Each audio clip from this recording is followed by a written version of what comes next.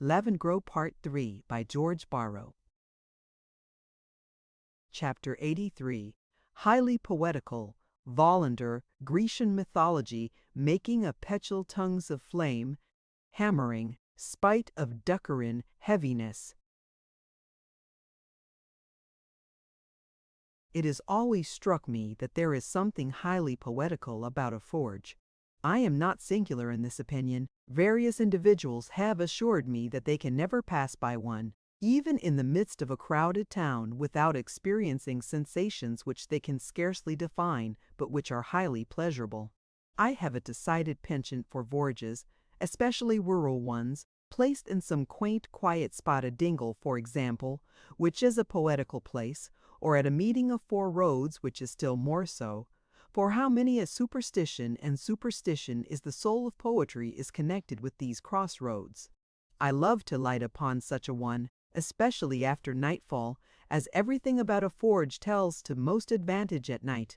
The hammer sounds more solemnly in the stillness. The glowing particles, scattered by the strokes, sparkle with more effect in the darkness, whilst the sooty visage of the sastramesco, half in shadow, and half illumined by the red and partial blaze of the forge, looks more mysterious and strange. On such occasions I draw in my horse's rein and, seated in the saddle, endeavor to associate with the picture before me in itself a picture of romance.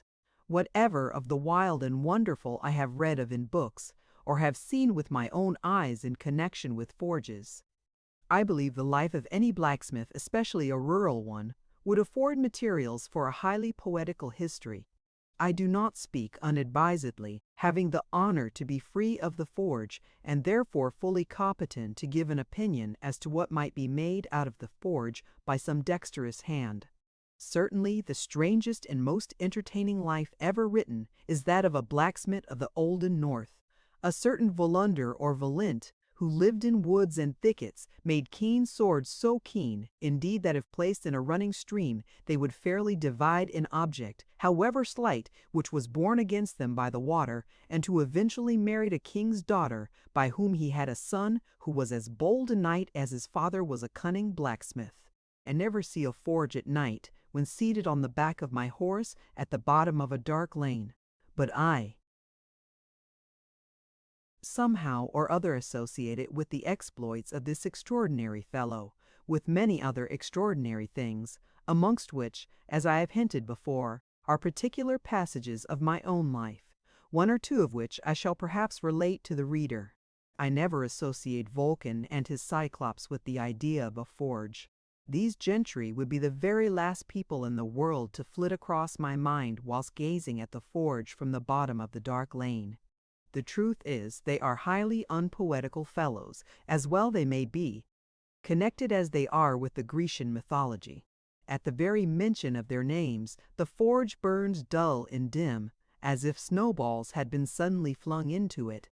The only remedy is to ply the bellows, an operation which I now hasten to perform. I am in the dingle making a horseshoe. Having no other horses on whose hoofs I could exercise my art, I made my first essay on those of my own horse, if that could be called horse, which horse was none, being only a pony. Perhaps, if I had sought all England, I should scarcely have found an animal more in need of the kind offices of the smith. On 3 of his feet there were no shoes at all, and on the 4th only a remnant of one, on which account his hoofs were sadly broken, and lacerated by his late journeys over the hard and flinty roads. "You belonged to a tinker before," said I, addressing the animal, "but now you belong to a smith. It is said that the household of the shoemaker invariably go worse shod than that of any other craft. That may be the case of those who make shoes of leather, but it shan't be said of the household of him who makes shoes of iron.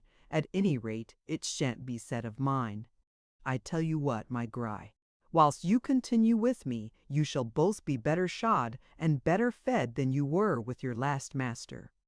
I am in the dingle making a petuel, and I must here observe that whilst I am making a horseshoe, the reader need not be surprised if I speak occasionally in the language of the Lord of the Horseshoe, Mr. Petuelingro. I have for some time past been plying the pashota, or bellows, endeavoring to raise up the yag, or fire, in my primitive forge.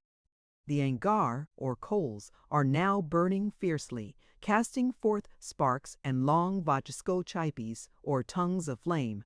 A small bar of sastra, or iron, is lying in the fire, to the length of 10 or 12 inches, and so far it is hot, very hot, exceeding hot, brother. And now you see me prole. It see me prala, snatched of the rate of 2 kolor, or 2 shillings, a day, brother. And when I have beaten the iron till it is nearly cool, and my arm tired, I place it again in the angar, and begin to rouse the fire with the pudumro, which signifies the lowing thing. His own sigalish to pizon of the hate but the American brow, with sunned the zomb. Behold, I place it once more on the kovansa and recommence. Hammering. And now I am somewhat at fault. I am in want of assistance. I want you, brother, or someone else, to take the bar out of my hand and support it upon the kovansa, whilst I, applying a chinomskro, or kind of chisel, to the heated iron, cut off with a lusty stroke or two of the shukaro baro, or big hammer, as much as are required for the petchel. But having no one to help me, I go on hammering till I have fairly knocked off as much as I want, and then I place the piece in the fire and again apply the bellows, and take up the song where I left it off. And when I have finished the song, I take out the iron, but this time with my plaistra or pincers, and then I recommence hammering, turning the iron round with my pincers, and now I bend the iron, and behold, it has assumed something of the outline of a petchel. I am not going to enter into farther details with respect to the process. It was rather a wearisome one. I had to contend with various disadvantages. My forge was a rude one. My tools might have been better. I was in want of one or two highly necessary implements, but, above all, manual dexterity. Though free of the forge, I had not practiced the albitarian art for very many years, never since. But stay, it is not my intention to tell the reader, at least in this place, how and when I became a blacksmith.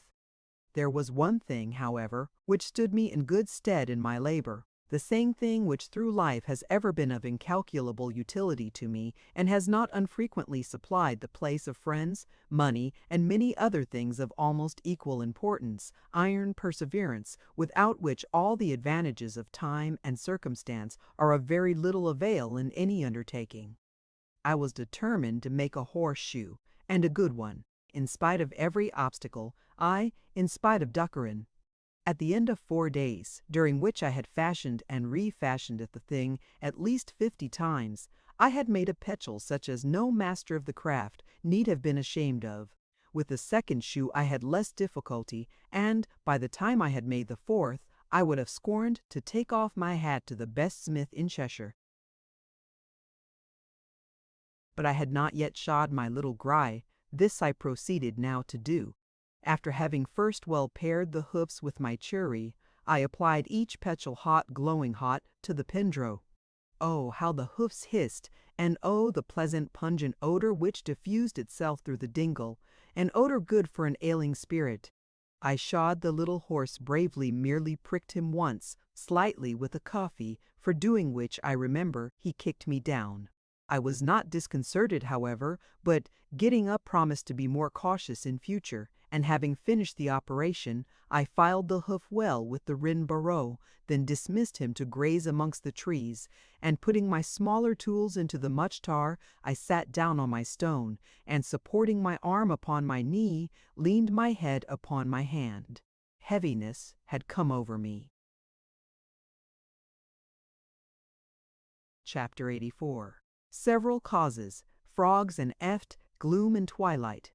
What should I do? Our Father, fellow men, what a mercy! Almost calm, fresh store, history of Saul, pitch dark. Heaviness had suddenly come over me, heaviness of heart and of body also. I had accomplished the task which I had imposed upon myself, and now that nothing more remained to do, my energy suddenly deserted me, and I felt without strength and without hope. Several causes, perhaps, cooperated to bring about the state in which I then felt myself. It is not improbable that my energies had been overstrained during the work the progress of which I have attempted to describe, and everyone is aware that the results of overstrained energies are feebleness and lassitude. Want of nourishment might likewise have something to do with it. During my sojourn in the dingle, my food had been of the simplest and most unsatisfying description, by no means calculated to support the exertion which the labor I had been engaged upon required. It had consisted of coarse oaten cakes and hard cheese, and for beverage I had been indebted to a neighboring pit, in which, in the heat of the day, I frequently saw, not golden or silver fish, but frogs and efties swimming about. I am, however, inclined to believe that Mrs. Hearn's cake had quite as much to do with the matter as insufficient nourishment. I had never entirely recovered from the effects of its poison, but had occasionally, especially at night, been visited by a grinding pain in the stomach, and my whole body had been suffused with cold sweat. And indeed these memorials of the drow have never entirely disappeared. Even at the present time they display themselves in my system, especially after much fatigue of body and excitement of mind. So there I sat in the dingle upon my stone, nerveless and hopeless, by whatever cause or causes that state had been produced there. I sat with my head leaning upon my hand, and so I continued a long, long time. At last I lifted my head from my hand and began to cast anxious, unquiet looks about the dingle. The entire hollow was now enveloped in deep shade. I cast my eyes up. There was a golden gleam on the tops of the trees which grew towards the upper parts of the dingle, but lower down all was gloom and twilight. Yet, when I first sat down on my stone, the sun was right above the dingle, illuminating all its depths by the rays which it cast perpendicularly down. So I must have sat a long, long time upon my stone. And now once more I rested my head upon my hand, but almost instantly lifted it again in a kind of fear, and began looking at the objects before me, the forge, the tools, the branches of the trees, endeavoring to follow their rows till they were lost in the darkness of the dingle. And now I found my right hand grasping convulsively the 3 forefingers of the left, first collectively and then successively, wringing them till the joints cracked. The night became quiet, but not finished. Suddenly I started up, and could scarcely repress the shriek which was rising to my lips. Was it possible? Yes, all too certain. The evil one was upon me. The inscrutable horror which I had felt in my boyhood had once more taken possession of me. I had thought that it had forsaken me, that it would never visit me again, that I had outgrown it, that I might almost bid defiance to it, and I had even begun to think of it without horror, as we are in the habit of doing of horrors of which we conceive we run no danger. And lo, when least thought of, it had seized me again. Every moment I felt it gathering force, and making me more wholly its own. What should I do? Resist, of course. And I did resist. I grasped, I tore and strove to fling it from me, but of what avail were my efforts? I could only have got rid of it by getting rid of myself. It was a part of myself, or rather it was all myself. I rushed amongst the trees and struck at them with my bare fists and dashed my head against them. But I felt no pain. How could I feel pain with that horror upon me? And then I flung myself on the ground, gnawed the earth and swallowed it, and then I looked round. It was almost total darkness in the dingle, and the darkness added to my horror. I could no longer stay there. Up I rose from the ground and attempted to escape. At the bottom of the winding path which led up the acclivity, I fell over something which was lying on the ground. The something moved and gave a kind of whine. It was my little horse, which had made that place its lair. My little horse, my only companion and friend in that now awful solitude. I reached the mouth of the dingle. The sun was just sinking in the far west behind me. The fields were flooded with his last gleams. How beautiful everything looked in the last gleams of the sun! I felt relieved for a moment. I was no longer in the horrid dingle. In another minute the sun was gone, and a big cloud occupied the place where he had been. In a little time it was almost as dark as it had previously been in the open part of the dingle. My horror increased. What was I to do? It was of no use fighting against the horror that I saw. The more I fought against it, the stronger it became. What should I do? Say my prayers? Why not? So I knelt down under the hedge and said, Our Father. But that was of no use, and now I could no longer repress cries. The horror was too great to be borne. What should I do? Run to the nearest town or village and request the assistance of my fellow men? No, that I was ashamed to do. Notwithstanding the horror was upon me, I was ashamed to do that. I knew they would consider me a maniac if I went screaming amongst them, and I did not wish to be considered a maniac. Moreover, I knew that I was not a maniac, for I possessed all my reasoning powers. Only the horror was upon me, the screaming horror. But how were indifferent people to distinguish between madness and the screaming horror? So I thought and reasoned, and at last I determined not to go amongst my fellow men, whatever the result might be. I went to the mouth of the dingle, and there, placing myself on my knees, I again said the Lord's Prayer. But it was of no use. Praying seemed to have no effect over the horror. The unutterable fear appeared rather to increase than diminish, and I again uttered wild cries, so loud that I was apprehensive they would be heard by some chance passenger on the neighboring road. I therefore went deeper into the dingle. I sat down with my back against a thorn bush. The thorns entered my flesh, and when I felt them, I pressed harder against the bush. I thought the pain of the flesh might in some degree counteract the mental agony. Presently I felt them no longer. The power of the mental horror was so great that it was impossible, with that upon me, to feel any pain from the thorns. I continued in this posture a long time, undergoing what I cannot describe and would not attempt if I were able. Several times I was on the point of starting up and rushing anywhere, but I restrained myself, for I knew I could not escape from myself, so why should I not remain in the dingle? So I thought and said to myself, for my reasoning powers were still uninjured. At last it appeared to me that the horror was not so strong, not quite so strong upon me. Was it possible that it was relaxing its grasp, releasing its prey? Oh, what a mercy! But it could not be, and yet I looked up to heaven and clasped my hands and said, Our Father. I said no more. I was too agitated, and now I was almost sure that the horror had done its worst. Picture, I knelt down under the hedge and said, Our Father. But that was of no use. Page 472.jp. After a little time I arose and staggered down yet farther into the dingle. I again found my little horse on the same spot as before. I put my hand to his mouth. He licked my hand. I flung myself down by him and put my arms round his neck. The creature whinnied and appeared to sympathize with me. What a comfort to have anyone, even a dumb brute, to sympathize with me at such a moment! I clung to my little horse as if for safety and protection. I laid my head on his neck and felt almost calm. Presently the fear returned, but not so wild as before. It subsided, came again subsided. Then drowsiness came over me, and at last I fell asleep, my head supported on the neck of the little horse. I awoke. It was dark, dark night. Not a star was to be seen, but I felt no fear. The horror had left me. I arose from the side of the little horse and went into my tent, lay down, and again went to sleep.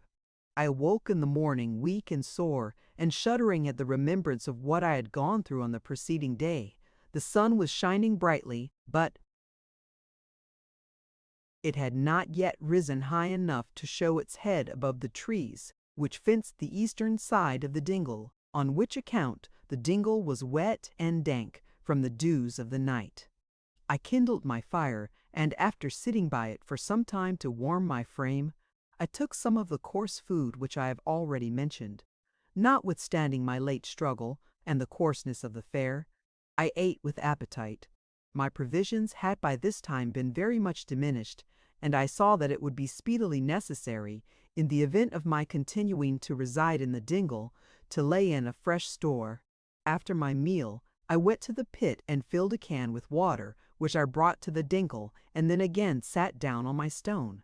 I considered what I should next do. It was necessary to do something, or my life in this solitude would be insupportable. What should I do? Rouse up my forge and fashion a horseshoe? But I wanted nerve and heart for such an employment. Moreover, I had no motive for fatiguing myself in this manner. My own horse was shod, no other was at hand, and it is hard to work for the sake of working. What should I do? Read. Yes, but I had no other book than the Bible which the Welsh Methodists had given me. Well, why not read the Bible? I was once fond of reading the Bible. Ay, but those days were long gone by. However, I did not see what else I could well do on the present occasion, so I determined to read the Bible. It was in Welsh. At any rate, it might amuse me. So I took the Bible out of the sack, in which it was lying in the cart, and began to read at the place where I chanced to open it. I opened it at that part where the history of Saul commences. At first I read with indifference, but after some time my attention was riveted, and no wonder. I had come to the visitations of Saul, those dark moments of his, when he did and said such unaccountable things. It almost appeared to me that I was reading of myself. I too had my visitations, dark as ever his were. Oh, how I sympathized with Saul, the tall, dark man. I had read his life before, but it had made no impression on me. It had never occurred to me that I was like him. But I now sympathized with Saul, for my own dark hour was but recently past, and perhaps would soon return again. The dark hour came frequently on Saul. Time wore away. I finished the book of Saul and, closing the volume, returned it to its place. I then returned to my seat on the stone and thought of what I had read and what I had lately undergone. All at once I thought I felt well-known sensations, a cramping of the breast and a tingling of the soles of the feet. They were what I had felt on the preceding day. They were the forerunners of the fear. I sat motionless on my stone. The sensations passed away, and the fear came not. Darkness was now coming again over the earth. The dingle was again in deep shade. I roused the fire with the breath of bellows, and sat looking at the cheerful glow. It was cheering and comforting. My little horse came now and lay down on the ground beside the forge. I was not quite deserted. I again ate some of the coarse food, and drank plentifully of the water which I had fetched in the morning. I then put fresh fuel on the fire and sat for a long time looking on the blaze. I then went into my tent. I awoke on my own calculation. About midnight it was pitch dark, and there was much fear upon me. Chapter 85. Free and independent. I don't see why. Oats. A noise. Unwelcome visitors. What's the matter? Good day to ye, the tall girl. Doverfeld blow on the face. Civil enough. What's this? Vulgar woman, hands off, gasping for breath. Long Melford. And Malmsfort, gasping for breath. Long Melford, a pretty maneuver. A long draft, signs of animation. It won't do. No malice, bad people. 2 mornings after the period to which I have brought the reader in the preceding chapter, I sat by my fire at the bottom of the dingle. I had just breakfasted and had finished the last morsel of food which I had brought with me to that solitude. What shall I now do, said I to myself. Shall I continue here, or decamp? This is a sad, lonely spot. Perhaps I had better quit it. But whither shall I go?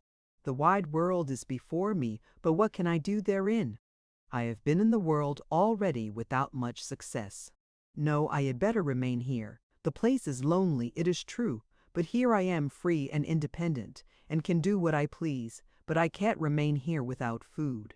Well, I will find my way to the nearest town, lay in a fresh supply of provision, and come back, turning my back upon the world, which has turned its back upon me.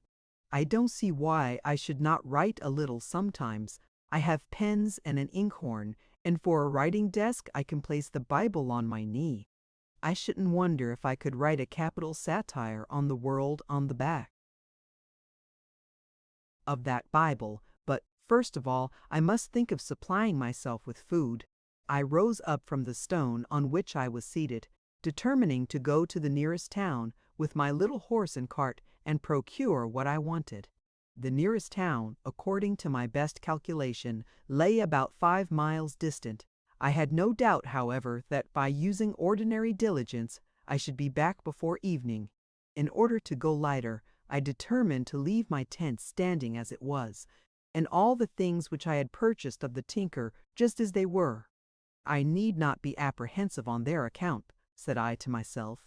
Nobody will come here to meddle with them. The great recommendation of this place is its perfect solitude. I dare say that I could live here 6 months without seeing a single human visage. I will now harness my little gry and be off to the town. At a whistle which I gave, the little gry, which was feeding on the bank near the uppermost part of the dingle, came running to me, for by this time he had become so accustomed to me that he would obey my call for all the world as if he had been one of the canine species. Now, said I to him, we are going to the town to buy bread for myself and oats for you. I am in a hurry to be back, therefore I pray you to do your best, and to draw me and the cart to the town with all possible speed, and to bring us back.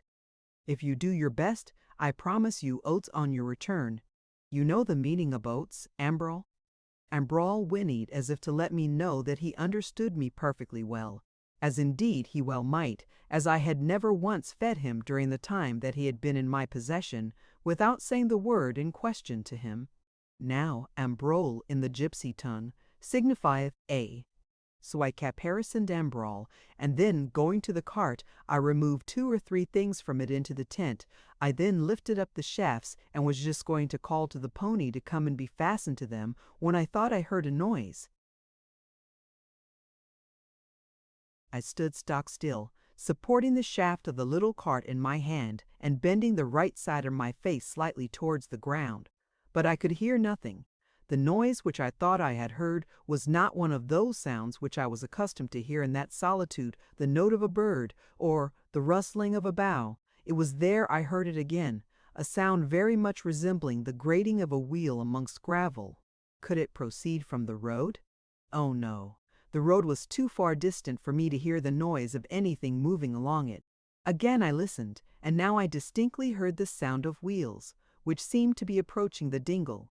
Nearer and nearer they drew, and presently the sound of wheels was blended with the murmur of voices. Anon, I heard a boisterous shout which seemed to proceed from the entrance of the dingle. Here are folks at hand, said I, letting the shaft of the cart fall to the ground. Is it possible that they can be coming here? My doubts on that point, if I entertained any, were soon dispelled. The wheels, which had ceased moving for a moment, or 2, were once again in motion, and were now evidently moving down the winding path which led to my retreat. Leaving my cart, I came forward and placed myself near the entrance of the open space, with my eyes fixed on the path down which my unexpected, and I may say unwelcome, visitors were coming. Presently I heard a stamping or sliding, as if of a horse in some difficulty, then a loud curse, and the next moment appeared a man and a horse and cart, the former holding the head of the horse up to prevent him from falling, of which he was in danger, owing to the precipitous nature of the path. Whilst thus occupied, the head of the man was averted from me. When, however, he had reached the bottom of the descent, he turned his head, and perceiving me, as I stood bareheaded, without either coat or waistcoat, about 2 yards from him, he gave a sudden start, so violent that the backward motion of his hand had nearly flung the horse upon his haunches. "Why don't you move forward?" said a voice from behind, apparently that of a female. "You are stopping up the way, and we shall be all down upon one another." and I saw the head of another horse overtopping the back of the cart. "Why don't you move forward, Jack?" said another voice, also a female, yet higher up the path.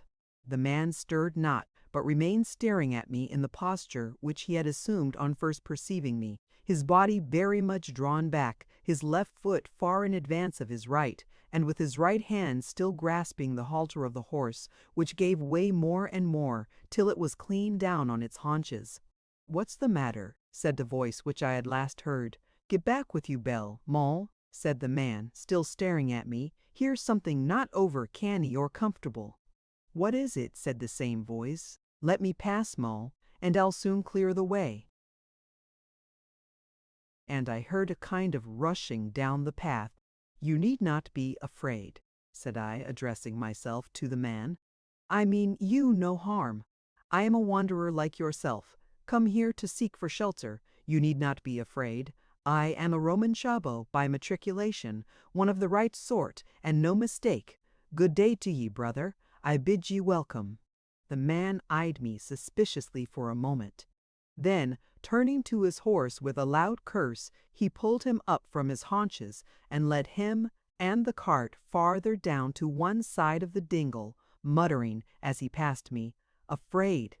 I do not remember ever to have seen a more ruffianly-looking fellow. He was about 6 feet high, with an immensely athletic frame. His face was black and bluff, and sported an immense pair of whiskers, but with here and there a gray hair, for his age could not be much under 50.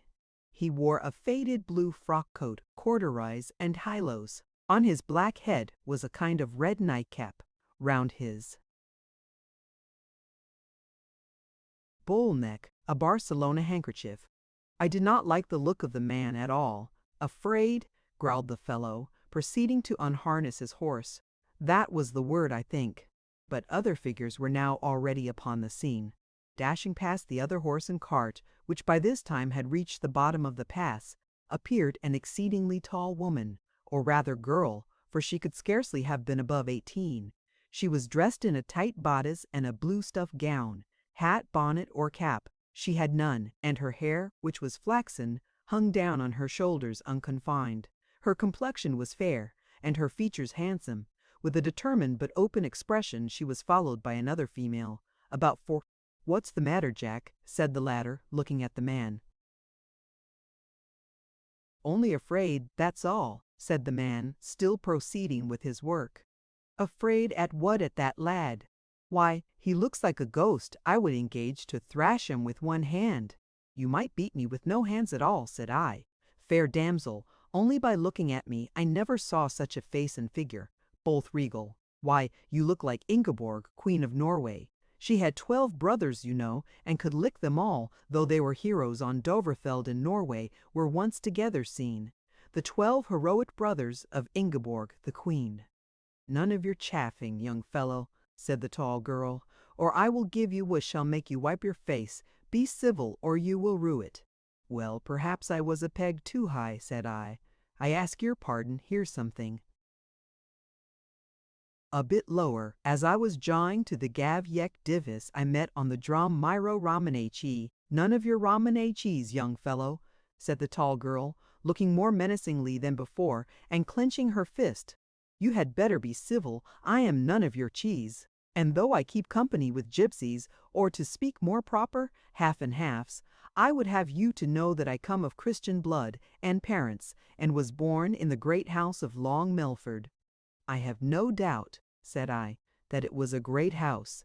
Judging from your size, I shouldn't wonder if you were born in the church." "Stay, Belle," said the man, putting himself before the young virago, who was about to rush upon me. "My turn is first." Then, advancing to me in a menacing attitude, he said with a look of deep malignity, "Afraid was the word, wasn't it?" "It was," said I, "but I think I wronged you. I should have said aghast. You exhibited every symptom of one laboring under uncontrollable fear." The fellow stared at me with a look of stupid ferocity, and appeared to be hesitating whether to strike or not. Ere he could make up his mind, the tall girl started forward, crying, "He's chaffing, let me at him." and before I could put myself on my guard, she struck me a blow on the face which had nearly brought me to the ground. Picture. The fellow stared at me with a look of stupid ferocity and appeared to be hesitating whether to strike or not. Page 480.jpg. Enough, said I, putting my hand to my cheek. You have now performed your promise and made me wipe my face. Now be pacified, and tell me fairly the grounds of this quarrel. Grounds, said the fellow. Didn't you say I was afraid? And if you hadn't, who gave you leave to camp on my ground? Is it your ground? Said I. A pretty question, said the fellow, as if all the world didn't know that. Do you know who I am? I guess I do, said I.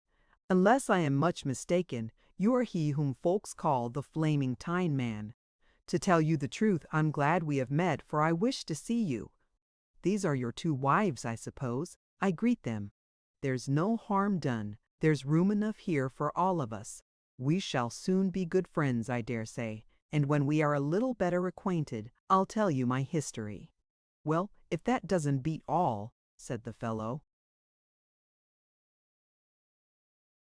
I don't think he's chaffing now, said the girl, whose anger seemed to have subsided on a sudden. The young man speaks civil enough. Civil, said the fellow with an oath, but that's just like you. With you it is a blow and all over. Civil. I suppose you would have him stay here and get into all my secrets and hear all I may have to say to my 2 morts. 2 morts, said the girl, kindling up. Where are they? Speak for one, and no more. I am no mort of yours, whatever someone else may be. I tell you one thing, Black John or Ansello, for t'other ain't your name. The same thing I told the young man here. Be civil, or you will rue it. The fellow looked at the girl furiously, but his glance soon quailed before hers. He withdrew his eyes and cast them on my little horse, which was feeding amongst the trees. What's this? Said he, rushing forward and seizing the animal. Why, as I am alive, this is the horse of that mumping villain Slingsby. It's his no longer. I bought it and paid for it. It's mine now, said the fellow. I swore I would seize it the next time I found it on my beat. Aye, and beat the master too. I am not Slingsby. All's one for that. You don't say you will beat me. Afraid was the word. I'm sick and feeble. Hold up your fists. Won't the horse satisfy you? Horse nor bellows either. No mercy then. Here's at you. Mind your eyes, Jack. There, you got it. I thought so, shouted the girl, as the fellow staggered back from a sharp blow in the eye. I thought he was chaffing at you all along. Never mind, Ansello. You know what to do. Go in, said the vulgar woman, who had hitherto not spoken a word, but who now came forward with all the look of a fury. Go in a pooply, you'll smash 10 like he. The Flaming Tin Man took her advice and came in bent on smashing, but stopped short on receiving a left-handed blow on the nose. You'll never beat the Flaming Time Man in that way, said the girl, looking at me doubtfully. And so I began to think myself, when, in the twinkling of an eye, the Flaming Time Man, disengaging himself of his frock coat and dashing off his red nightcap, came rushing in more desperately than ever. To a flush hit which he received in the mouth he paid as little attention as a wild bull would have done. In a moment his arms were around me, and in another he had hurled me down, falling heavily upon me. The fellow's strength appeared to be tremendous. Pay him off now, said the vulgar woman. The Flaming Tin Man made no reply, but, planting his knee on my breast, seized my throat with 2 huge horny hands. I gave myself up for dead, and probably should have been so in another minute, but for the tall girl, who caught hold of the handkerchief which the fellow wore round his neck with a grasp nearly as powerful as that with which he pressed my throat. Do you call that fair play? Said she. Hands off, Belle, said the other woman. Do you call it fair play to interfere? Hands off, or I'll be down upon you myself. But Belle paid no heed to the injunction, and tugged so hard at the handkerchief that the flaming Tineman was nearly throttled. Suddenly relinquishing his hold of me, he started on his feet and aimed a blow at my fair preserver, who avoided it, but said coolly, "Finish t'other business first, and then I'm your woman whenever you like. But finish it fairly, no foul play. When I'm by, I'll be the boy's second, and Moll can pick up you when he happens to knock you down." The battle during the next 10 minutes raged with considerable fury, but it so happened that during this time I was never able to knock the flaming Tineman down, but on the contrary, received 6 knockdown blows myself. "I can never stand this," said I, as I sat on the knee of Belle. "I am afraid I must give in. The flaming Tineman hits very hard," and I spat out a mouthful of blood. "Sure enough, you'll never beat the flaming Tin Man in the way you fight. It's of no use flipping at the flaming Tin Man with your left hand. Why don't you use your right?"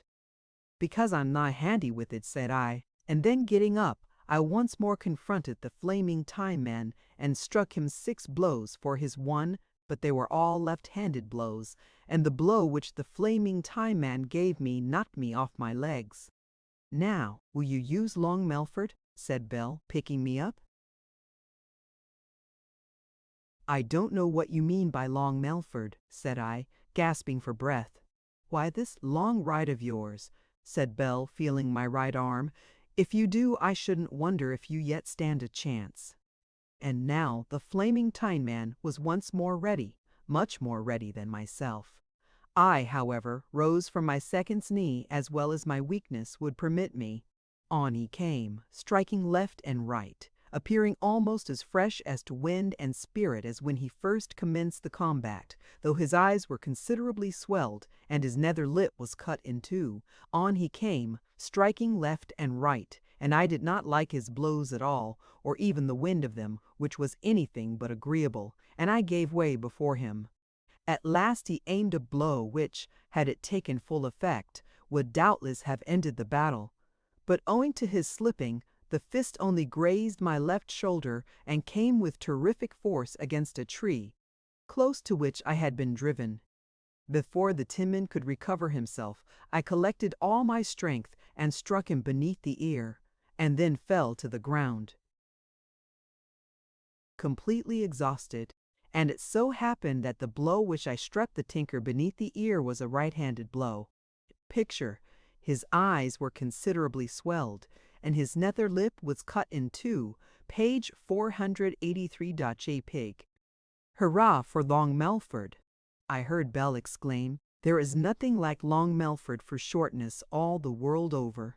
At these words I turned round my head as I lay, and perceived the flaming Tin Man stretched upon the ground apparently senseless. "He is dead," said the vulgar woman, as she vainly endeavored to raise him up. "He is dead, the best man in all the North Country, killed in this fashion by a boy." Alarmed at these words, I made shift to get on my feet, and, with the assistance of the woman, placed my fallen adversary in a sitting posture. I put my hand to his heart, and felt a slight pulsation. "He's not dead," said I, "only stunned. If you were let blood, he would recover presently." I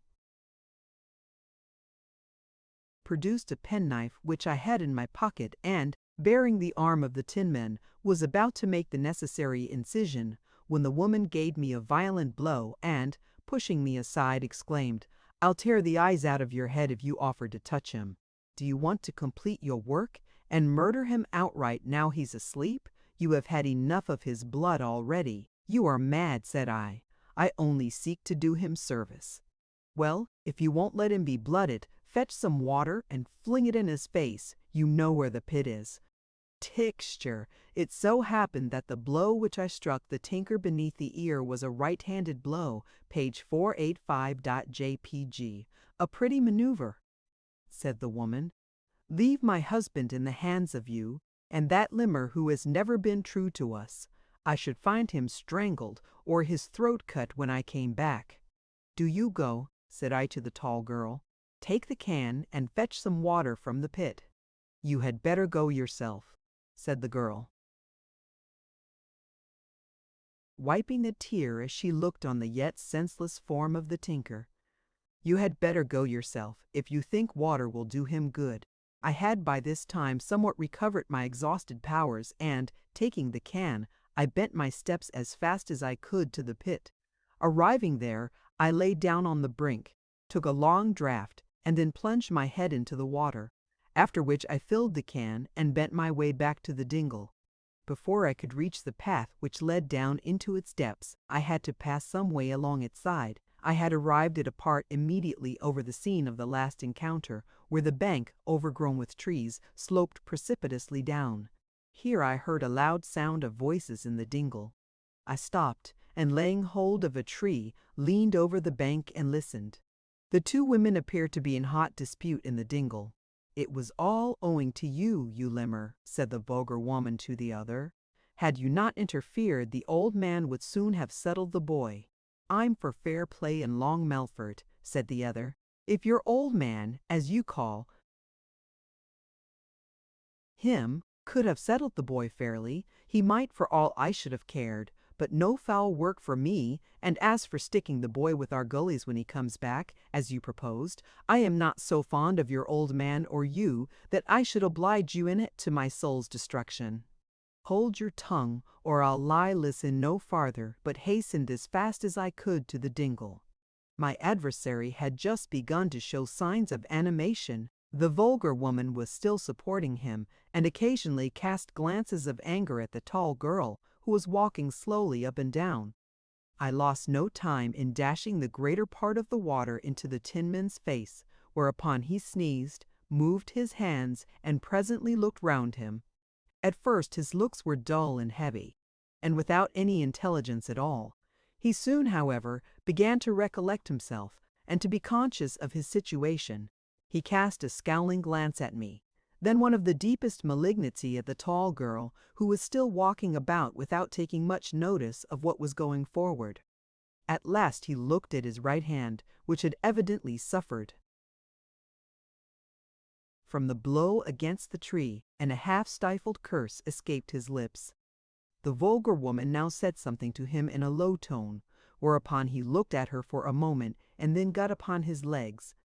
Again the vulgar woman said something to him. Her looks were furious, and she appeared to be urging him on to attempt something.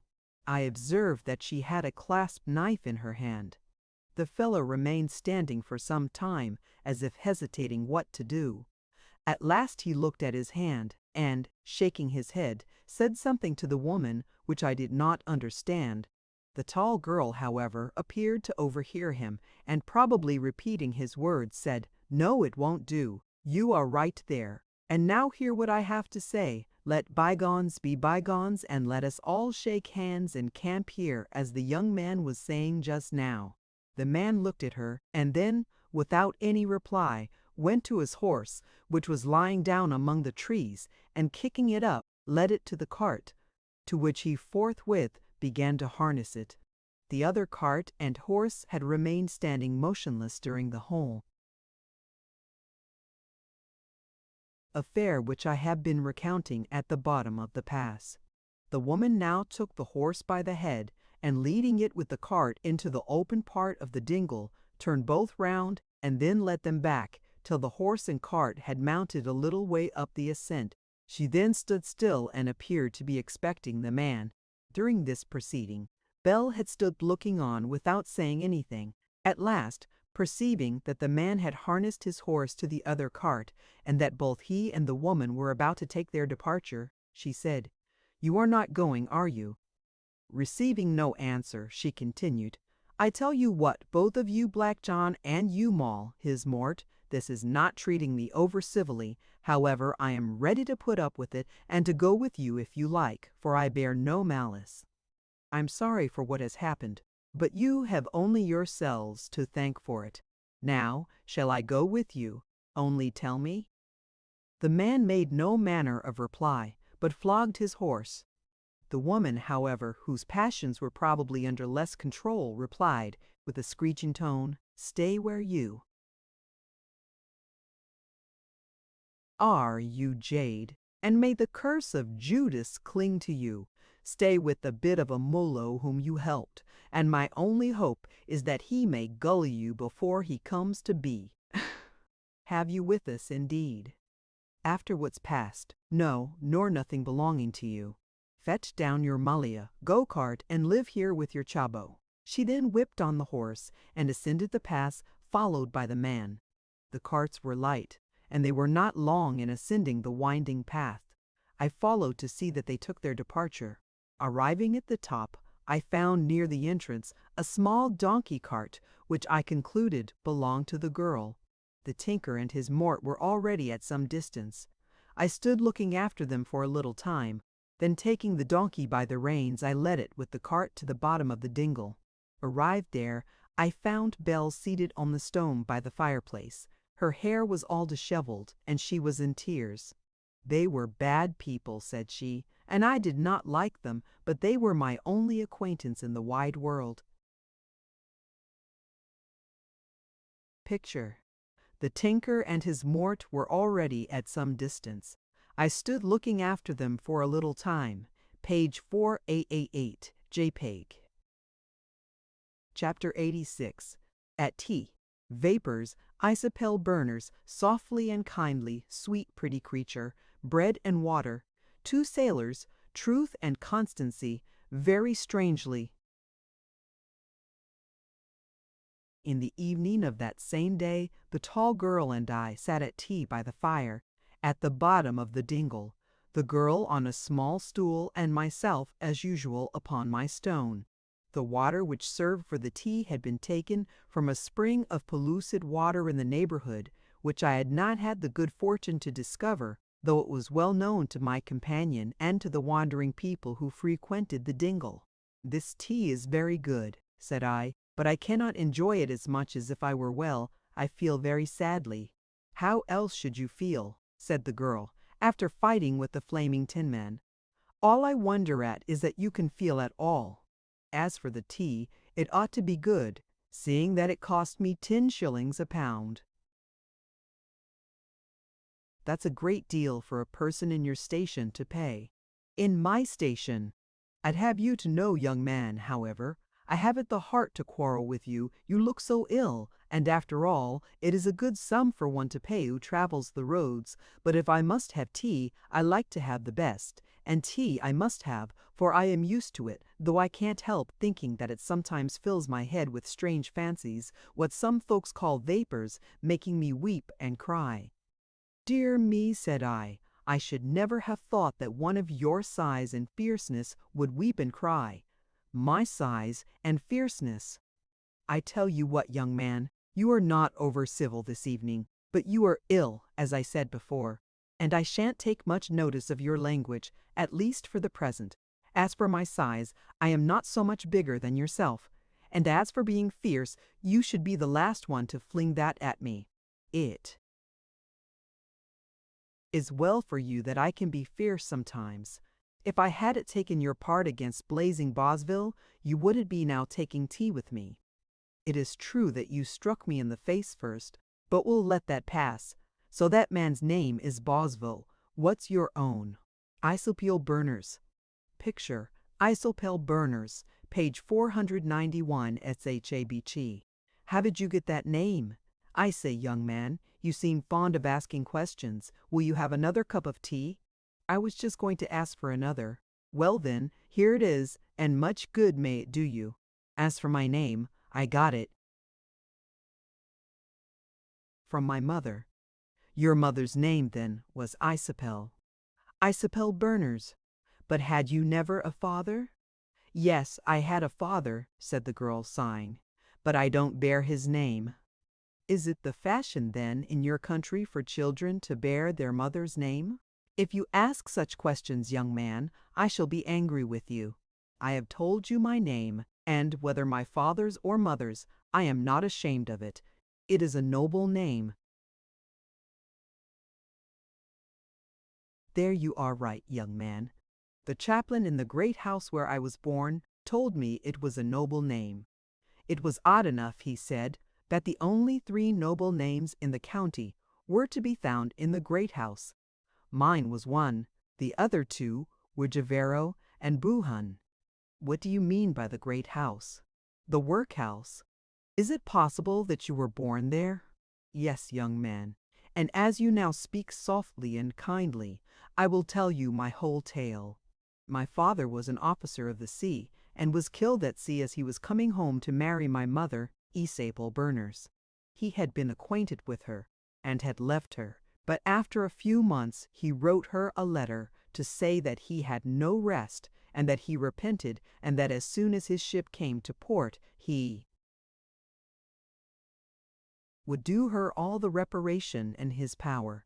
En prachtig underquired rated his as a hands in the way it's of undertoat, and for the bivnand and for steinwit shepherds. And set but me prided its reet might bound to make shits from hub slump and nenda kalp and river pain to growl and swat her property fine could flying me shantino lit nating yen and it says about have they might go to cut her pride eating this quack my culp. She was a sweet pretty creature, I'm told, but hardly fit for this world, being neither large, nor fierce, nor able to take her own part. So I was born and bred in the great house, where I learned to read and sew, to fear God, and to take my own part. When I was 14, I was put out to service to a small farmer and his wife, with whom, however, I did not stay long, for I was half starved, and otherwise ill-treated, especially by my mistress, who one day attempting to knock me down with a besom, I knocked her down with my fist, and went back to the great house. And how did they receive you in the great house?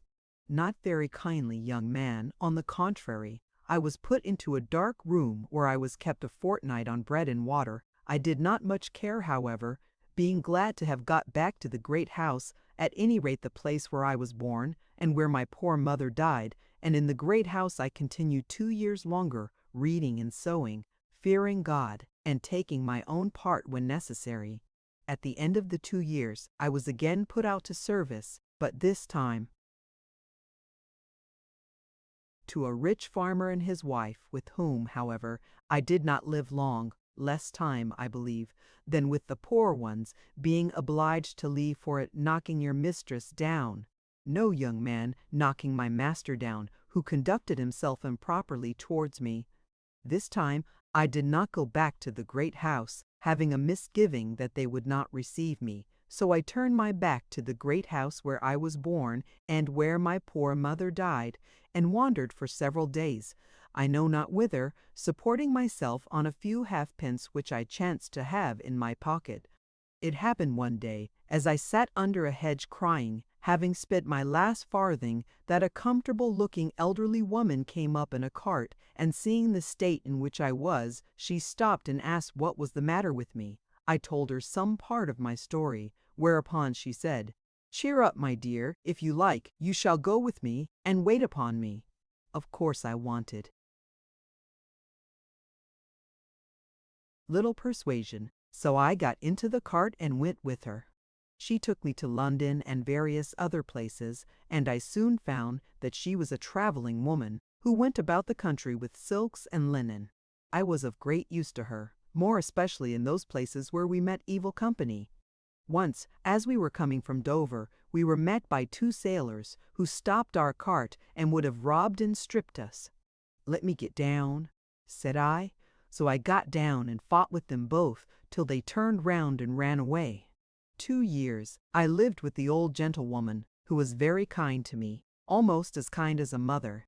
At last she fell sick at a place in Lincolnshire, and after a few days died, leaving me her cart and stock in trade, praying me only to see her decently buried, which I did, giving her a funeral fit for a gentlewoman.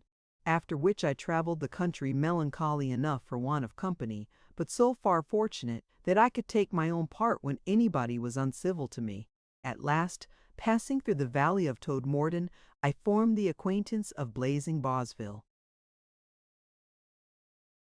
and his wife, with whom I occasionally took journeys for company's sake, for it is melancholy to travel about alone, even when one can take one's own part.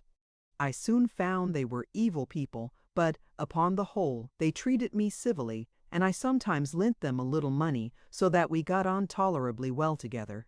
He and I, it is true, had once a dispute, and nearly came to blows, For once, when we were alone, he wanted me to marry him, promising, if I would, to turn off Grey Mole, or, if I liked it better, to make her wait upon me as a maid-servant. I never liked him much, but from that hour less than ever. Of the two, I believe Grey Mole to be the best, for she is at any rate true and faithful to him, and I like truth and constancy. Don't you, young man? Yes, said I, they are very nice things. I feel very strangely. How do you feel, young man? Very much afraid. Afraid at what? At the flaming Time Man? Don't be afraid of him. He won't come back, and if he did, he shouldn't touch you in this state. I'd fight him for you. But he won't come back, so you needn't be afraid of him. I'm not afraid of the flaming Time Man. What then are you afraid of? The evil one, the evil one, the evil one, said the girl. Where is he? Coming upon me. Never heed, said the girl. I'll stand by you. Chapter 87. Hubbub of Voices. No offense nodding, the guests. The kitchen of the public house was a large one, and many people were drinking in it. There was a confused hubbub of voices. I sat down on a bench behind a deal table, of which there were 3 or 4 in the kitchen. Presently a bulky man, in a green coat of the Newmarket cut, and without a hat, entered, and observing me came up, and in rather a gruff tone cried, "Want anything, young fellow?" "Bring me a jug of ale," said I. "If you are the master, as I suppose you are, by that same coat of yours, and you're having no hat on your head." "Don't be saucy, young fellow," said the landlord, for such he was. "Don't be saucy," or whatever he intended to say he left unsaid, for fixing his eyes upon one of my hands, which I had placed by chance upon the table, he became suddenly still. This was my left hand, which was raw and swollen from the blows dealt on a certain hard skull in a recent combat. "What do you mean by staring at my hand so?" said I, withdrawing it from the table. "No offense, young man, no offense," said the landlord in a quite altered tone, "but the sight of your hand." Then, observing that our conversation began to attract the notice of the guests in the kitchen, he interrupted himself, saying in an undertone, "But mum's the word for the present. I will go and fetch the ale." In about a minute he returned, with a jug of ale foaming high. "Here's your health," said he, blowing off the foam, and drinking. But perceiving that I looked rather dissatisfied, he murmured, "All's right. I glory in you, but mum's the word." Then, placing the jug on the table, he gave me a confidential nod and swaggered out of the room. What can the silly, impertinent fellow mean, thought I. But the ale was now before me, and I hastened to drink, for my weakness was great, and my mind was full of dark thoughts, the remains of the indescribable horror of the preceding night. It may kill me, thought I, as I drank deep, but who cares? Anything is better than what I have suffered. I drank deep, and then leaned back against the wall. It appeared as if a vapor was stealing up into my brain, gentle and benign, soothing and stifling the horror and the fear. Higher and higher it mounted, and I felt nearly overcome, but the sensation was delicious compared with that I had lately experienced, and now I felt myself nodding, and bending down, I laid my head on the table on my folded hands. And in that attitude I remained some time, perfectly unconscious. At length, by degrees, perception returned, and I lifted up my head. I felt somewhat dizzy and bewildered, but the dark shadow had withdrawn itself from me. And now once more I drank of the jug. This second draught did not produce an overpowering effect upon me. It revived and strengthened me. I felt a new man. I looked around me. The kitchen had been deserted by the greater part of the guests. Besides myself, only 4 remained. These were seated at the farther end. One was haranguing fiercely and eagerly. He was abusing England and praising America. At last he exclaimed, "So when I gets to New York, I will toss up my hat and damn the king." That man must be a radical, thought I. Chapter 88. A radical, simple-looking man, Church of England, the President, aristocracy, gin and water, mending the roads, persecuting church, Simon de Montfort, broken bells, get up, not for the Pope, Quay of New York, Mumper's Dingle, no wish to fight, first draft, a poor pipe, half a crown, broke. The individual whom I supposed to be a radical, after a short pause, again uplifted his voice. He was rather a strong-built fellow of about 30, with an ill-favored countenance, a white hat on his head, a snuff-colored coat on his back, and when he was not speaking, a pipe in his mouth. "Who would live in such a country as England?" he shouted.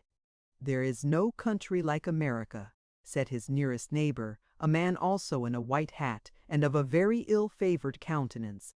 "There is no country like America," said he, withdrawing a pipe from his mouth. "I think I shall," and here he took a draught from a jug, the contents of which he appeared to have in common with the other, "go to America one of these days myself." "Poor old England is not such a bad country after all," said a third, a simple-looking man in a laboring dress who sat smoking a pipe without anything before him. "If there was but a little more work to be got, I should have nothing to say against her. I hope, however, you hope. Who cares what you hope?" interrupted the first, in a savage tone. "You are one of those sneaking hounds who are satisfied with dog's wages, a bit of bread and a kick. Work, indeed! Who, with the spirit of a man, would work for a country where there is neither liberty of speech nor of action? A land full of beggarly aristocracy, hungry borough-mongers, insolent parsons, and their wives and daughters, as William Cobbett says in his Register. Ah, the Church of England has been a source of incalculable mischief to these realms," said another. The person who uttered these words sat rather aloof from the rest. He was dressed in a long black surtout. I could not see much of his face, partly owing to his keeping it very much directed to the ground, and partly owing to a large slouched hat which he wore. I observed, however, that his hair was of a reddish tinge. On the table near him was a glass and spoon. "You are quite right," said the first, alluding to what this last had said. "The Church of England has done incalculable mischief here. I value no religion 3 halfpence, for I believe in none. But the one that I hate most is the Church of England. So when I get to New York, after I have shown the fine fellows on the quay a spice of me, by the King, I'll toss up my hat again and the Church of England too." "And suppose the people of New York should clap you in the stocks," said I. These words drew upon me the attention of the whole four. The radical and his companion stared at me ferociously. The man in black gave me a peculiar glance from under his slouched hat. The simple-looking man in the laboring dress laughed. "What are you laughing at, you fool?" said the radical, turning and looking at the other, who appeared to be afraid of him. "Hold your noise, and a pretty fellow, you," said he, looking at me, "to come here and speak against the great American nation." "I speak against the great American nation," said I. I rather paid them a compliment by supposing they would put me in the stocks. Well, I call it abusing them. To suppose they would do any such thing. Stocks, indeed. There are no stocks in all the land. Put me in the stocks. Why, the President will come down to the quay and ask me to dinner as soon as he hears what I have said about the King and Church. "I shouldn't wonder," said I. "If you go to America, you will say of the President and country what now you say of the King and Church, and cry out for somebody to send you back to England." The radical dashed his pipe to pieces against the table. "I tell you what, young fellow, you are a spy of the aristocracy, sent here to kick up a disturbance." "Kicking up a disturbance," said I, "is rather inconsistent with the office of spy. If I were a spy, I should hold my head down and say nothing." The man in black partially raised his head and gave me another peculiar glance. "Well, if you aren't sent to spy, you are sent to bully." to prevent people speaking and to run down the great American nation. But you shan't bully me. I say, down with the aristocracy, the beggarly British aristocracy. Come, what have you to say to that? Nothing, said I. Nothing, repeated the radical. No, said I, down with them as soon as you can. As soon as I can. I wish I could. But I can down with a bully of theirs. Come, will you fight for them? No, said I. You won't? No, said I. You don't. From what I have seen of them, I should say they are tolerably able to fight for themselves. You won't fight for them, said the radical triumphantly. I thought so. All bullies, especially those of the aristocracy, are cowards. Here, landlord, said he, raising his voice and striking against the table with the jug. Some more ale. He won't fight for his friends. A white feather, said his companion. He, tittered the man in black. Landlord, landlord, shouted the radical, striking the table with the jug louder than before. Who called? Said the landlord, coming in at last. Fill this jug again, said the other, and be quick about it. Does anyone else want anything? Said the landlord. Yes, said the man in black. You may bring me another glass of gin and water. Cold? Said the landlord. Yes, said the man in black, with a lump of sugar in it. Gin and water cold, with a lump of sugar in it, said I, and struck the table with my fist. Take some? Said the landlord inquiringly. No, said I, only something came into my head.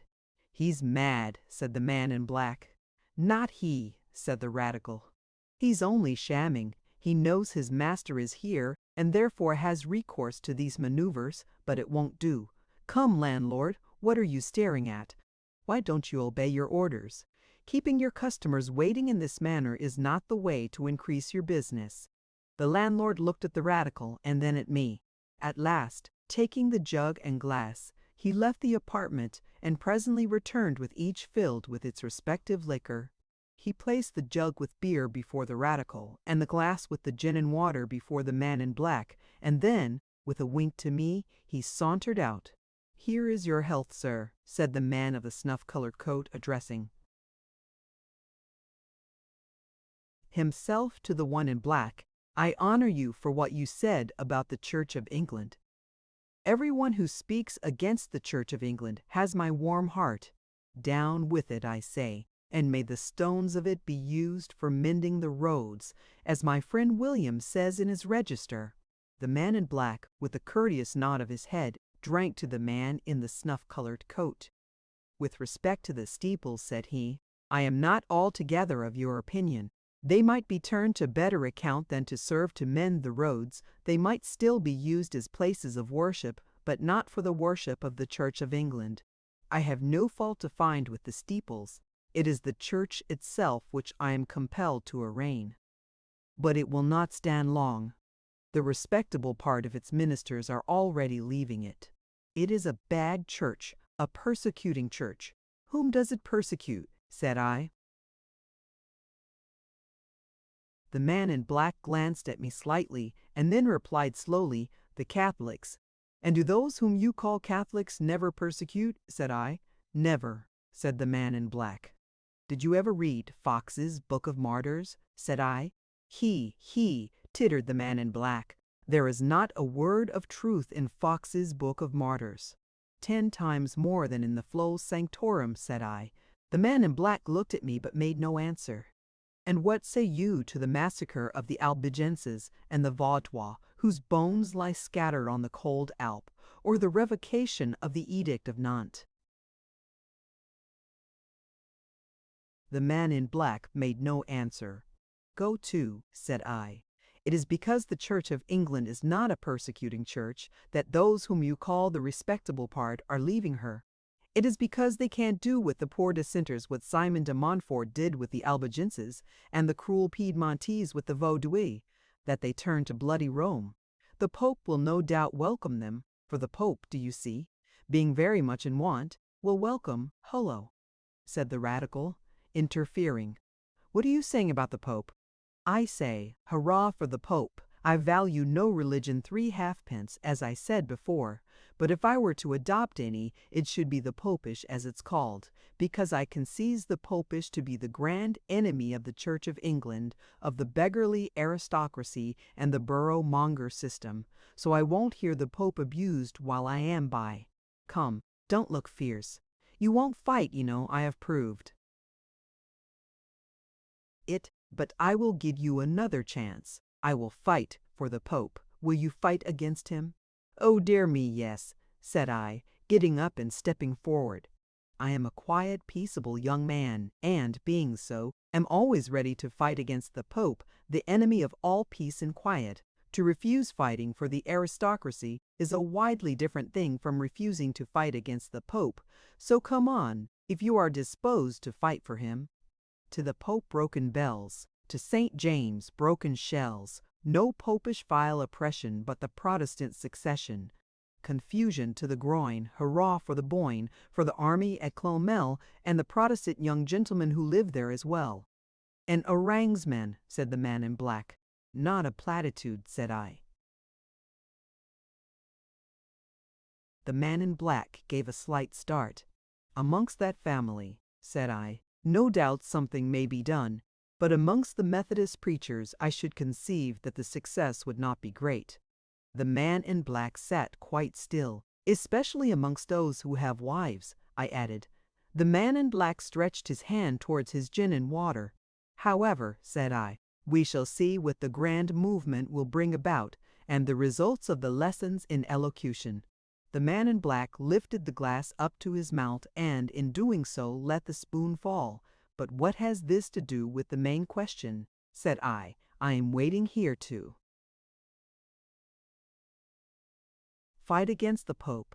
Come, Hunter, said the companion of the man in the snuff-colored coat, get up and fight for the Pope. I don't care for the young fellow, said the man in the snuff-colored coat. I know you don't, said the other. So get up and serve him out. I could serve out 3 like him, said the man in the snuff-colored coat. So much the better for you, said the other. The present work will be all the easier for you. Get up and serve him out at once. The man in the snuff-colored coat did not stir. Who shows the white feather now? Said the simple-looking man. He, tittered the man in black. Who told you to interfere? Said the radical, turning ferociously towards the simple-looking man. Say another word, and you, said he, addressing himself to the man in black, a pretty fellow you to turn against me after I had taken your part. I tell you what, you may fight for yourself. I'll see you and your Pope in the pit of Eldon before I fight for either of you, so make the most of it. Then you won't fight, said I. Not for the Pope, said the radical. I'll see the Pope, dear me, said I. Not fight for the Pope, whose religion you would turn to if you were inclined for any. I see how it is. You are not fond of fighting, but I'll give you another chance. You were abusing the Church of England just now. I'll fight for. Will you fight against it? Come, Hunter, said the other. Get up and fight against the Church of England. I have no particular quarrel against the Church of England, said the man in the snuff-colored coat. My quarrel is with the aristocracy. If I said anything against the Church, it was merely for a bit of corollary, as Master William Cobbett would say. The quarrel with the Church belongs to this fellow in black, so let him carry it on.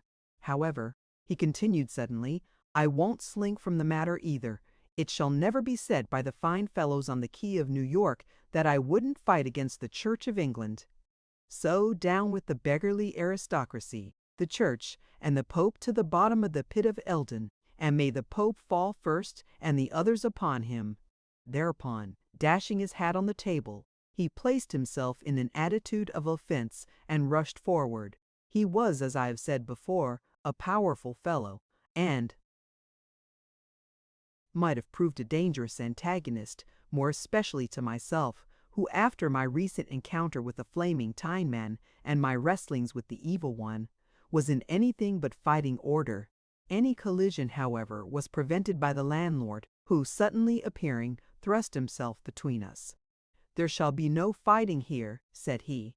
"No one shall fight in this house, except it be with myself, so if you two have anything to say to each other, you had better go into the field behind the house." "But, you fool," said he, pushing Hunter violently on the breast, "do you know whom you are going to tackle with? This is the young chap that beat Blazing Bosville, only as late as yesterday, in Mumper's Dingle. Grey Moll told me all about it last night when she came for some brandy for her husband, who, she said, had been half killed. And she described the young man to me so closely that I knew him at once. That is, as soon as I saw how his left hand was bruised, for she told me he was a left-hand hitter. Aren't it all true, young man? Aren't you he that beat Flaming Bosville in Mumper's Dingle?" "Aye." "Never beat Flaming Bosville," said I. "He beat himself. Had he not struck his hand against a tree, I shouldn't be here at the present moment." "Hear, hear!" said the landlord. "Now that's just as it should be. I like a modest man, for, as the parson says, nothing sits better upon a young man than modesty. I remember when I was young fighting with Tom of Hopton, the best man that ever pulled off coat in England. I remember, too, that I won the battle, for I happened to hit Tom of Hopton in the mark as he was coming in, so that he lost his wind, and falling squelch on the ground. Do you see? He lost the battle, though I am free to confess that he was a better man than myself. Indeed, the best man that ever fought in England. Yet still, I won the battle, as every customer of mine, and everybody within 12 miles round, has heard over and over again. Now, Mr. Hunter, I have one thing to say. If you choose to go into the field behind the house and fight the young man, you can. I'll back him for £10. But no fighting in my kitchen, because why? I keeps a decent kind of an establishment. "I have no wish to fight the young man," said Hunter, "more especially as he has nothing to say for the aristocracy. If he chose to fight for them, indeed, but he will insetting. West part ort of there. However, there's one thing I'll do," said he, uplifting his fist. "I'll fight this fellow in black here for half-a-crown, or for nothing, if he pleases. It was he that got up the last dispute between me and the young man with his Pope and you be blind. Why'st you? Come, daughter, there was where you be came to the Bilfies. It was held a want kai gibert. I'll second you, only you must back yourself. I'll lay £5 on Hunter, if you are inclined to back yourself, and will help you to win it as far, do you see, as a second can. Because why? I always likes to do the fair thing." "Oh, I have no wish to fight," said the man in black hastily. "Fighting is not my trade. If I have given any offense, I beg anybody's pardon." "Landlord," said I, "what have I to pay?" "Nothing at all," said the landlord. "Glad to see you. This is the first time that you have been at my house, and I never charge new customers, at least customers such as you, anything for the first draught. You'll come again, I dare say. Shall always be glad to see you." "I won't take it," said he, as I put 6 on the table. "I won't take it." "Yes, you shall," said I, "but not in payment for anything I have had myself. It shall serve to pay for a jug of ale for that gentleman," said I, pointing to the simple-looking individual. "He is smoking a poor pipe. I do not mean to say that a pipe is a bad thing, but a pipe without ale, do you see?" "Bravo," said the landlord. "That's just the conduct I like." "Bravo," said Hunter. "I shall be happy to drink with the young man whenever I meet him at New York, where, do you see, things are better managed than here. If I have given offense to anybody," said the Massey, "it fights river because I'm the people religion, just as not that I am of any particular religion, no more than this honest gentleman here," bowing to Hunter, "but I happen to know something of the Catholics. Several excellent friends of mine are Catholics, and of a surety the Catholic religion is an ancient religion and a widely extended robust proceedings in the Dutch, for example, to save Deritis Cadadas of the Zeek Dashka what other member for church. The Armenians, said I. "Oh dear me, "The Armenians. Have you anything to say about those people, sir?" said the man in black, lifting up his glass to his mouth. "I have nothing further to say," said I, "than that the roots of Ararat are occasionally found to be deeper than those of Rome." "There's half a crown broke," said the landlord, as the man in black let fall the glass, which was broken to pieces on the floor. "You will pay me the damage, friend, before you leave this kitchen. I like to see people drink freely in my kitchen, but not too freely, and I hate breakages, because why? I keeps a decent kind of an establishment." Chapter 89. The Dingle. Give them ale, not over complimentary, America, many people, Washington, promiscuous company, language of the roads, the old women, numerals, the man in black.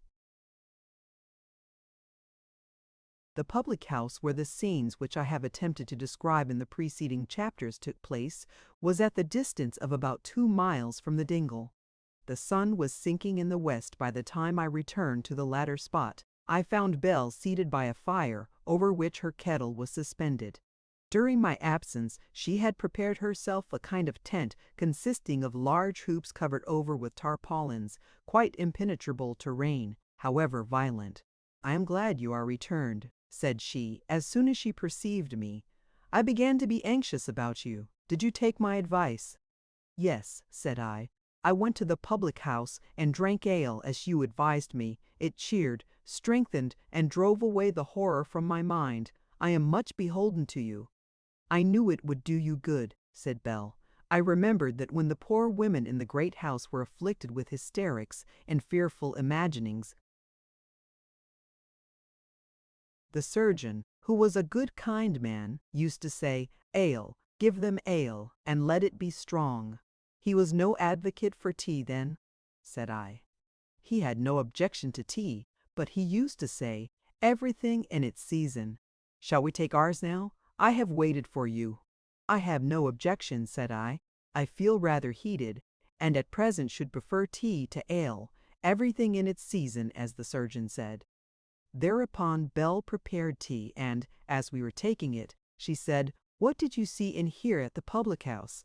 "Really," said I, "you appear to have your full portion of curiosity. What matters it to you what I saw and heard at the public house?" "It matters very little to me," said Belle. "I merely inquired of you. For the sake of a little conversation you were silent, and it is uncomfortable for two people to sit together without opening their lips. At least I think so." "One only feels uncomfortable," said I, "in being silent, when one happens to be thinking of the individual with whom one is in company." To tell you the truth, I was not thinking of my companion, but of certain company with whom I had been at the public house. "Really, young man," said Belle, "you are not over complimentary. But who may this wonderful company have been some young?" And here Belle stopped. "No," said I, "there was no young person, if person you were going to say. There was a big portly landlord whom I dare say you have seen. A noisy savage, radical, who wanted at first to fasten upon me a quarrel about America, but who subsequently drew in his horns. Then there was a strange fellow, a prowling priest, I believe, whom I have frequently heard of, who at first seemed disposed to side with the radical against me, and afterwards with me against the radical. There you know my company, and what took place." "Was there no one else?" said Belle. "You are mighty curious," said I. "No, none else, except a poor simple mechanic and some common company, who soon went away." Belle looked at me for a moment, and then appeared to be lost in thought. "America," said she, musingly. "America." "What of America?" said I. "I have heard that it is a mighty country." "I dare say it is," said I. "I have heard my father say that the Americans are first rate marksmen." "I heard nothing about that," said Belle. "What I heard was, that it is a great and goodly land, where people can walk about without jostling, and where the industrious can always find bread. I have frequently thought of going thither." "Well," said I, "the radical in the public house will perhaps be glad of your company thither. He is as great an admirer of America as yourself, though I believe on different grounds." "I shall go by myself," said Belle. "I must as then have ration, which is not likely. I am not fond of radicals, no more than I am of scoffers and mockers." "Do you mean to say that I am a scoffer and mocker?" "I don't wish to say you are," said Belle, "but some of your words sound strangely like scoffing and mocking. I have now one thing to beg, which is, that if you have anything to say against America, you would speak it out boldly." "What should I have to say against America? I never was there." "Many people speak against America who never were there." "Many people speak in praise of America who never were there, but with respect to myself, I have not spoken for or against America." "If you liked America, you would speak in its praise." "By the same rule, if I disliked America, I should speak against it." "I can't speak with you," said Belle, "but I see you dislike the country." "The country? Well, the people, don't you?" "I do. Why do you dislike them?" "Why, I have heard my father say that the American marksmen, led on by a chap of the name of Washington, sent the English to the right about in double quick time." "And that is your reason for disliking the Americans?" "Yes," said I, "that is my reason for disliking them." "Will you take another cup of tea?" said Belle. I took another cup. We were again silent. "It is rather uncomfortable," said I at last, "for people to sit together without having anything to say." "Were you thinking of her company?" said Belle. "What company?" said I. "The present company, the present company." "Oh, ah! I remember that I said, one only feels uncomfortable in being silent with a companion when one happens to be thinking of the companion." Well, I had been thinking of you the last 2 or 3 minutes, and had just come to the conclusion that, to prevent us both feeling occasionally uncomfortably towards each other, having nothing to say, it would be as well to have a standing subject on which to employ our tongues. "Belle, I have determined to give you lessons in Armenian." "What is Armenian? Did you ever hear of Ararat?" "Yes, that was the place where the ark rested. I have heard the chaplain in the great house talk of it. Besides, I have read of it in the Bible." "Well, Armenian is the speech of people of that place, and I should like to teach it you, to prevent our occasionally feeling uncomfortable together. Your acquiring it, besides, might prove of ulterior advantage to us both. For example, suppose you and I were in promiscuous company at court, for example, and you had something to communicate to me which you did not wish anyone else to be acquainted with. How safely you might communicate it to me in Armenian." "Would not the language of the roads do as well?" said Belle. "In some places it would," said I, "but not at court, owing to its resemblance to thieves' slang. There is Hebrew again, which I was thinking of teaching you, till the idea of being presented at court made me abandon it, from the probability of our being understood, in the event of our speaking it, by at least half a dozen people in our vicinity. There is Latin, it is true, or Greek, which we might speak aloud at court with perfect confidence of safety. But upon the whole I should prefer teaching you Armenian, not because it would be a safer language to hold communication with at court, but because, not being very well grounded in it myself, I am apprehensive that its words and forms may escape from my recollection, unless I have sometimes occasion to call them forth." "I am afraid we shall have to part company before I have learnt it," said Belle. "In the meantime, if I wish to say anything to you in private, somebody being by, shall I speak in the language of the roads?" "If no roadster is nigh you may," said I, "and I will do my best to understand you. Belle, I will now give you a lesson in Armenian." "I suppose you mean no harm," said Belle. "Not in the least. I merely proposed the thing to prevent our occasionally feeling uncomfortable together." "Let us begin." "Stop till I have removed the tea things," said Belle, and, getting up, she removed them to her own encampment. "I am ready," said Belle, returning and taking her former seat, "to join with you in anything which will serve to pass away the time agreeably, provided there is no harm in it." "Belle," said I, I have determined to commence the course of Armenian lessons by teaching you the numerals. But before I do that, it will be as well to tell you that the Armenian language is called Haikich. I am sure that word will hang upon my memory, said Belle. Why hang upon it, said I. Because the old women in the great house used to call so the chimney hook on which they hung the kettle. In like manner, on the hake of my memory, I will hang your hake. Good, said I. You will make an apt scholar, but mind that I did not say hake, but hike. The words are, however, very much alike, and as you observe, upon your hake you may hang my hike.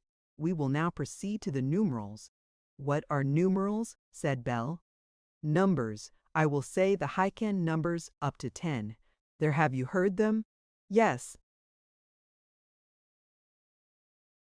Well, try and repeat them. I only remember number 1, said Belle, and that because it is me.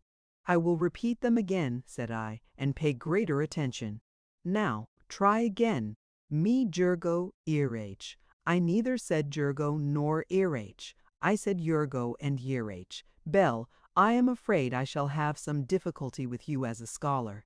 Belle made no answer. Her eyes were turned in the direction of the winding path which led from the bottom of the hollow, where we were seated, to the plain above. Gorgio, Chanella, she said at length in a low voice. Pure Romany, said I. Where? I added in a whisper. Dovey Odoe, said Belle, nodding with her head towards the path. I will soon see who it is, said I, and starting up, I rushed towards the pathway, intending to lay violent hands on anyone I might find lurking in its windings. Before, however, I had reached its commencement, a man somewhat above the middle height advanced from it into the dingle, in whom I recognized the man in black whom I had seen in the public house. Chapter 90. Buna Sera. Rather apprehensive, the steep bank, lovely virgin, hospitality Tory minister, custom of the country, sneering smile, wandering ziggin, gypsies' cloaks, certain faculty, acute answer, various ways addio, best Hollands. The man in black and myself stood opposite to each other for a minute or two in silence. I will not say that we confronted each other that time, for the man in black, after a furtive glance, did not look me in the face, but kept his eyes fixed apparently on the leaves of a bunch of groundnuts which were growing at my feet. At length, looking around the dingle, he exclaimed, Buna Sera, I hope I don't intrude. You have as much right here, said I, as I or my companion, but you had no right to stand listening to our conversation. I was not listening, said the man. I was hesitating whether to advance or retire, and if I heard some of your conversation, the fault was not mine. I do not see why you should have hesitated if your intentions were good, said I. I think the kind of place in which I found myself might excuse some hesitation, said the man in black, looking around. Moreover, from what I had seen of your demeanor at the public house, I was rather apprehensive that the reception I might experience at your hands might be more rough than agreeable. And what may have been your motive for coming to this place, said I. Per far visita. E sua signoria a qual il motivo. Why do you speak to me in that gibberish, said I. Do you think I understand it? It is not Armenian, said the man in black, but it might serve, in a place like this, for the breathing of a little secret communication, were any common roadster near at hand. It would not do at court, it is true, being the language of singing women and the like, but we are not at court when we are. I can perhaps summon up a little indifferent Latin, if I have anything private to communicate to the learned professor. And at the conclusion of this speech, the man in black lifted up his head and, for some moments, looked me in the face. The muscles of his own seemed to be slightly convulsed, and his mouth opened in a singular manner. I see, said I, that for some time you were standing near me and my companion in the mean act of listening. Not at all, said the man in black. I heard from the steep bank above that to which I have now alluded, whilst I was puzzling myself to find the path which leads to your retreat. I made, indeed, nearly the compass of the whole thicket before I found it. And how did you know that I was here? I demanded. The landlord of the public house, with whom I had some conversation concerning you, informed me that he had no doubt I should find you in this place, to which he gave me instructions not very clear. But now I am here, I crave permission to remain a little time, in order that I may hold some communion with you. Well, said I, since you are come, you are welcome, please to step this way. Thereupon I conducted the man in black to the fireplace, where Belle was standing, who had risen from her stool on my springing up to go in quest of the stranger. The man in black looked at her with evident curiosity, then making her rather a graceful bow. Lovely virgin, said he, stretching out his hand, allow me to salute your fingers. I am not in the habit of shaking hands with strangers, said Belle. I did not presume to request to shake hands with you, said the man in black. I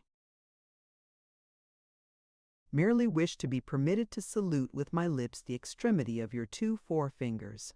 I never permit anything of the kind, said Belle. I do not approve of such unmanly ways. They are only befitting those who lurk in corners or behind trees, listening to the conversation of people who would fain be private. Do you take me for a listener, then? Said the man in black. Aye, indeed I do, said Belle. The young man may receive your excuses and put confidence in them if he please, but for my part I neither admit them nor believe them. And thereupon flinging her long hair back, which was hanging over her cheeks, she seated herself on her stool. Come, Belle, said I have bidden the gentleman welcome. I beseech you therefore to make him welcome. He is a stranger, while we are at home. Therefore, even did we wish him away, we are bound to treat him kindly. That's not English doctrine, said the man in black. I thought the English prided themselves on their hospitality, said I. They do so, said the man in black. They are proud of showing hospitality to people above them, that is, to those who do not want it, but of the hospitality which you are now describing, and which is Arabian, they know nothing.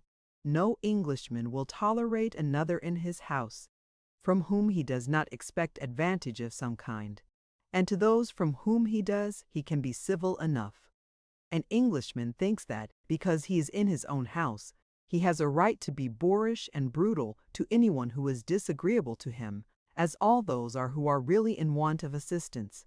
Should a hunted fugitive rush into an Englishman's house, beseeching protection and appealing to the master's feelings of hospitality, the Englishman would knock him down in the passage. You are too general, said I, in your strictures. Lud is never dabben, was once chased through the streets of London by a mob, for was a linen draper, declaring his own unpopular name and appealing to the linen draper's feelings of hospitality, whereupon the linen draper Deverell utter rancor nobly responded to the linen draper's feelings of hospitality, whereupon the linen draper, utterly forgetful of all party rancor, nobly responded to the appeal, and telling his wife to conduct his lordship at as kits, taf to jet verworgen hek them album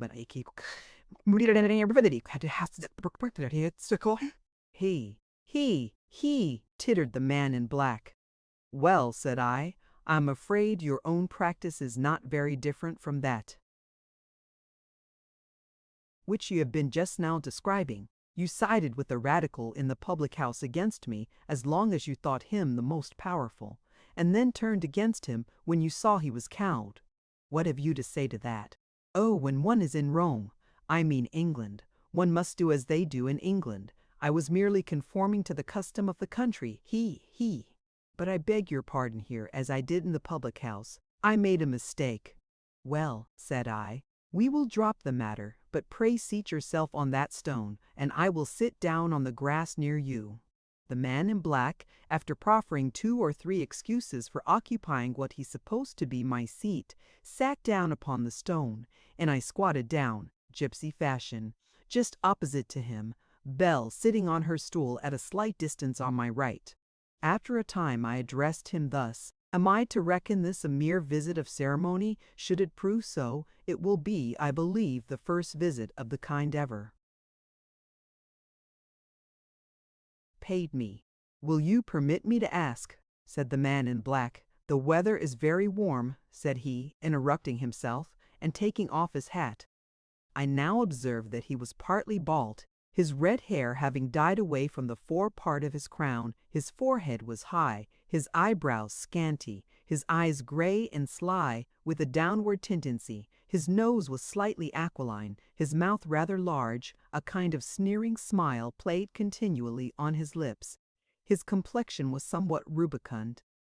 A bad countenance, said Bell in the language of the roads, observing that my eyes were fixed on his face. Does not my countenance please you, fair damsel? Said the man in black, resuming his hat and speaking in a peculiarly gentle voice. How, said I, do you understand the language of the roads? As little as I do Armenian, said the man in black, but I understand look and tone. So do I, perhaps, retorted Bell, and to tell you the truth, I like your tone as little as your face. For shame, said I, have you forgot what I was saying just now about the duties of hospitality?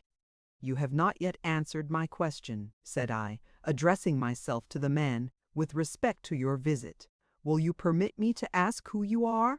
Do you see the place where I live? Said I. I do, said the man in black, looking around. Do you know the name of this place? I was told it was Mumper's or Gypsy's dingle, said the man in black. Good, said I. And this forge and tent, what do they look like? Like the forge and tent of a wandering Zegan. I have seen the like in Italy. Good, said I. They belong to me. Are you then a gypsy? Said the man in black. What else should I be? But you seem to have been acquainted with various individuals with whom I have likewise had acquaintance, and you have even alluded to matters and even words which have passed between me and them. Do you know how gypsies live? Said I. By hammering old iron, I believe, and telling fortunes. Well, said I, there's my forge, and yonder is some iron, though not old, and by your own confession I am a soothsayer. But how did you come by your knowledge? Oh, said I, if you want me to reveal the secrets of my trade, I have, of course, nothing further to say. Go to the scarlet dyer and ask him how he dyes cloth. Why scarlet? Said the man in black. Is it because gypsies blush like scarlet? Gypsies never blush, said I. But gypsies' cloaks are scarlet. I should almost take you for a gypsy, said the man in black. But for what? Said I. But for that same lesson in Armenian and your general knowledge of languages. As for your manners and appearance, I will say nothing, said the man in black with a titter. And why should not a gypsy possess a knowledge of languages? Said I. Because the gypsy race is perfectly illiterate, said the man in black.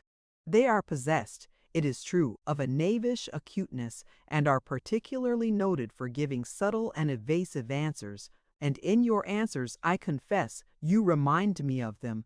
But that one of the race should acquire a learned language like the Armenian and have a general knowledge of literature is a thing che io non credo affatto. What do you take me for? Said I. Why, said the man in black, I should consider you to be a philologist who, for some purpose, has taken up a gypsy life. But I confess to you that your way of answering questions is far too acute for a philologist. And why should not a philologist be able to answer questions acutely? Said I. Because the philological race is the most stupid under heaven, said the man in black. They are possessed, it is true, of a certain faculty for picking up words and a memory for retaining them, but that any one of the sect should be able to give a rational answer, to say nothing of an acute one, on any subject, even though the subject were philology, is a thing of which I have no idea. But you found me giving a lesson in Armenian to this handmaid. I believe I did, said the man in black, and you heard me give what you are disposed to call acute answers to the questions you asked me. "I believe I did," said the man in black. "And would anyone but a philologist think of giving a lesson in Armenian to a handmaid in a dingle?" "I should think not," said the man in black. "Well then, don't you see that it is possible for a philologist to give not only a rational, but an acute answer?" "I really don't know," said the man in black. "What's the matter with you?" said I. "Merely puzzled," said the man in black. "Puzzled, yes. Really puzzled, yes. Remain so." "Well," said the man in black, rising, "puzzled or not, I will no longer trespass upon your and this young lady's retirement. Only allow me, before I go, to apologize for my intrusion." "No apology is necessary," said I. "Will you please to take anything before you go? I think this young lady, at my request, would contrive to make you a cup of tea." "Tea," said the man in black. He, I don't drink tea. I don't like it if, indeed,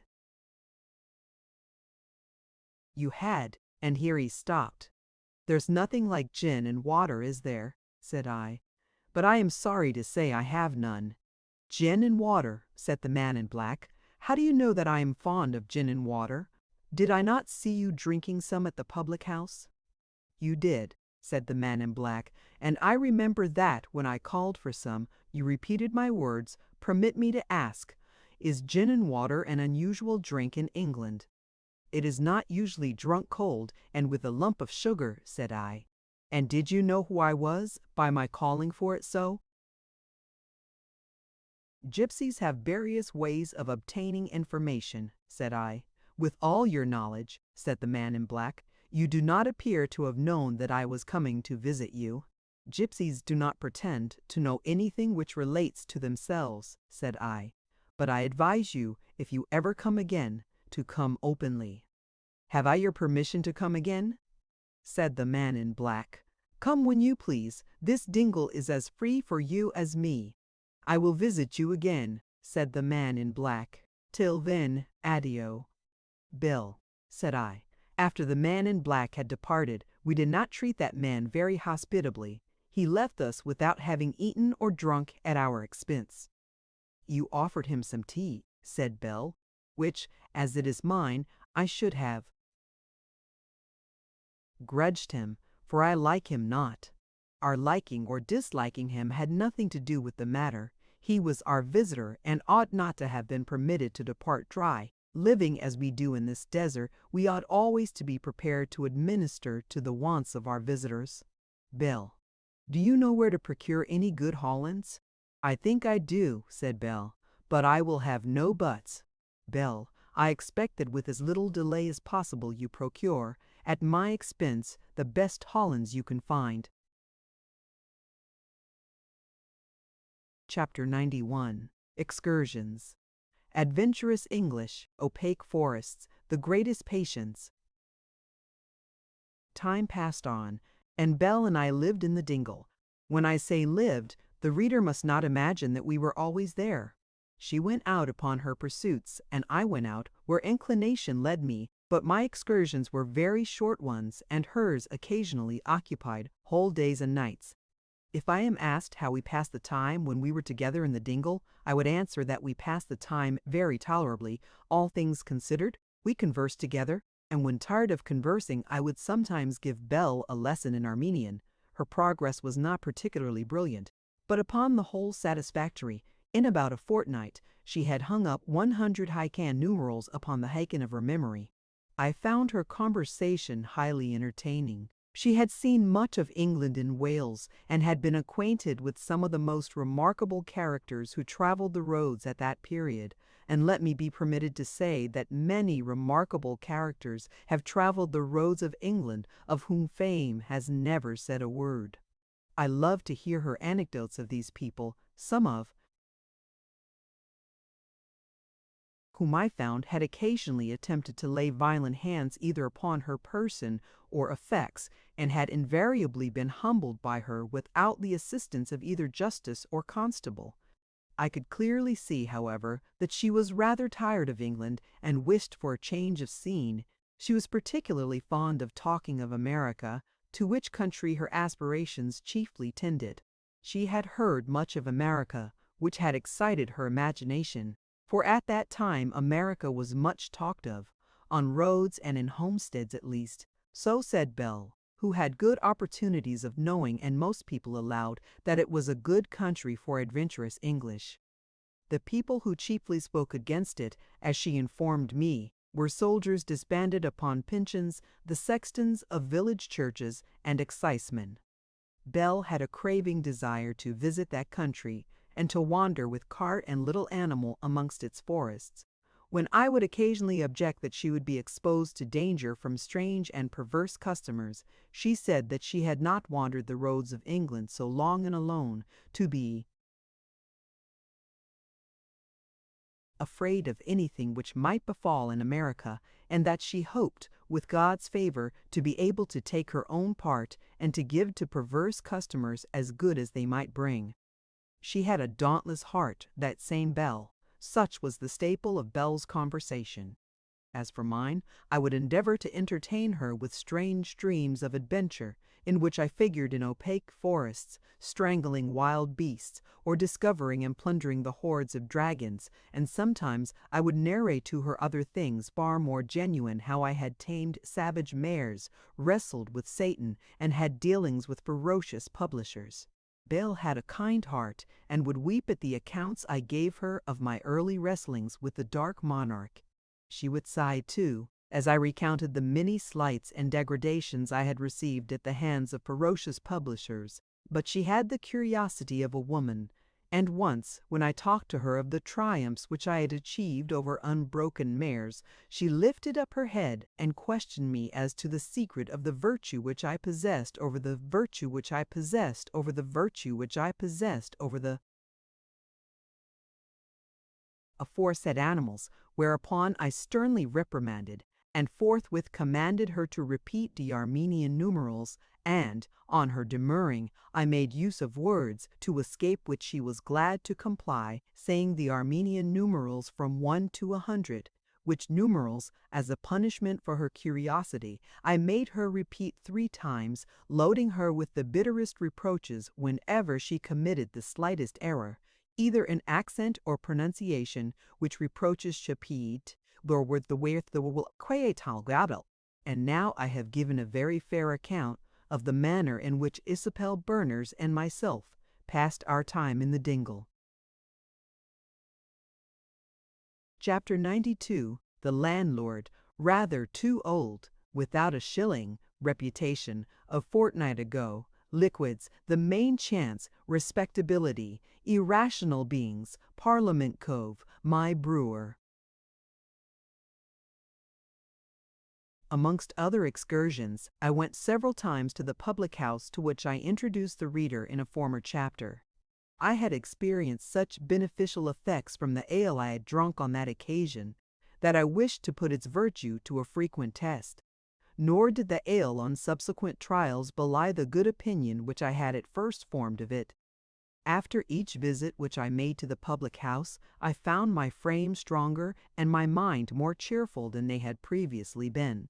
The landlord appeared at all times glad to see me, and insisted that I should sit within the bar where, leaving his other guests to be attended to by a niece of his, who officiated as his housekeeper, he would sit beside me and talk of matters concerning the ring, indulging himself with a cigar and a glass of sherry, which he told me was his favorite wine, whilst I drank my ale. "I loves the conversation of all you coves of the ring," said he once, "which is natural, seeing as how I have fought in a ring myself. Ah, there is nothing like the ring. I wish I was not rather too old to go again into it. I often think I should like to have another rally, one more rally, and then but there's a time for all things youth will be served. Every dog has his day, and mine has been a fine one. Let me be content. After beating Tom of Hopton, there was not much more to be done in the way of reputation. I have long sat in my bar the wonder and glory of this here neighborhood. I'm content as far as reputation goes. I only wish money would come in a little faster. However, the next main of cocks will bring me in something handsome, comes off next Wednesday at Ed. Have ventured 10 5-pound notes, shouldn't say ventured, Either run no risk at all, because why? I knows my birds. About 10 days after this harangue, I called again, at about 3 o'clock one afternoon. The landlord was seated on a bench by a table in the common room, which was entirely empty. He was neither smoking nor drinking, but sat with his arms folded and his head hanging down over his breast. At the sound of my step he looked up. "Ah," said he, "I am glad you are come. I was just thinking about you." "Thank you," said I. "It was very kind of you, especially at a time like this when your mind must be full of your good fortune. Allow me to congratulate you on the sums of money you won by the main of Coxet. I hope you brought it all safe home." "Safe home," said the landlord. "I brought myself safe home, and that was all. Came home without a shilling, regularly done, cleaned out." "I am sorry for that," said I, "but after you had won the money you ought to have been satisfied and not risked it again. How did you lose it? I hope not by the pea and thimble." "Pea and thimble," said the landlord, "not I. Those confounded cocks left me nothing to lose by the pea and thimble." "Dear me," said I thought that you knew your birds." "Well, so I did," said the landlord. "I knew the birds to be good birds, and so they proved, and would have won if better birds had not been brought against them, of which I knew nothing, and so do you see I am done, regularly done." "Well," said I, "don't be cast down. There is one thing of which the cocks by their misfortune cannot deprive you your reputation. Make the most of that. Give up cockfighting, and be content with the custom of your house, of which you will always have plenty, as long as you are the wonder and glory of the neighborhood." The landlord struck the table before him violently with his fist. "Confound my reputation," said he. "No reputation that I have will be satisfaction to my brewer for the £70 I owe him. Reputation won't pass for the current coin of this here realm, and let me tell you that if it ain't backed by some of it, it ain't a bit better than rotten cabbage, as I have found. Only 3 weeks since I was, as I told you, the wonder and glory of the neighborhood, and people used to come to look at me and worship me, but as soon as it began to be whispered about that I owed money to the brewer, they presently left off all that kind of thing, and now, during the last 3 days, since the tale of my misfortune with the Coxes got wind, almost everybody has left off coming to the house, and the few who does merely comes to insult and flout me. It was only last night that fellow Hunter called me an old fool in my own kitchen here. He wouldn't have called me a fool a fortnight ago. 'Twas I called him fool then, and last night he called me old fool. What do you think of that? The man that beat Tom of Hopton, to be called not only a fool, but an old fool, and I hadn't heart, with one blow of this here fist into his face, to send his head ringing against the wall, for when a man's pocket is low, do you see, his heart ain't much higher. But it is of no use talking. Something must be done. I was thinking of you just as you came in, for you are just the person that can help me." "If you mean," said I, "to ask me to lend you the money which you want, it will be to no purpose, as I have very little of my own, just enough for my own occasions. It is true, if you desired it, I would be your intercessor with the person to whom you owe the money, though I should hardly imagine that anything I could say—" "You are right there," said the landlord. "Much the brewer would care for anything you could say on my behalf, your going would be the very way to do me up entirely. A pretty opinion he would have of the state of my affairs if I were to send him such a assessor as you. And as for your lending me money, don't think I was ever fool enough to suppose either that you had any, or if you had that you would be fool enough to lend me any. No, the coves of the ring knows better. I have been in the ring myself, and knows what a fighting cove is, and though I was fool enough to back those birds, I was never quite fool enough to lend anybody money. What I am about to propose is something very different from going to my landlord or lending any capital, something which, though it will put money into my pocket, will likewise put something handsome into your own. I want to get up a fight in this here neighborhood, which would be sure to bring plenty of people to my house for a week before and after it takes place. And as people can't come without drinking, I think I could, during one fortnight, get off for the brewer all the sour and unsaleable liquids he now has, which people wouldn't drink at any other time, and by that means, do you see, liquidate my debt. Then, by means of betting, making first all right. Do you see, I have no doubt that I could put something handsome into my pocket and yours, for I should wish you to be the fighting man, as I think I can depend upon you. You really must excuse me, said I. I have no wish to figure as a pugilist. Besides, there is such a difference in our ages. You may be the stronger man of the two and perhaps the hardest hitter, but I am in much better condition and more active on my legs, so that I am almost sure I should have the advantage, for, as you very properly observed, youth will be served. Oh, I didn't mean to fight, said the landlord. I think I could beat you if I were to train a little, but in the fight might unhappen. I question whether half so many people could be brought together if you were to fight with me as the person I have in view, or whether there would be half such opportunities for betting. For I am a man, do you see? The person I want you to fight with is not a man, but the young woman you keeps company with. The young woman I keep company with, said I. Pray, what do you mean? We will go into the bar and have something, said the landlord, getting up.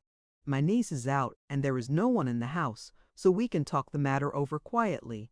Thereupon I followed him into the bar, where, having drawn me a jug of ale, helped himself as usual to a glass of sherry, and lighted a cigar, he proceeded to explain himself further.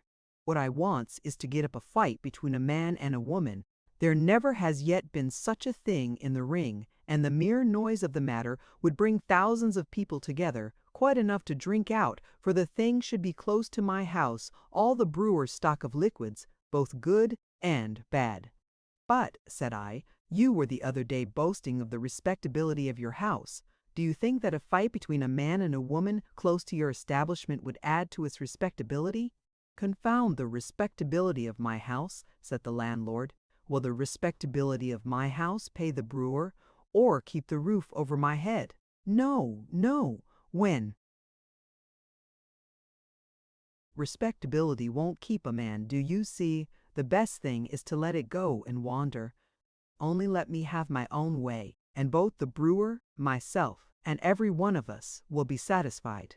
And then the betting, what a deal we may make by the betting, and that we shall have all to ourselves, you, I, and the young woman. The brewer will have no hand in that. I can manage to raise 10 pounds, and if by flashing that about I don't manage to make 100, call me hoarse. But suppose, said I, the party should lose on whom you sport your money, even as the birds did. We must first make all right, said the landlord, as I told you before. The birds were irrational beings, and therefore couldn't come to an understanding with the others, as you and the young woman can. The birds fought fair, but I intend that you and the young woman should fight cross. What do you mean by cross? Said I.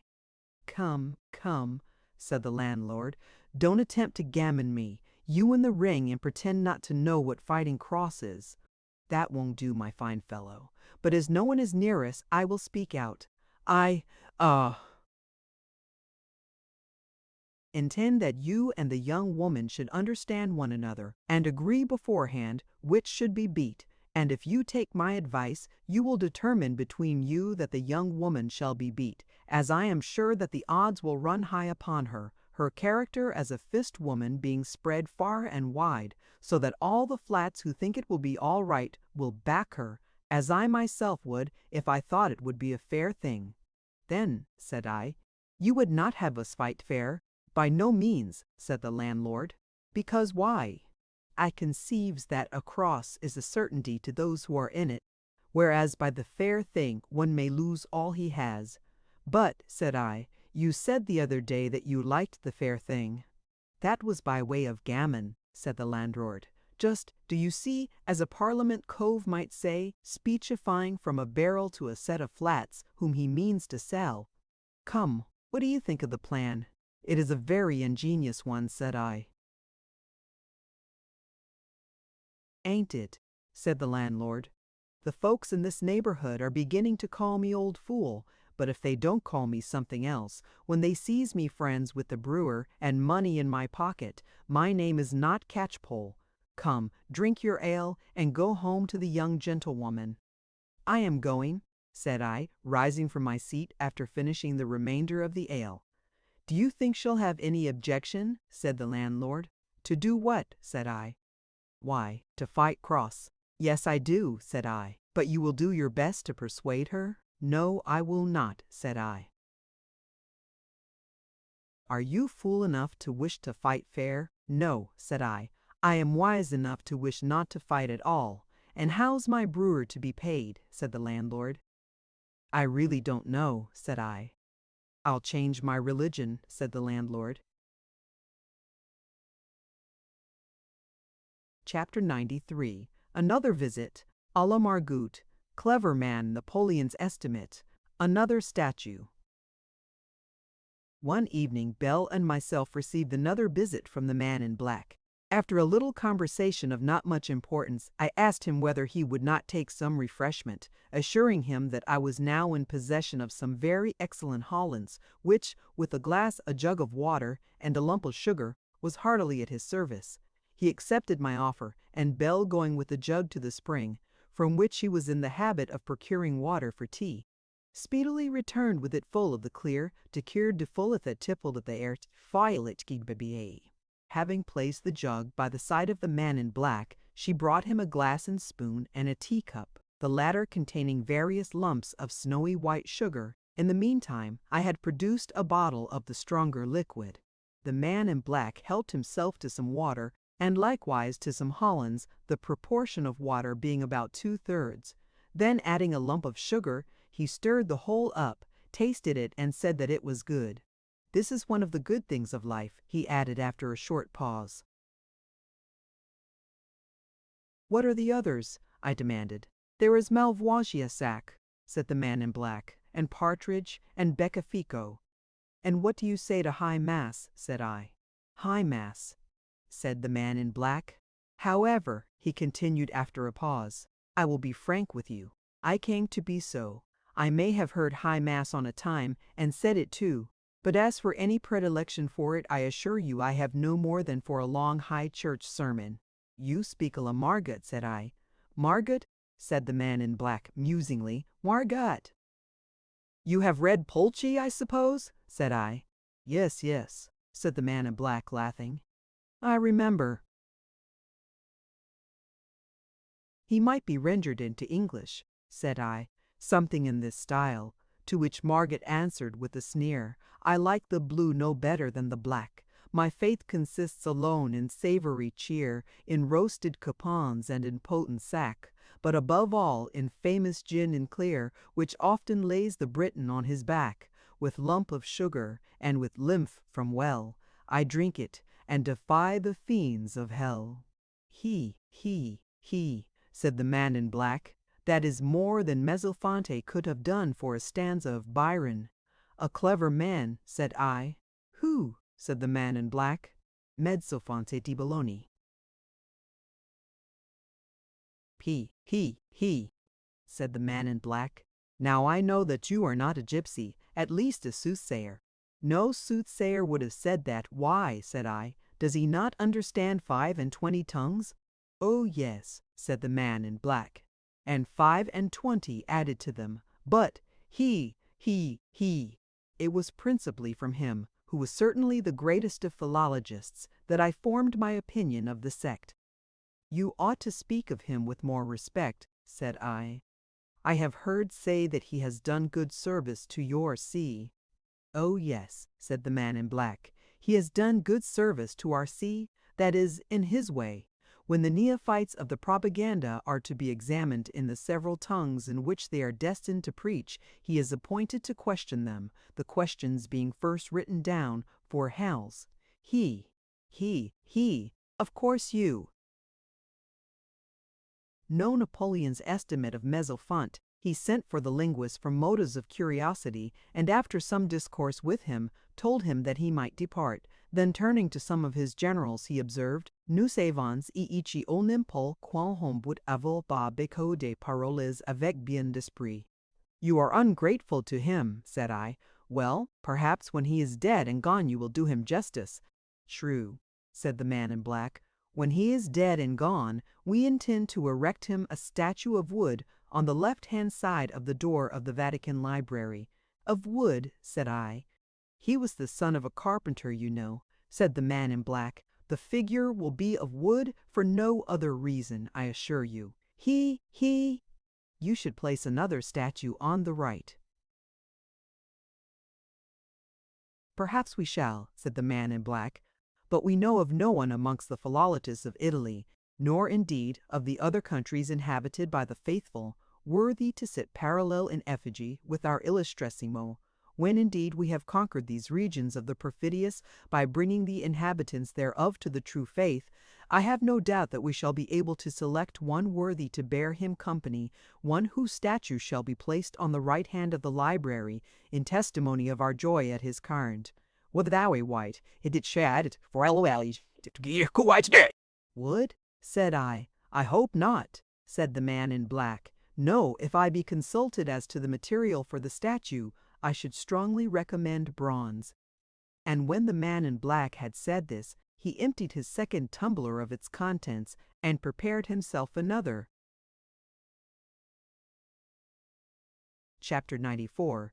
Prerogative, feeling of gratitude, a long history, alliterative style, advantageous specimen, Jesuit benefice, not sufficient, Queen Stork's tragedy, good sense, grandeur and gentility, ironmonger's daughter clan mac sycophant, litspittles, a curiosity, newspaper editors, Charles the Simple, high-flying ditty, dissenters, lower classes, Saxon ancestors, oxygen, yea, resonance, money to money. House Saxon ancestors, Austin renovating glass. Money quite original. So you hope to bring these regions again beneath the banner of the Roman See, said I, after the man in black had prepared the beverage and tasted it. Hope, said the man in black. How can we fail? Is not the church of these regions going to lose its prerogative? Its prerogative? Yes. Those who should be the guardians of the religion of England are about to grant papists emancipation, and to remove the disabilities from dissenters, which will allow the Holy Father to play his own game in England.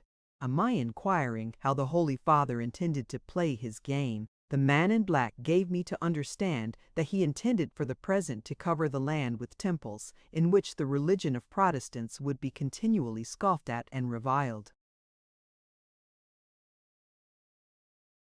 On my observing that such a behavior would savor strongest of clotent time, that bicket glemeniethits were edemons in its actions by any feeling of gratitude, I was much mistaken, assuring me that if the See of Rome in any encounter should chance to be disarmed, and its adversary, from a feeling of magnanimity, should restore the sword which had been knocked out of its hand, the See of Rome always endeavored on the first opportunity to plunge the said sword into its sword in bidbalt. On my attempting to argue against the propriety of such behavior, the man in black cut the matter short by saying that if one party was a fool, he saw no reason why the other should imitate it in its folly. After musing a little while, I told him that emancipation had not yet passed through the legislature, and that perhaps and never would, reminding him that there was often many a slip between the cup and the lip. To which observation the man in black agreed, assuring me, however, that there was no doubt that emancipation would be carried, inasmuch as there was a very loud cry at present in the land, a cry of tolerance, which had almost frightened the government out of its wits, who, to get rid of the cry, was content that was. I questioned the man in black with respect to the origin of this cry, but he said to trace it to its origin would require a long history, that at any rate such a cry was in existence, the chief raisers of it being certain of the nobility, called Whigs, who hoped by means of it to get into power, and to turn out certain ancient adversaries of theirs called Tories, who were for letting things remain in statute quo. that these Whigs were backed by a party amongst the people called Radicals, a specimen of whom I had seen in the public house, a set of fellows who were always in the habit of bawling against those in place. And so, he added, by means of these parties, and the hubbub which the Papists and other smaller sects are making, a general emancipation will be carried, and the Church of England humbled, which is the principal thing which the See of Rome cares for. On my telling the man in black that I believed that, even among the high dignitaries of the English Church, there were many who wished to grant perfect freedom to religions of all descriptions, he said he was aware that such was the fact, and that such a wish was anything but wise, inasmuch as, if they had any regard for the religion they professed, they ought to stand by it through thick and thin, proclaiming it to be the only true one, and denouncing all others in a alliterative style as dangerous misplaced. Would never continue long attached to a church, the ministers of which did not stand up for it, and likewise caused their own brethren, who had a clearer notion of things, to be ashamed of belonging to it. I speak advisedly, said he in continuation, there is one platitude. And I hope there is only one, said I. You surely would not adduce the likes and dislikes of that poor silly fellow as the criterions of the opinions of any party. You know him, said the man in black. Nay, I heard you mention him in the public house. The fellow is not very wise, I admit, but he has sense enough to know that, unless a church can make people hold their tongues when it thinks fit, it is scarcely deserving the name of a church. No, I think that the fellow is not such a very bad stick, and that upon the whole he is, or rather was, an advantageous specimen of the high church English clergy, who for the most part, so far from troubling heads about persecuting people, only thinking securing their tithes, eating their heavy dinners, puffing out their cheeks with importance on country justice benches, and occasionally exhibiting their conceited wives, hoyden daughters, and gawky sons at country balls, whereas platitudes stop, said I. You said in the public house that the Church of England was a persecuting church, and here in the dingle you have confessed that one section of it is willing to grant perfect freedom to the exercise of all religions, and the other only thinks of leading an easy life. Saying a thing in the public house is a widely different thing from saying it in the dingle, said the man in black. Had the Church of England been a persecuting church, it would not stand in the position in which it stands at present. It might, with its opportunities, have spread itself over the greater part of the world. I was about to observe that, instead of practicing the indolent habits of his high church brethren, platitude would be working for his money, preaching the proper use of fire and faggot, or rather of the halter and the whipping post, encouraging mobs to attack the houses of dissenters, employing spies to collect the scandal of neighborhoods in order that he might use it for sacerdotal purposes, and in fact endeavoring to turn an English parish into something like a Jesuit benefice in the south of France. He tried that game, said I, and the parish said, pooh, pooh, and for the most part went over to the dissenters. Very true, said the man in black, taking a sip at his glass, but why were the dissenters allowed to preach? Why were they not beaten on the lips till they spat out blood, with a dislodged tooth or two?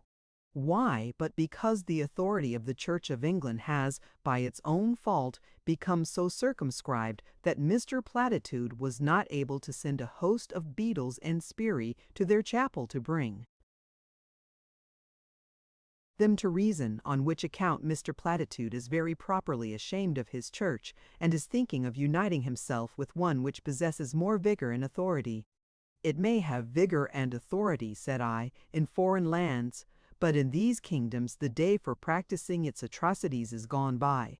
It is at present almost below contempt, and is obliged to sue for grace in forma pauperis. Very true, said the man in black, but let it once obtain emancipation, and it will cast its slough, put on its fine clothes, and make converts by thousands. What a fine church! They'll say. With what authority it speaks, no doubts, no hesitation, no sticking at trifles. What a contrast to the sleepy English church! They'll go over to it by millions, till it preponderates here over every other, when it will of course be voted the dominant one. And then, and here, the man in black drank a considerable quantity of gin and water. "What then?" said I. "What then?" said the man in black. "Why, she will be true to herself. Let dissenters, whether they be Church of England, as perhaps they may still call themselves, Methodist or Presbyterian, presume to grumble, and there shall be bruising of lips in pulpits, tying up to whipping posts, cutting off ears and noses. He, the farce of King Log, has been acted long enough. The time for Queen Stort's tragedy is drawing nigh." And the man in black sipped his gin and water in a very exulting manner. "And this is the church which, according to your assertion in the public house, never persecutes?" "I have already given you an answer," said the man in black. "With respect to the matter of the public house, it is one of the happy privileges of those who belong to my church to deny in the public house what they admit in the dingle. We have high warranty for such double speaking. Did not the foundation stone of our church, St. Peter, deny in the public house what he had previously professed in the valley? And do you think," said I, "that the people of England, who have shown aversion to anything in the shape of intolerance, will permit such barbarities as you have described?" "Let them become papists," said the man in black. "Only let the majority become papists, and you will see." "They will never become so," said I. "The good sense of the people of England will never permit them to commit such an absurdity." "The good sense of the people of England," said the man in black, filling himself another glass. "Yes," said I, "the good sense of not only the upper, but the middle and lower classes." "And of what description of people are the upper class?" said the man in black, putting a lump of sugar into his gin and water. "Very fine people," said I. "Monstrously fine people. So at least they are generally believed to be." He, said the man in black. "Only those think them so who don't know them. The male part of the upper class are in youth a set of heartless profligates. In old age, a parcel of poor shaking nervous palliards. The female part, worthy to be the sisters and wives of such wretches, unmarried, full of cold vice, kept under by vanity and ambition, but which, after marriage, they seek not to restrain, in old age, abandoned to vapors and horrors. Do you think that such beings will afford any obstacle to the progress of the Church in these regions, as soon as her movements are unfettered? I cannot give an opinion. I know nothing of them, except from a distance. But what think you of the middle classes?" "Their chief characteristic," said the man in black, "is a rage for grandeur and gentility, and that same rage makes us quite sure of them in the long run. Everything that's lofty meets their unqualified approbation, whilst everything humble, or as they call it, low, is scouted by them. They begin to have a vague idea that the religion which they have hitherto professed is low, at any rate, that it is not the religion of the mighty ones of the earth, of the great kings and emperors, whose shoes they have a vast inclination to kiss, nor was used by the grand personages of whom they have read in their novels and romances, their Ivanhoes, their Marmions, and their Ladies of the Lake. Do you think that the writings of Scott have had any influence in modifying their religious opinions?" "Most certainly I do," said the man in black. "The writings of that man have made them greater fools than they were before. All their conversation now is about gallant knights, princesses, and cavaliers, with which his pages are stuffed, all of whom were papists, or very high church, which is nearly the same thing, and they are beginning to think that the religion of such nice, sweet-scented gentry must be something very superfine. Why, I know at Birmingham the daughter of an ironmonger who screeches to the piano the Lady of the Lake's hymn to the Virgin Mary, always weeps when Mary Queen of Scots is mentioned, and fasts on the anniversary of the death of that very wise martyr, Charles I. Why, I would engage to convert such an idiot to popery in a week, were it worth my trouble. O Cavalier Gualtiero, avete fatto molto in favore della Santa Sede." "If he has," said I, "he has done it unwittingly. I never heard before that he was a favorer of the popish delusion. Only in theory, said the man in black.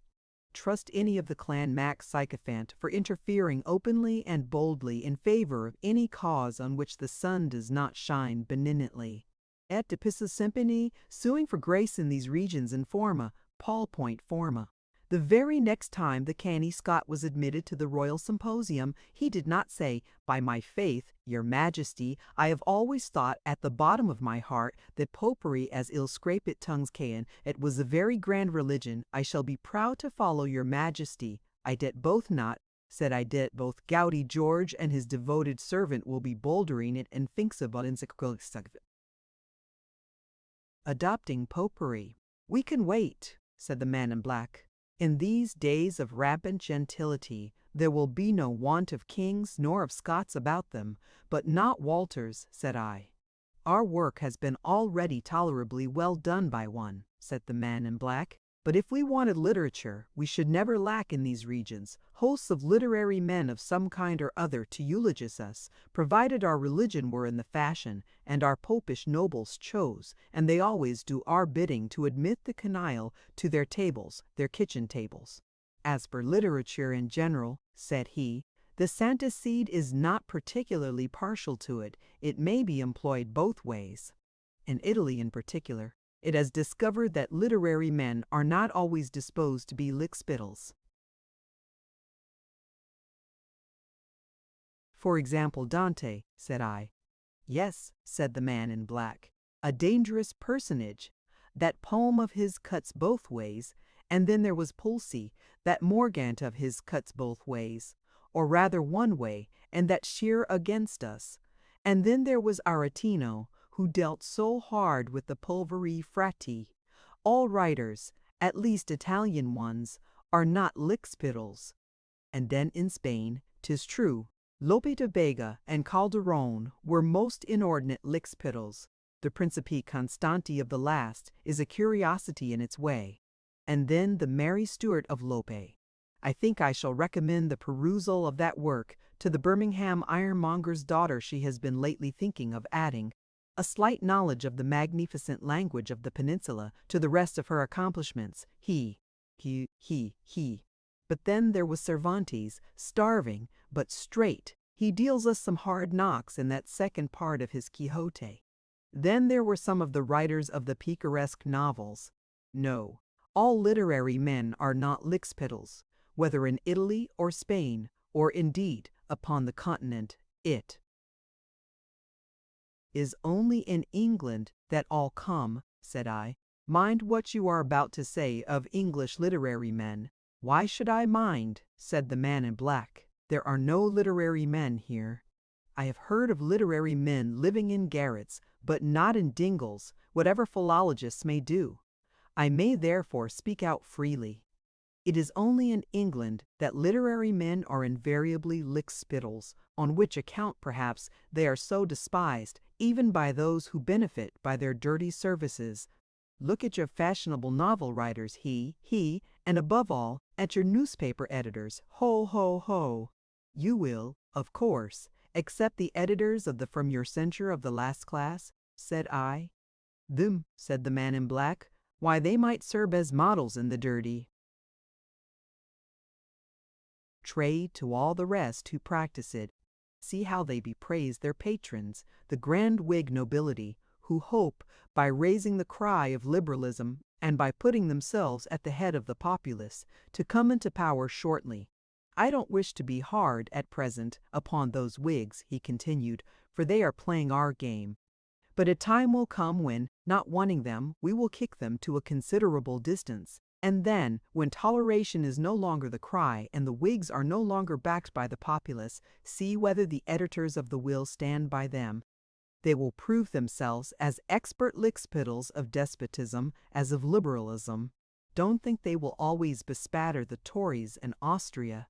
Well, said I am sorry to find that you entertain so low an opinion of the spirit of English literary men. We will now return, if you please, to the subject of the middle classes. I think your strictures upon them in general are rather too sweeping. They are not altogether the foolish people which you have described. Look, for example, at that very powerful and numerous body, the dissenters, the descendants of those sturdy patriots who hurled Charles the Simple from his throne.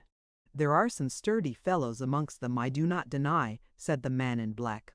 Especially amongst the preachers, clever withal. 2 or 3 of that class nearly drove Mr. Platitude mad, as perhaps you are aware, but they are not very numerous, and the old sturdy sort of preachers are fast dropping off, and, as we observe with pleasure, are generally succeeded by frothy coxcombs, whom it would not be very difficult to gain over. But what we most rely upon as an instrument to bring the dissenters over to us is the mania for gentility, which amongst them has of late become as great and more ridiculous than amongst the middle classes belonging to the Church of England. All the plain and simple fashions of their forefathers they are either about to abandon or have already done so. Look at the most part of their chapels, no longer modest brick edifices, situated in quiet and retired streets, but lunatic-looking erections in what the simpletons call the modern Gothic taste of Portland stone with a cross upon the top, and the sight generally the most conspicuous that can be found. And look at the manner in which they educate their children. I mean those that are wealthy. They do not even wish them to be dissenters. The sweet dears shall enjoy the advantages of good society, of which their parents were debarred. So the girls are sent to tip-top boarding schools, where amongst other trash they read Rokeby, and are taught to sing snatches from that high-flying ditty, the Cavalier, which you match the base Skippon and Massey and Brown with the barons of England who fight for the crown, their own names. Whilst the lads are sent to those hotbeds of pride and folly colleges, whence they return with a greater contempt for everything low, and especially for their own pedigree, than they went with. I tell you, friend, the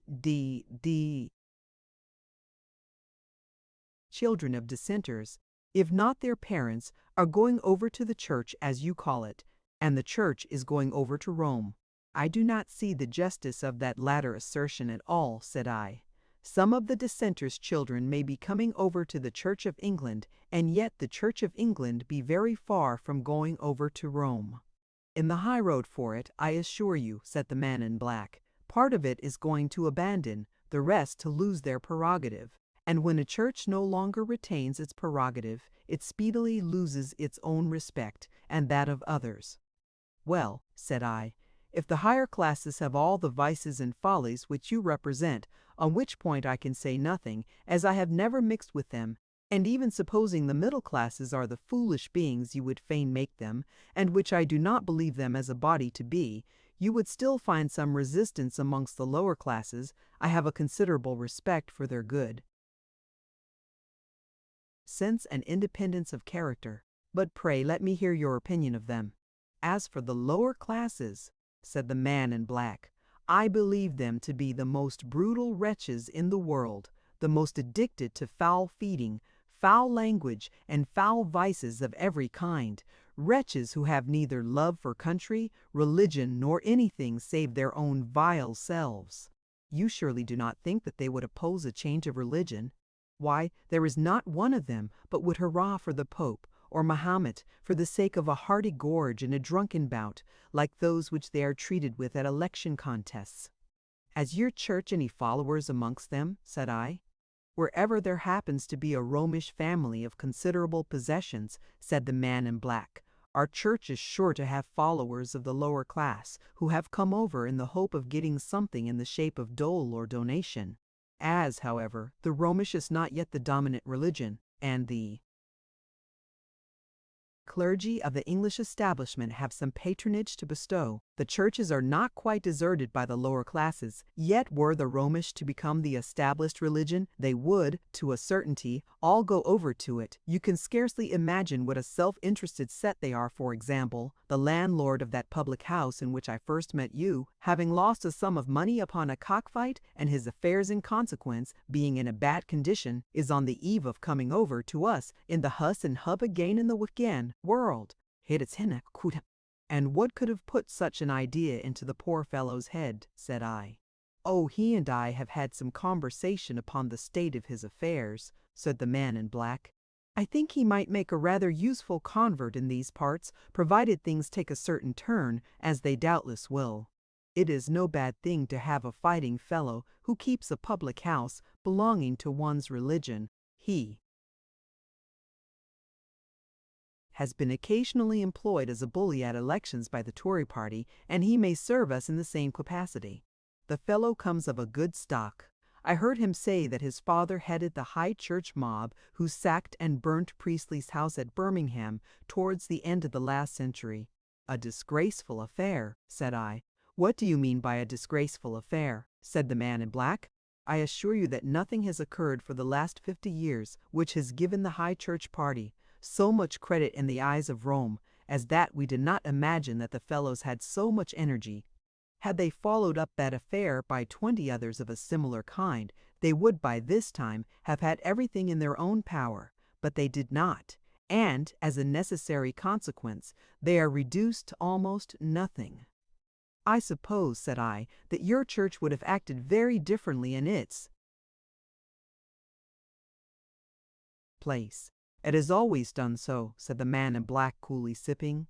Our church has always armed the brute population against the genius and intellect of a country, provided that same intellect and genius were not willing to become its instruments and eulogists, and provided we once obtain a firm hold here again, we would not fail to do so. We would occasionally stuff the beastly rabble with horseflesh and bitter ale, and then halloo them on against all those who were obnoxious to us.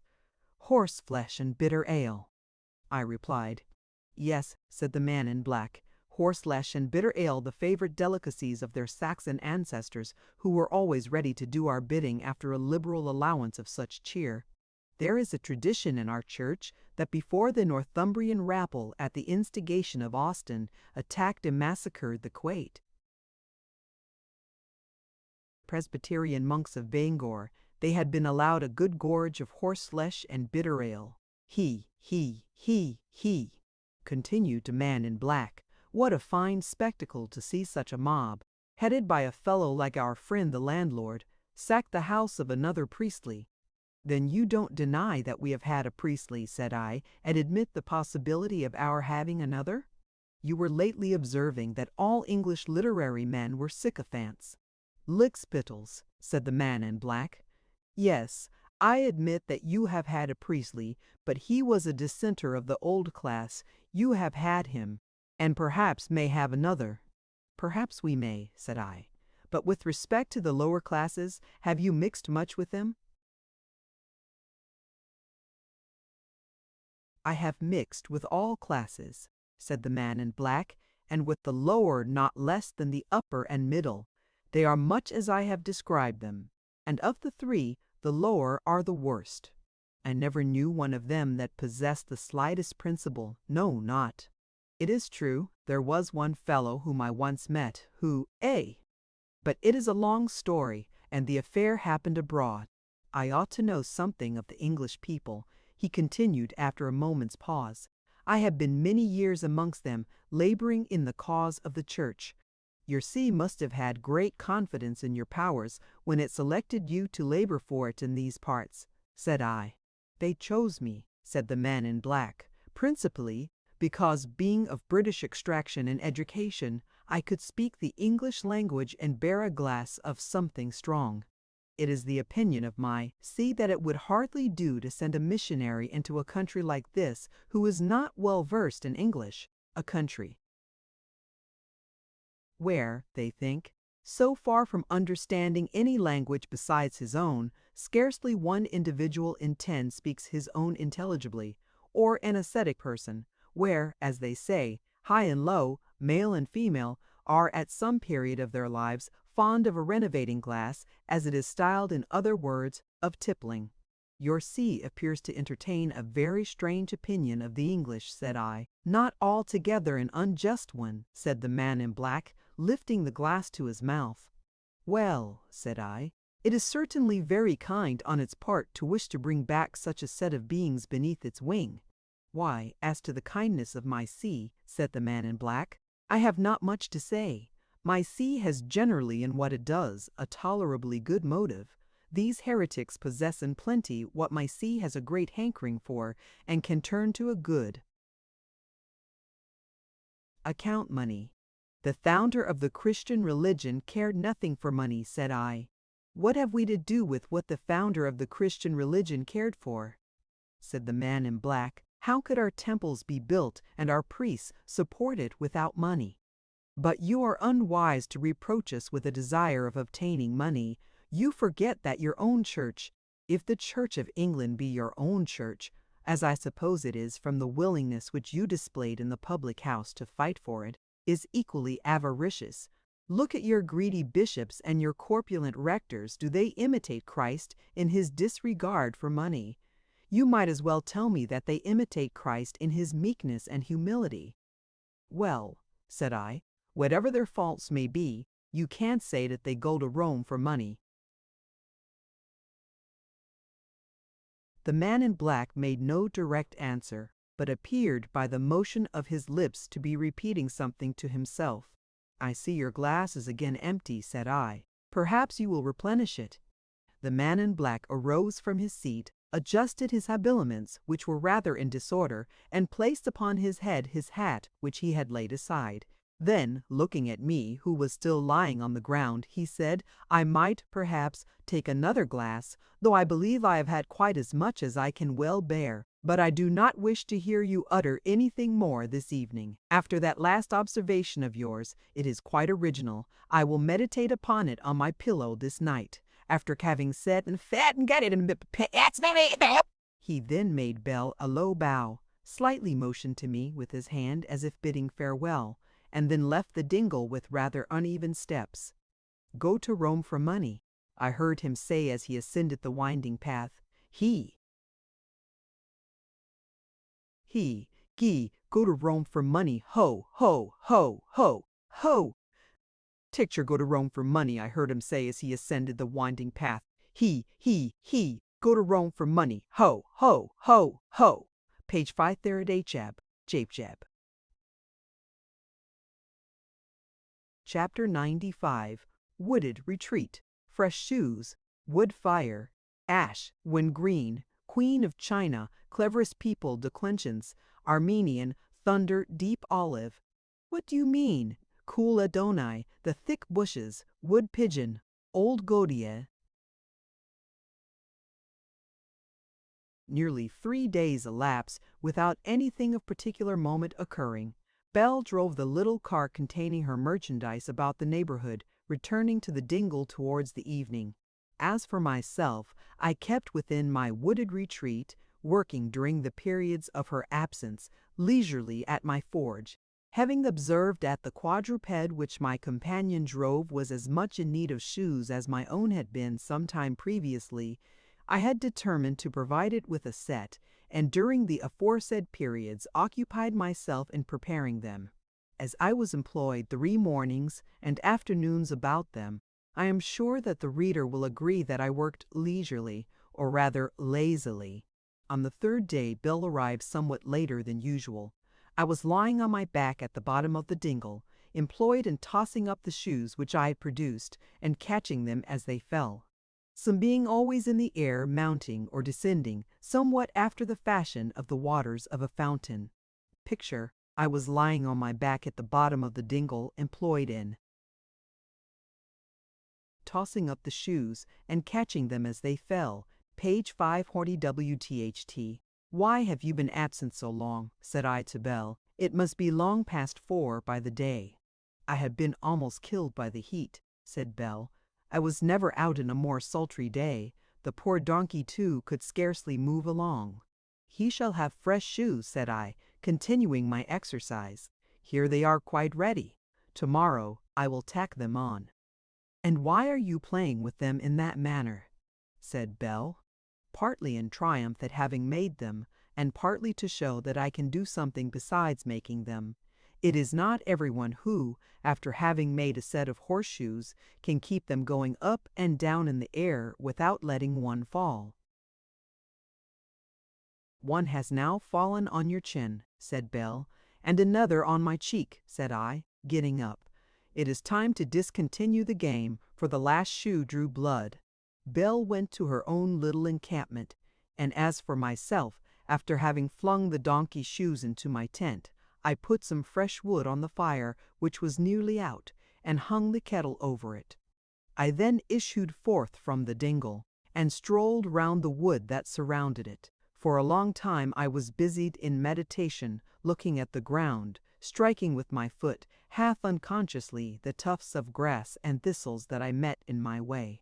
After some time, I lifted up my eyes to the sky, at first vacantly, and then with more attention, turning my head in all directions for a minute or two.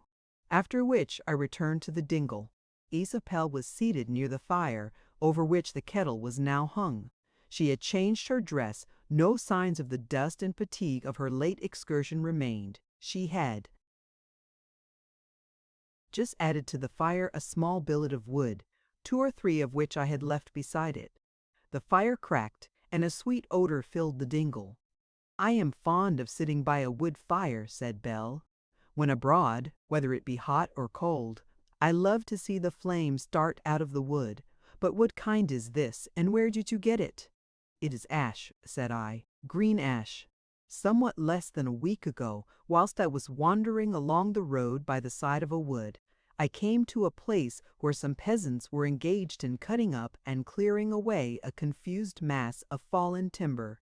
A mighty aged oak had given way the night before, and in its fall had shivered some smaller trees. The upper part of the oak, and the fragments of the rest, lay across the road. I purchased for a trifle a bundle or 2, and the wood on the fire is part of it, ash, green ash." "That makes good the old rhyme," said Belle, "which I have heard sung by the old women in the great house. Ash when green is fire for a queen. Take your ash when green is fire for a queen. Page 5430 D.H. Tag. "And on fairer form of queen ash fire never shone," said I, "than on thine, O beauteous queen of the dingle." "I am half disposed to be angry with you, young man," said Belle. "And why not entirely?" said I. Belle made no reply. "Shall I tell you?" I demanded. "You had no objection to the first part of the speech, but you did not like being called Queen of the Dingle. Well, if I had the power, I would make you queen of something better than the dingle queen of. China, come, let us have tea. Something less would content me," said Belle, sighing as she rose to prepare our evening meal. So we took tea together, Belle and I. "How delicious tea is after a hot summer's day and a long walk," said she. "I dare say it is most refreshing then," said I.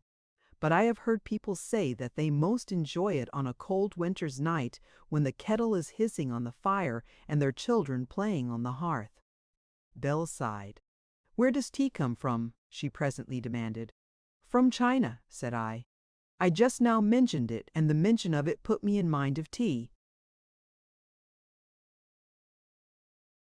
"What kind of country is China?" "I know very little about it. All I know is that it is a very large country far to the east, but scarcely large enough to contain its inhabitants, who are so numerous that though China does not cover 1/9 part of the world, its inhabitants amount to 1/3 of the population of the world." "And do they talk as we do?" "Oh no. I know nothing of their language, but I have heard that it is quite different from all others, and so difficult that none but the cleverest people amongst foreigners can master it, on which account, perhaps, only the French pretend to know anything about it." "Are the French so very clever then?" said Belle. "They say there are no people like them, at least in Europe, but talking of Chinese reminds me that I have not for some time past given you a lesson in Armenian. The word for tea in Armenian is by the by. What is the Armenian word for tea?" "That's your affair, not mine," said Belle. "It seems hard that the master should ask the scholar." "Well," said I, "whatever the word may be in Armenian, it is a noun, and as we have never yet declined an Armenian noun together, we may as well take this opportunity of declining one."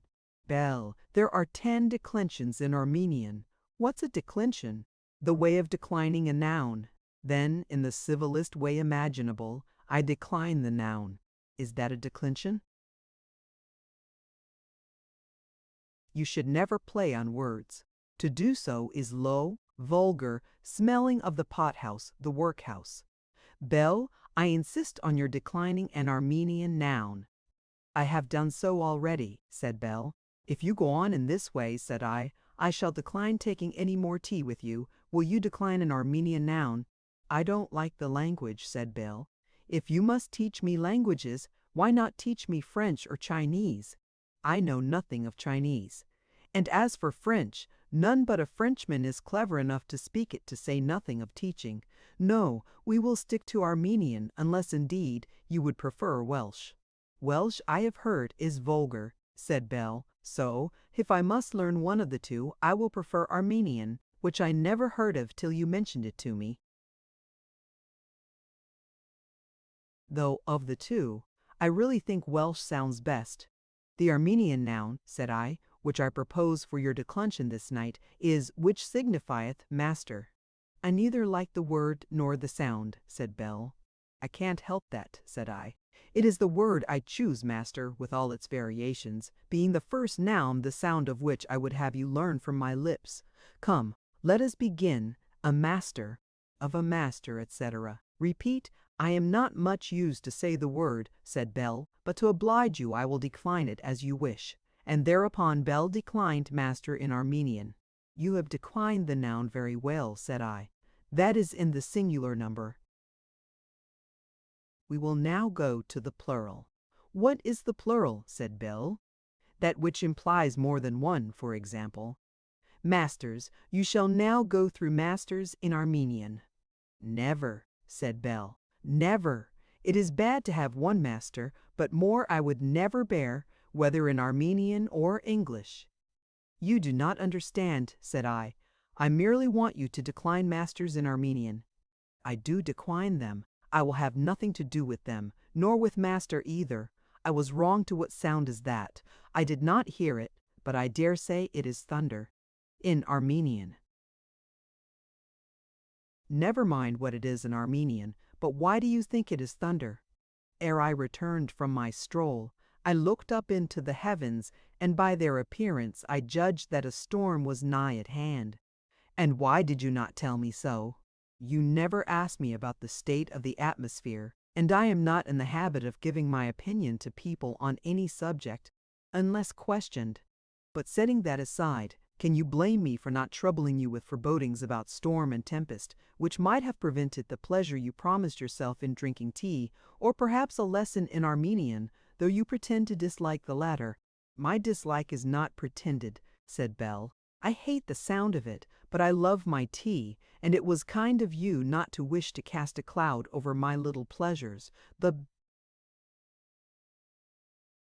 thunder came quite time enough to interrupt it without being anticipated. There is another peal. I will clear away, and see that my tent is in a condition to resist the storm, and I think you had better bestir yourself. Isabelle departed, and I remained seated on my stone, as nothing belonging to myself required any particular attention. In about a quarter of an hour she returned, and seated herself upon her stool. How dark the place is become since I left you, said she, just as if night were just at hand. Look up at the sky, said I, and you will not wonder. It is all of a deep olive. The wind is beginning to rise. Hark how it moans among the branches, and see how their tops are bending. It brings dust on its wings. I felt some fall on my face. And what is this? A drop of rain. We shall have plenty anon, said Belle. Do you hear? It already begins to hiss upon the embers. That fire of ours will soon be extinguished. It is not probable that we shall want it, said I. But we had better seek shelter. Let us go into my tent. Go in, said Belle, but you go in alone. As for me, I will seek my own. You are right, said I, to be afraid of me. I have taught you to decline master in Armenian.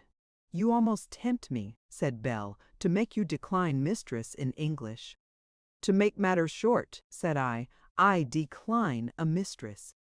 What do you mean? Said Belle angrily. I have merely done what you wished me, said I, and in your own style. There is No other way of declining anything in English, for in English there are no declensions. The rain is increasing, said Belle. It is so, said I. I shall go to my tent. You may come if you please. I do assure you I am not afraid of you. Nor I of you, said Belle. So I will come. Why should I be afraid? I can take my own part. That is, we went into the tent and sat down, and now the rain began to pour with vehemence. I hope we shall not be flooded in this hollow, said I to Belle. There is no fear of that, said Belle. The wandering people, amongst other names, call it the dry hollow. I believe there is a passage somewhere or other by which the wet is carried off. There must be a cloud right above us, it is so dark. Oh, what a flash, and what a peal, said I. That is what the Hebrews call Kul Adonai, the voice of the Lord. Are you afraid? No, said Belle. I rather like to hear it. You are right, said I. I am fond of the sound of thunder myself. There is nothing like it. Kul Adonai Bihedar, the voice of the Lord, is a glorious voice, as the prayer book version hath it. There is something awful in it, said Belle. And then the lightning, the whole dingle is now in a blaze. The voice of the Lord maketh the hinds to calve, and discovereth the thick bushes. As you say, there is something awful in thunder. There are all kinds of noises above us, said Belle. Surely I heard the crashing of a tree? The voice of the Lord breaketh the cedar trees, said I. But what you hear is caused by a convulsion of the air. During a thunderstorm there are occasionally all kinds of aerial noises. Abguilem, who next to King David has best described a thunderstorm, speaks of these aerial noises in the following manner. Astonied now, I stand at strains, as of 10,000 clanking chains, and once, methought that, overthrown, the welkin's oaks came whelming down. Upon my head up starts my hair, why hunt abroad the hounds of air? What cursed hag is screeching high, whilst crash goes all her crockery? You would hardly believe, Belle, that though I offered at least 10,000 lines merely as good as those to the booksellers in London, the simpletons were so blind to their interest as to refuse purchasing them. I don't wonder at it, said Belle, especially if such dreadful expressions frequently occur as that towards the end. Surely that was the crash of a tree? Ah, said I, there falls the cedar tree, I mean the sallow. One of the tall trees on the outside of the dingle has been snapped short. What a pity, said Belle, that the fine old oak which you saw the peasants cutting up gave way the other night when scarcely a breath of air was stirring. How much better to have fallen in the storm like this, the fiercest I remember. I don't think so, said I. After braving 1,000 tempests, it was meeter for it to fall of itself than to be vanquished at last. But to return to Abguilem's poetry, he was above culling dainty words, and spoke boldly his mind on all subjects. Enraged with the thunder for parting him and Morfydd, he says at the conclusion of his ode, My curse, O thunder, cling to thee for parting my dear Pearl and me. You and I shall part, that is, I shall go to my tent if you persist in repeating from him. The man must have been a savage. A poor wood pigeon has fallen dead. Yes, said I, there he lies, just outside the tent. Often have I listened to his note when alone in this wilderness. So you do not like Abguilem. What say you to old Gadi? Mist shrouds the night, and wrack. Here, in the woods, what an awful crack! Wildly the owls are flitting. Hark to the pillars splitting of palaces verdant ever. The branches quiver and sever. The mighty stems are creaking, the poor roots breaking and shrieking, in wild mixed ruin down dashing, o'er one another they're crashing. Whilst midst the rocks so hoary whirlwinds hurry and hoary, hear'st not, sister? Hark, said Belle. Hark, hark, heart's not, sister. A chorus of voices? No, said Belle, but I hear a voice. Chapter 96. A shout. A fireball, see to the horses, passing away, gap in the hedge, on 3 wheels, why do you stop? No craven heart, the cordial across the country, small bags. I listened attentively, but I could hear nothing but the loud clashing of branches, the pattering of rain, and the muttered growl of thunder. I was about to tell Belle that she must have been mistaken, when I heard a shout, indistinct, it is true, owing to the noises aforesaid from some part of the field above the dingle. "I will soon see what's the matter," said I to Belle, starting up. "I will go too," said the girl. "Stay where you are," said I. "If I need you, I will call." And, without waiting for any answer, I hurried to the mouth of the dingle. I was about a few yards only from the top of the ascent when I beheld a blaze of light from whence I knew not. The next moment there was a loud crash, and I appeared involved in a cloud of sulphurous smoke. Lord have mercy upon us! I heard a voice say, and methought I heard the plunging and struggling of horses. I had stopped short on hearing the crash, for I was half stunned, but I now hurried forward, and in a moment stood upon the plain. Here I was instantly aware of the cause of the crash and the smoke. One of those balls, generally called fireballs, had fallen from the clouds and was burning on the plain at a short distance, and the voice which I had heard and the plunging were as easily accounted for.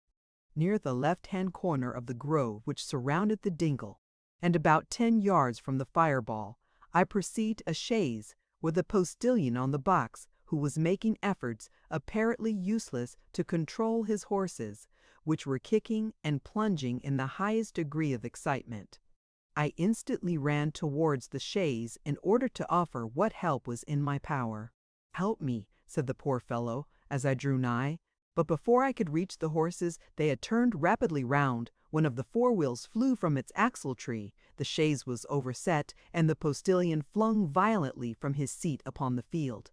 The horses now became more furious than before, kicking desperately, and endeavoring to disengage themselves from the fallen chaise.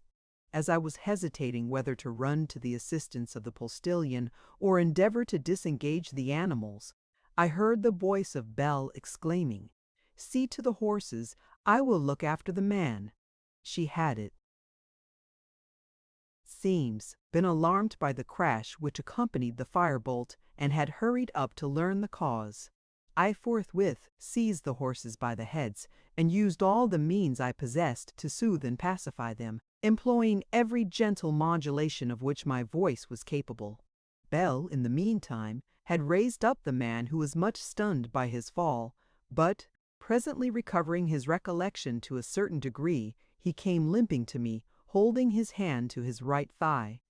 "The first thing that must now be done," said I, "is to free these horses from the traces. Can you undertake to do so?" "I think I can," said the man, looking at me somewhat stupidly. "I will help," said Belle, and without loss of time laid hold of one of the traces.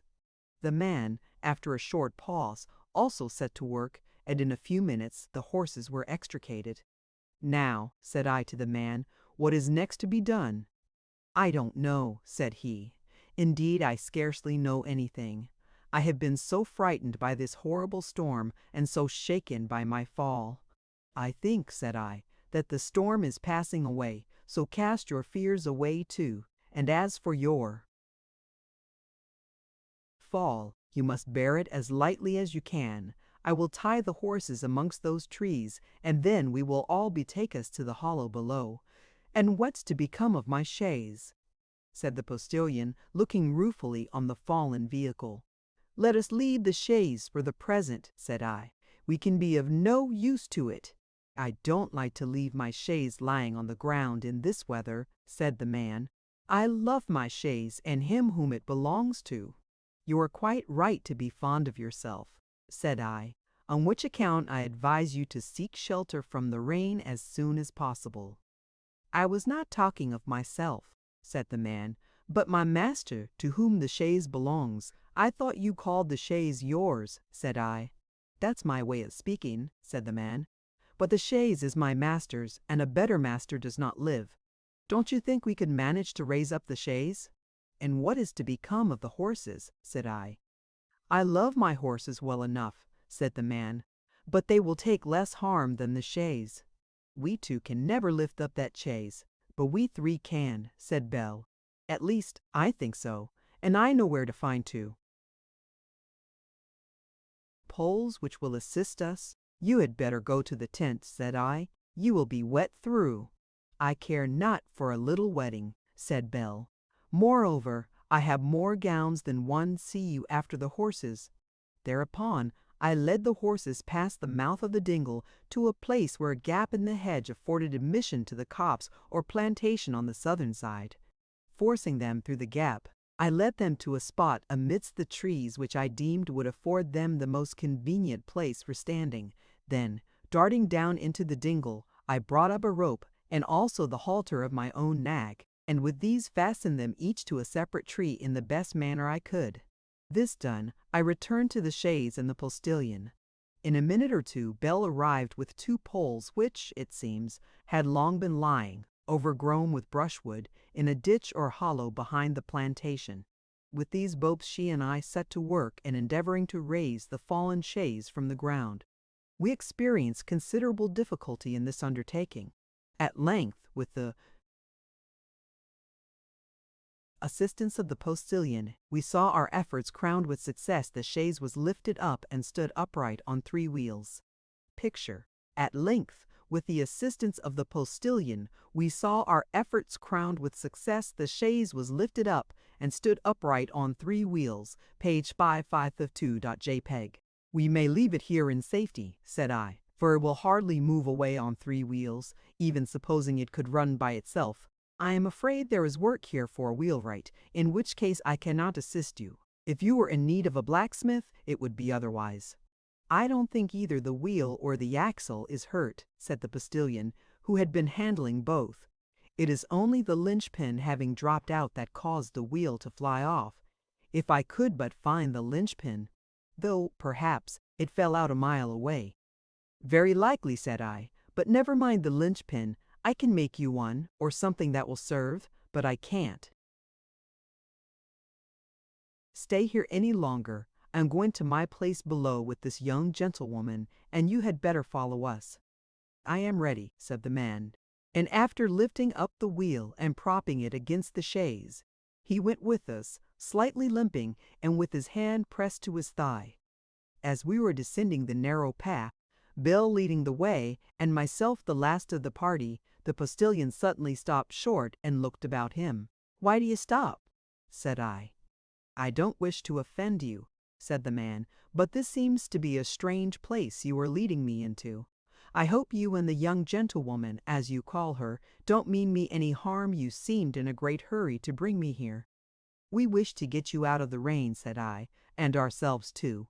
That is, if we can, which I rather doubt, for the canvas of a tent is slight shelter in such a rain. But what harm should we wish to do you?" "You may think I have money," said the man, "and I have some, but only 30 shillings, and for a sum like that it would be hardly worth while to, would it not?" said I. 30 shillings after all are 30 shillings, and for what I know, half a dozen throats may have been cut in this place for that sum at the rate of 5 shillings each. Moreover, there are the horses, which would serve to establish this young gentlewoman and myself in housekeeping, provided we were thinking of such a thing. "Then I suppose I have fallen into pretty hands," said the man, putting himself in a posture of defense. "But I'll show no craven heart, and if you attempt to lay hands on me, I'll try to pay you in your own coin. I'm rather lamed in the leg, but I can still use my fists, so come on, both of you, man and woman, if woman this be, though she looks more like a grenadier." "Let me hear no more of this nonsense," said Belle. "If you are afraid, you can go back to your chaise. We only seek to do you a kindness." "Why, he was just now talking of cutting throats," said the man. "You brought it on yourself," said Belle. "You suspected us, and he wished to pass a joke upon you." "He would not hurt a hair of your head. We are coach laden with gold, nor would I." "Well," said the man, "I was wrong. Here's my hand to both of you," shaking us by the hands.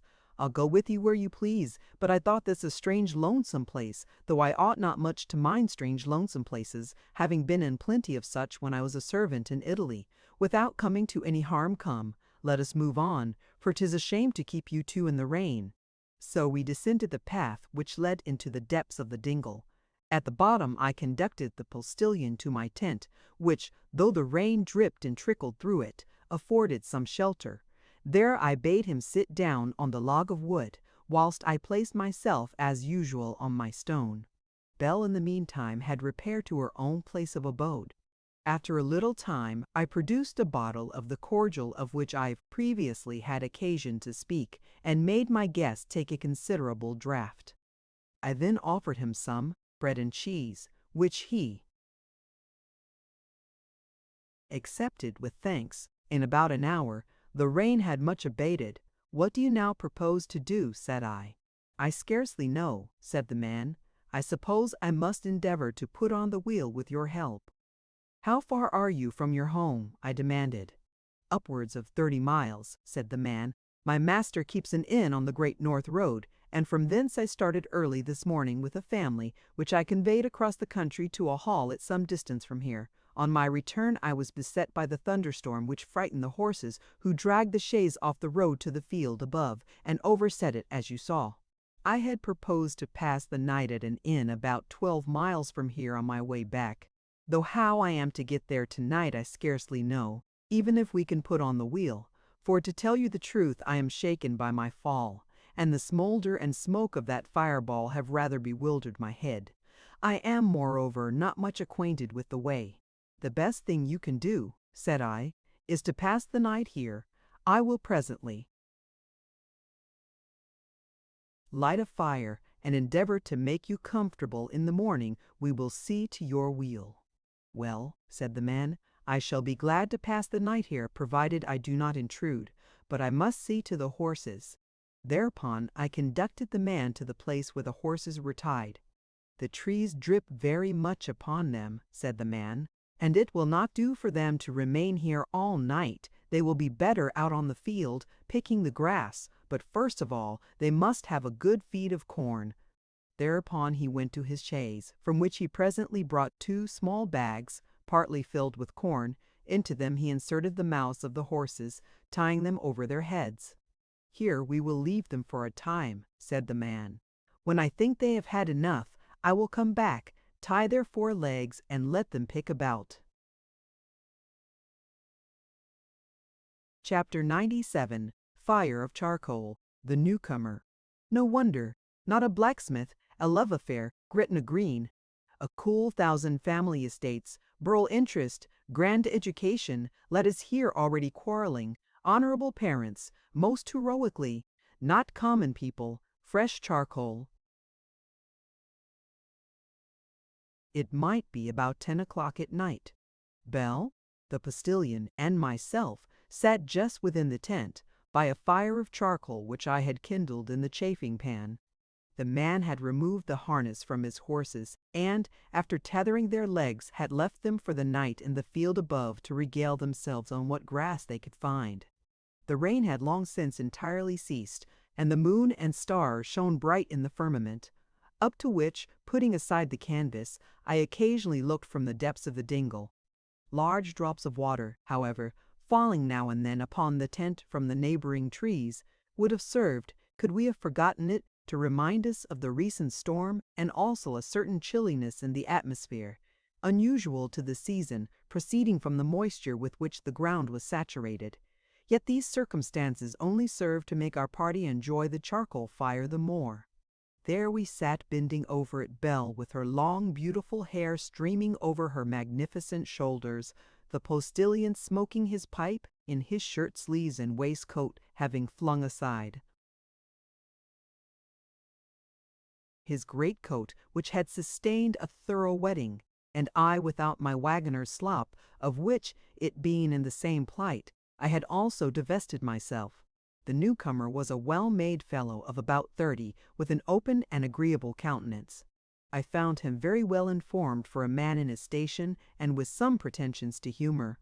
After we had discoursed for some time on indifferent subjects, the postilion, who had exhausted his pipe, took it from his mouth, and, knocking out the ashes upon the ground, exclaimed, "I little thought, when I got up in the morning, that I should spend the night in such agreeable company and after such a fright."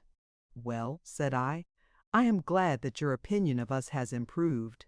It is not long since you seemed to hold us in rather a suspicious light." "And no wonder," said the man, "seeing the place you were taking me to. I was not a little, but very much afraid of you both." And so I continued for some time. Though, not to show a craven heart, I pretended to be quite satisfied, but I see I was altogether mistaken about ye. I thought you vagrant gypsy folks and trampers. But now, vagrant gypsy folks and trampers, said I, and what are we but people of that stamp? "Oh," said the postillion, "if you wish to be thought such, I am far too civil a person to contradict you, especially after your kindness to me. But, said I. "What do you mean by but?" "I would have you to know that I am proud of being a traveling blacksmith. Look at these donkey shoes, I finished them this day." The postillion took the shoes and examined them. "So you made these shoes?" he cried at last. Picture, the postillion took the shoes and examined them. "So you made these shoes?" he cried at last. Page 55,000.jpg. "To be sure I did. Do you doubt it?" "Not in the least," said the man. Ah, said I. "I thought I should bring you back to your original opinion. I am, then, a vagrant gypsy body, a tramper, a wandering blacksmith." "Not a blacksmith, whatever else you may be," said the postillion, laughing. "Then how do you account for my making those shoes?" "By your not being a blacksmith," said the postillion. "No blacksmith would have made shoes in that manner. Besides, what did you mean just now by saying you had finished these shoes today? A real blacksmith would have flung off 3 or 4 sets of donkey shoes in one morning, but you, I will be sworn, have been hammering at these for days, and they do you credit. But why? Because you are no blacksmith. No, friend, your shoes may do for this young gentlewoman's animal, but I shouldn't like to have my horses shod by you, unless at a great pinch indeed." "Then," said I, "for what do you take me?" "Why, for some runaway young gentleman," said the postillion. "No offense, I hope?" "None at all. No one is offended at being taken or mistaken for a young gentleman, whether runaway or not. But from whence do you suppose I have run away?"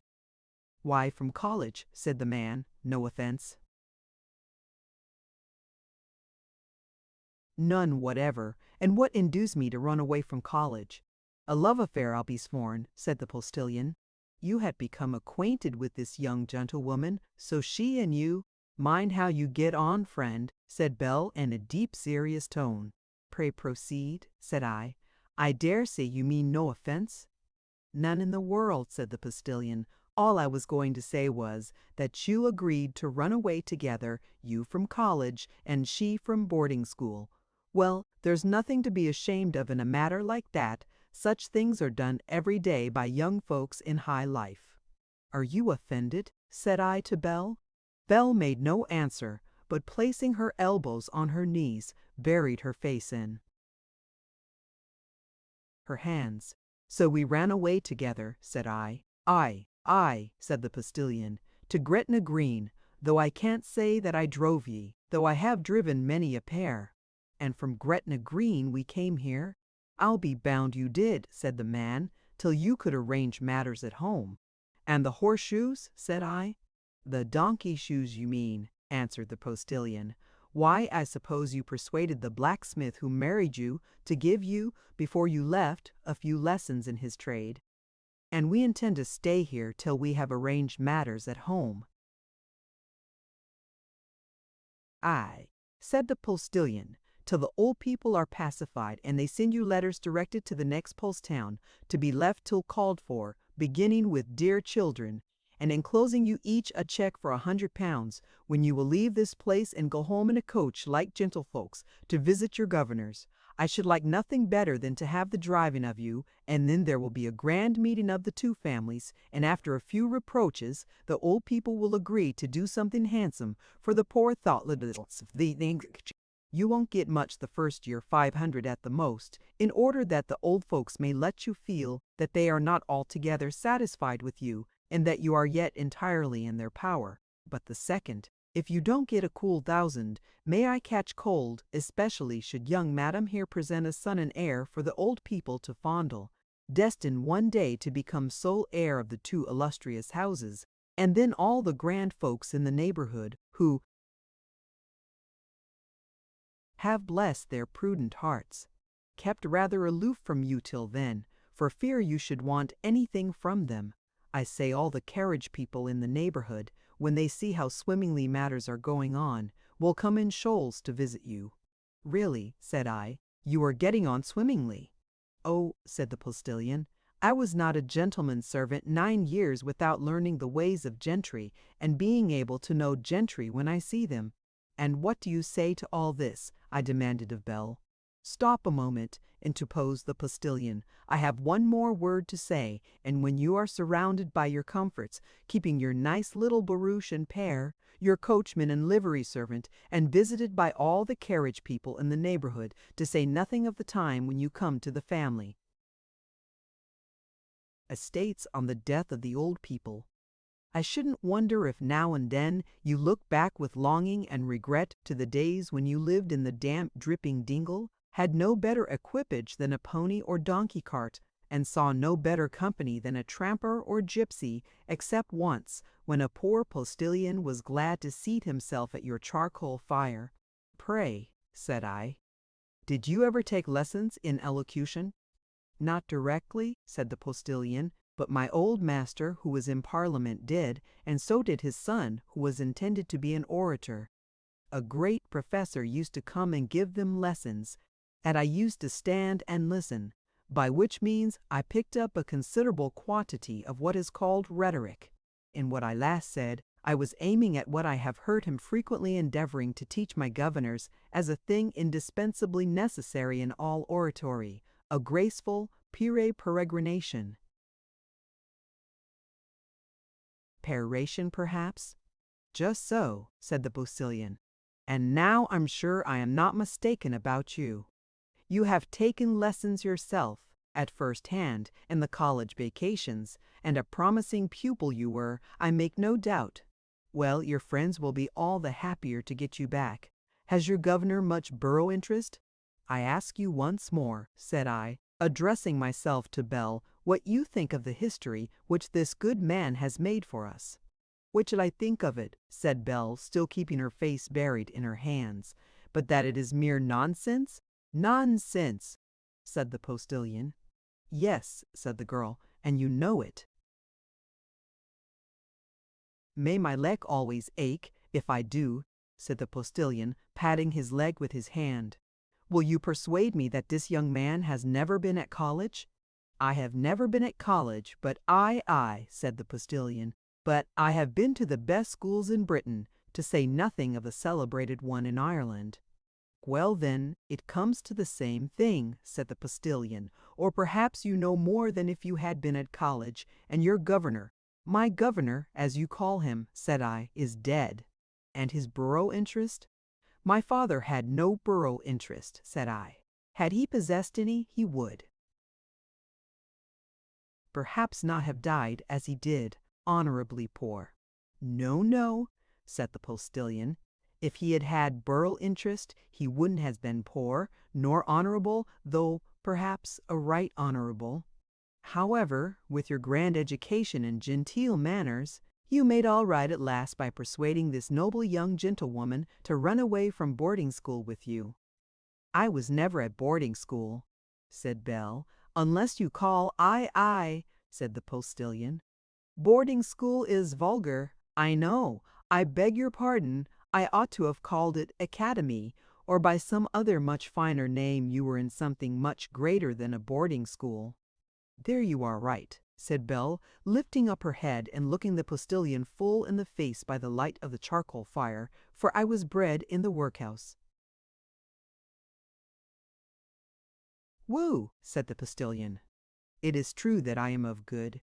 Said the postilion. "Let us hear of good blood," continued Bell.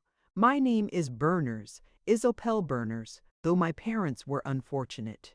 Indeed, with respect to blood, I believe I am of better blood than the young man." "There you are mistaken," said I. "By my father's side I am of Cornish blood, and by my mother's of brave French Protestant extraction. Now, with respect to the blood of my father, and to be descended well on the father's side is the principal thing. It is the best blood in the world, for the Cornish blood. As the proverb says—" "I don't care what the proverb says," said Bell. "I say my blood is the best. My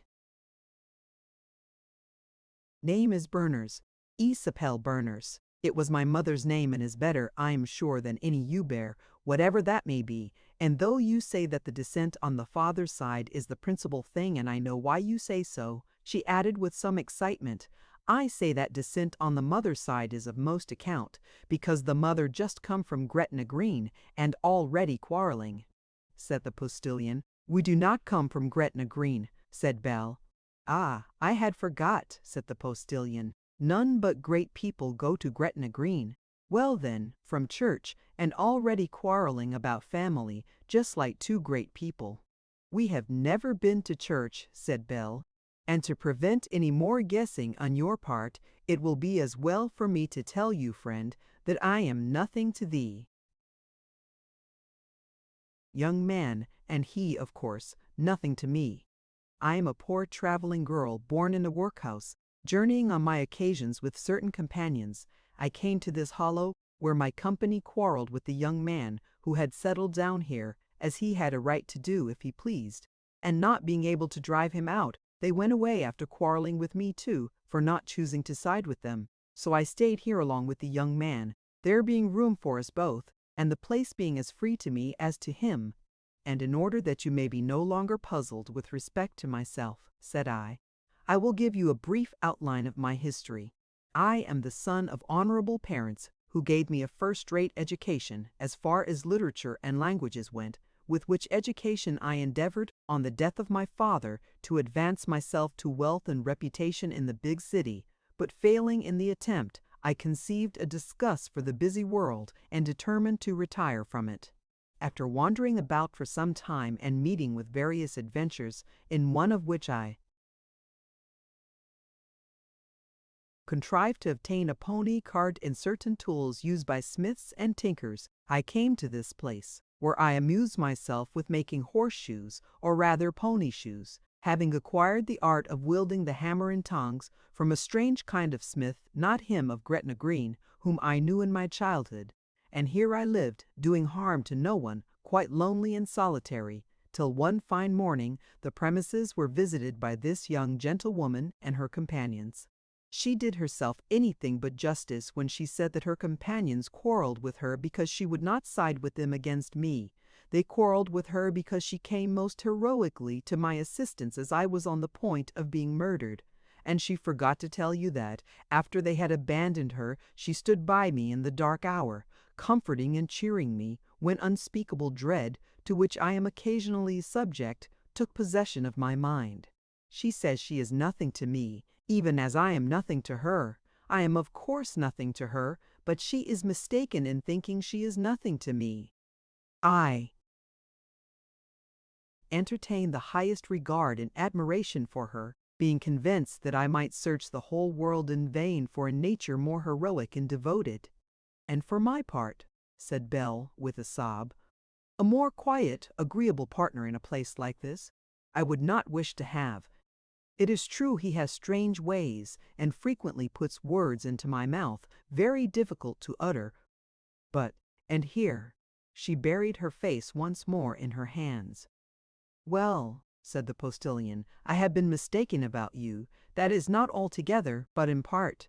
You are not rich folks, it seems, but you are not common people, and that I could have sworn.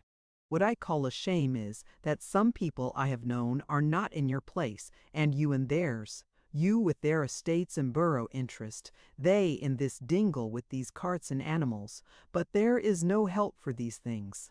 Were I the great mumbo-jumbo above, I would endeavor to manage matters better, but being a simple postilion, glad to earn 3 shillings a day, I can't be expected to do much." "Who is Mumbo Jumbo?" said I. "Ah," said the postilion, "I see there may be a thing or two I know better than yourself. Mumbo Jumbo is a god of the Black Coast, to which people go for ivory and gold. Were you ever there?" I demanded. "No," said the postilion, "but I heard plenty of Mumbo Jumbo when I was a boy. I wish you would tell us something about yourself. I believe that your own real history would prove quite as entertaining, if not more, than that which you imagined about us." "I am rather tired," said the postilion, "and my leg is rather troublesome. I should be glad to try to sleep upon one of your blankets. However, as you wish to hear something about me, I shall be happy to oblige you. But your fire is rather low, and this place is chilly." Thereupon I arose and put fresh charcoal on the pan. Then taking it outside the tent with a kind of fan which I had fashioned, I fanned the coals into a red glow, and continued doing so until the greater part of the noxious gas which the coals are in the habit of exhaling was exhausted. I then brought it into the tent and reseated myself, scattering over the coals a small portion of sugar. "No bad smell," said the postilion, "but upon the whole I think I like the smell of tobacco better, and with your permission I will once more light my pipe." Thereupon he relighted his pipe, and after taking 2 or 3 whiffs, began in the following manner. Chapter 98. An Exordium. Fine ships, high Barbary captains, free-born Englishmen, monstrous figure, swashbuckler, the grand coaches, the footmen, a travelling expedition, Black Jack Nelson's cannon, Pharaoh's butler, a diligence, 2 passengers, sharking priest, Virgilio, lessons in Italian, 2 opinions, Holy Mary priestly confederates, Methodist, chapel, Vertur. Our party, like a sepulchre, all for themselves. I am a poor postilion, as you see, yet as I have seen a thing or two and heard a thing or two of what is going on in the world, perhaps what I have to tell you, connected with myself, may not prove altogether uninteresting. Now, my friends, this manner of opening a story is what the man who taught rhetoric would call a hex exordium, said I. "Just so," said the postilion. "I treated you to a peroration some time ago, so that I have contrived to put the cart before the horse, as the Irish orators frequently do in the Honourable House, in whose speeches, especially those who have taken lessons in rhetoric, the frequently goes before the exordium.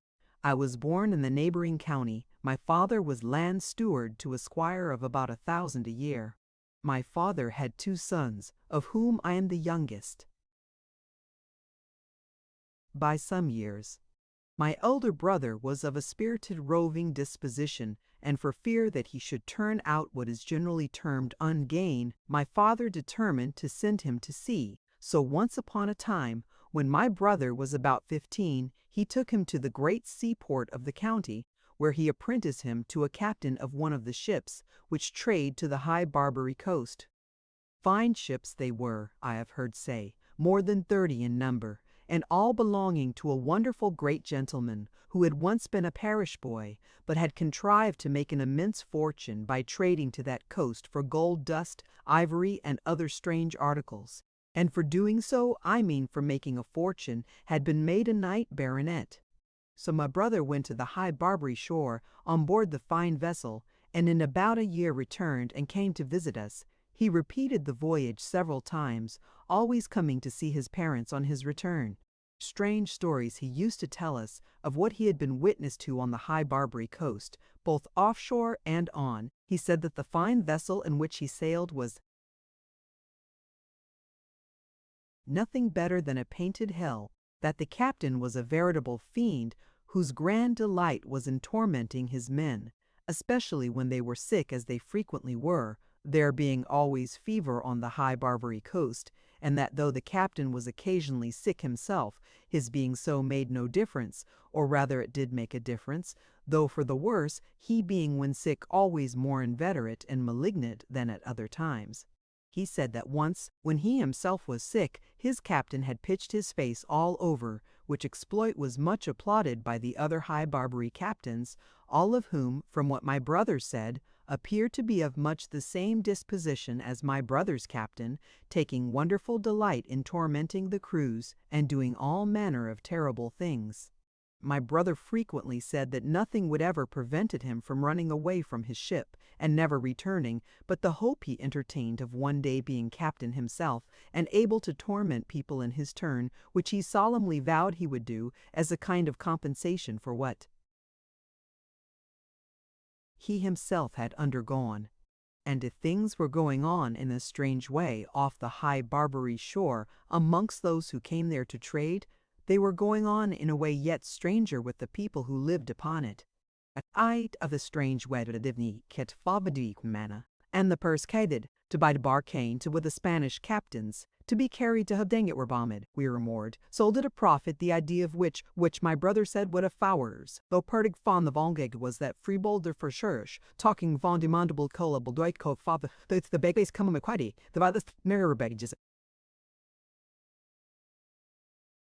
Bones of which they used to make what they called fetish, and bow down to and ask forbers, fetters and strike, provided the senseless rubbish did not give them what they asked for.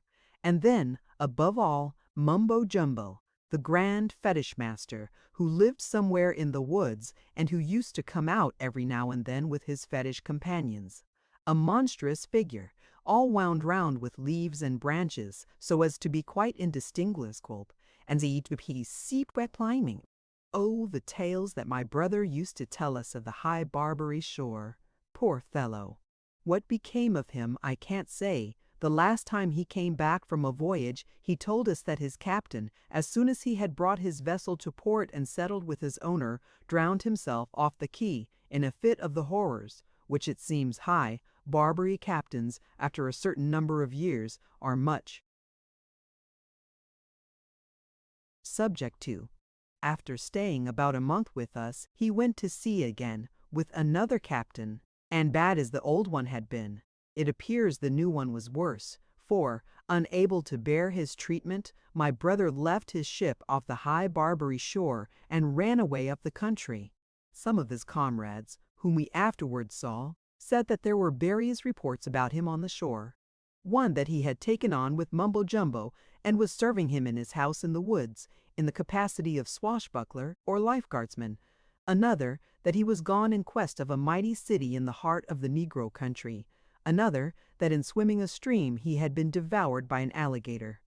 Now these two last reports were bad enough. The idea of their flesh and blood being bit asunder by a ravenous fish was sad enough to my poor parents, and not very comfortable was the thought of his sweltering over the hot sands in quest of the Negro city.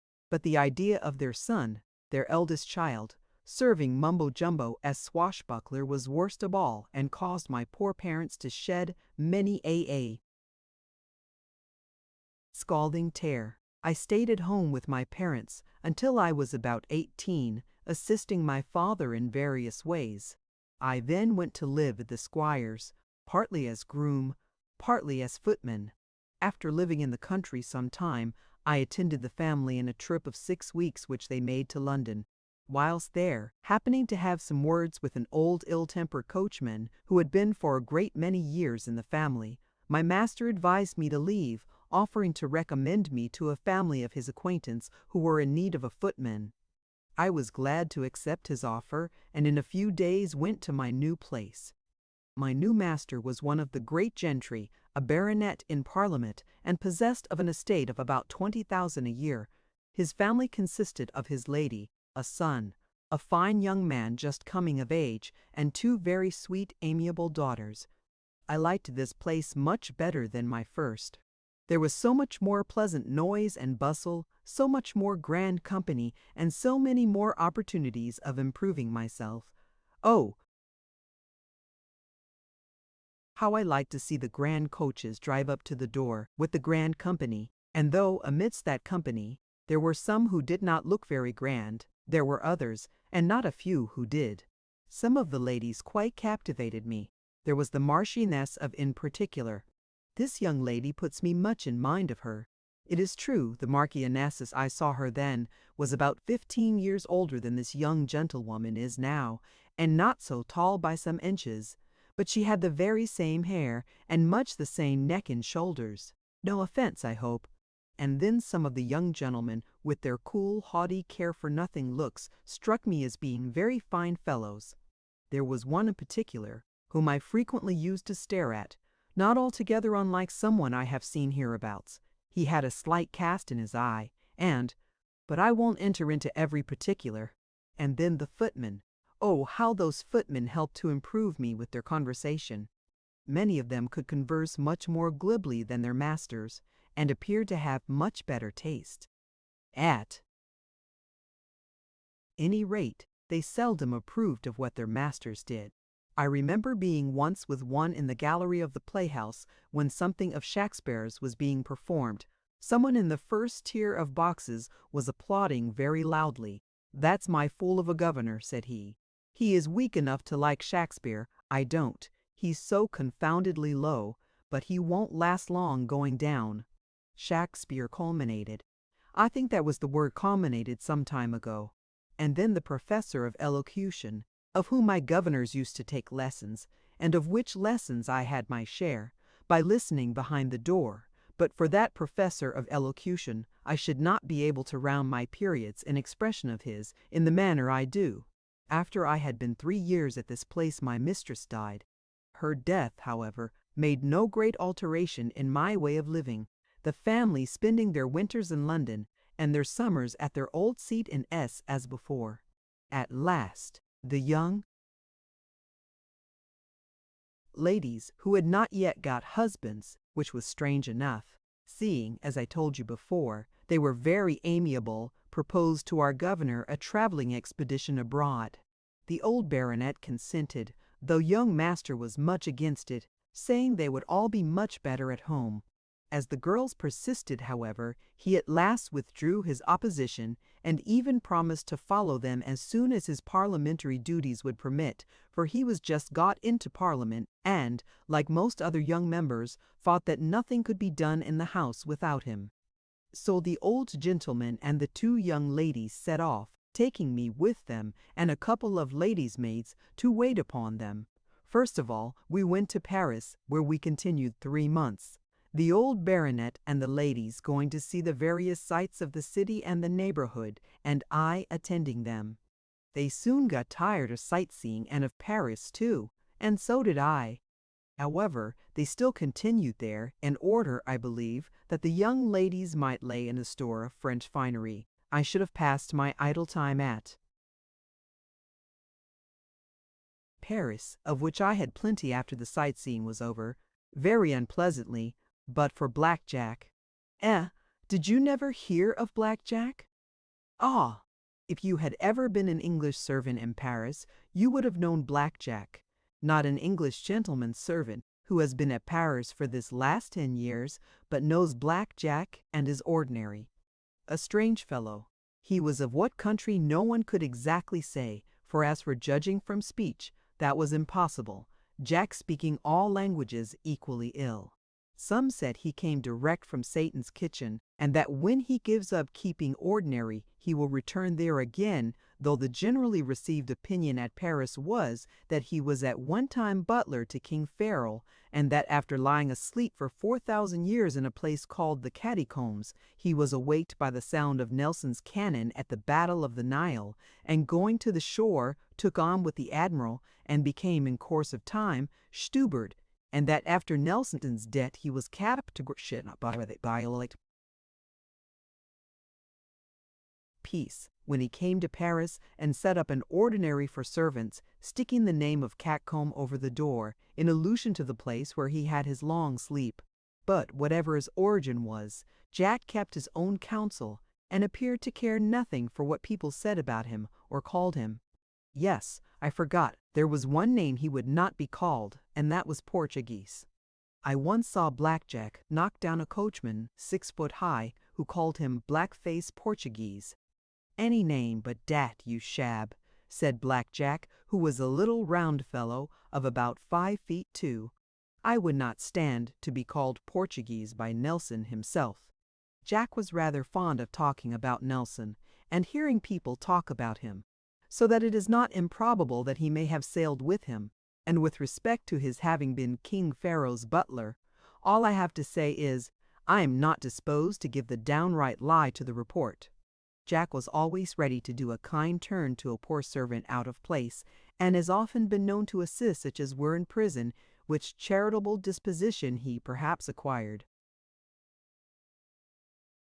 from having lost a good place himself, having seen the inside of a prison, and known the want of a meal's victuals, all which trials King Pharaoh's butler underwent, so he may have been that butler. At any rate, I have known positive conclusions come to on no better premises, if indeed as good. As for the story of his coming direct from Satan's kitchen, I place no confidence in it at all, as Black Jack had nothing of Satan about him but blackness, on which account he was called Black Jack. Nor am I disposed to give credit to a report that his hatred of the Portuguese arose from some ill treatment which he had once experienced when on shore at Lisbon from certain gentlewomen of the place, but rather conclude that it arose from an opinion he entertained that the Portuguese never paid their debts, one of the ambassadors of that nation, whose house he had served, having left Paris several thousand francs in his debt. This is all that I have to say about Black Jack, without whose funny jokes and good ordinary I should have passed my time in Paris in a very disconsolate manner. After we had been at Paris between 2 and 3 months, we left it in the direction of Italy, which country the family had a great desire to see. After traveling a great many days in a thing which, though called a diligence, did not exhibit much diligence, we came to a great big town, seated around a nasty salt-water basin, connected by a narrow passage with the sea. Here we were to embark, and so we did as soon as possible, glad enough to get away. At least I was, and so I make no doubt were the rest, for such a place for bad smells I never was in. It seems all the drains and sewers of the place run into that same salt basin, voiding into it all their impurities, which, not being able to escape into the sea in any considerable quantity, owing to the narrowness of the entrance, there accumulate, filling the whole atmosphere with these same outrageous scents, on which account the town is a famous lodging-house of the plague. The ship in which we embarked was bound for a place in Italy called Naples, where we were to stay some time. The voyage was rather a lazy one, the ship not being moved by steam. For at the time of which I am speaking, some 5 years ago, steamships were not so plentiful as now. There were only 2 passengers in the grand cabin, where my governor and his daughters were, an Italian lady and a priest. Of the lady I have not much to say. She appeared to be a quiet, respectable person enough, and after our arrival at Naples I neither saw nor heard anything more of her. But of the priest I shall have a good deal to say in the sequel that, by the by, is a word I learnt from the professor of rhetoric, and it would have been well for our family had they never met him. On the 3rd day of the voyage the priest came to me, who was rather unwell with seasickness, which he, of course, felt nothing of that kind of people being never affected like others. He was a finished-looking man of about 45, but had something strange in his eyes, which I have since thought denoted that all was not right in a certain place called the heart. After a few words of condolence, in a broken kind of English, he asked me various questions about our family, and I, won by his seeming kindness, told him all I knew about them, of which communicativeness I afterwards very much repented.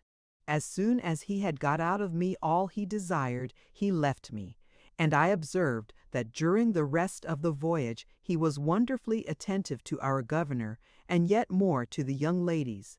Both, however, kept him rather at a distance. The young ladies were reserved, and once or twice I heard our governor cursing him between his teeth for a sharking priest. The priest, however, was not disconcerted, and continued his attentions, which in a little time produced an effect, so that, by the time we landed at Naples, our great folks had conceived a kind of liking for the man, and when they took their leave, invited him to visit them, which he promised to do.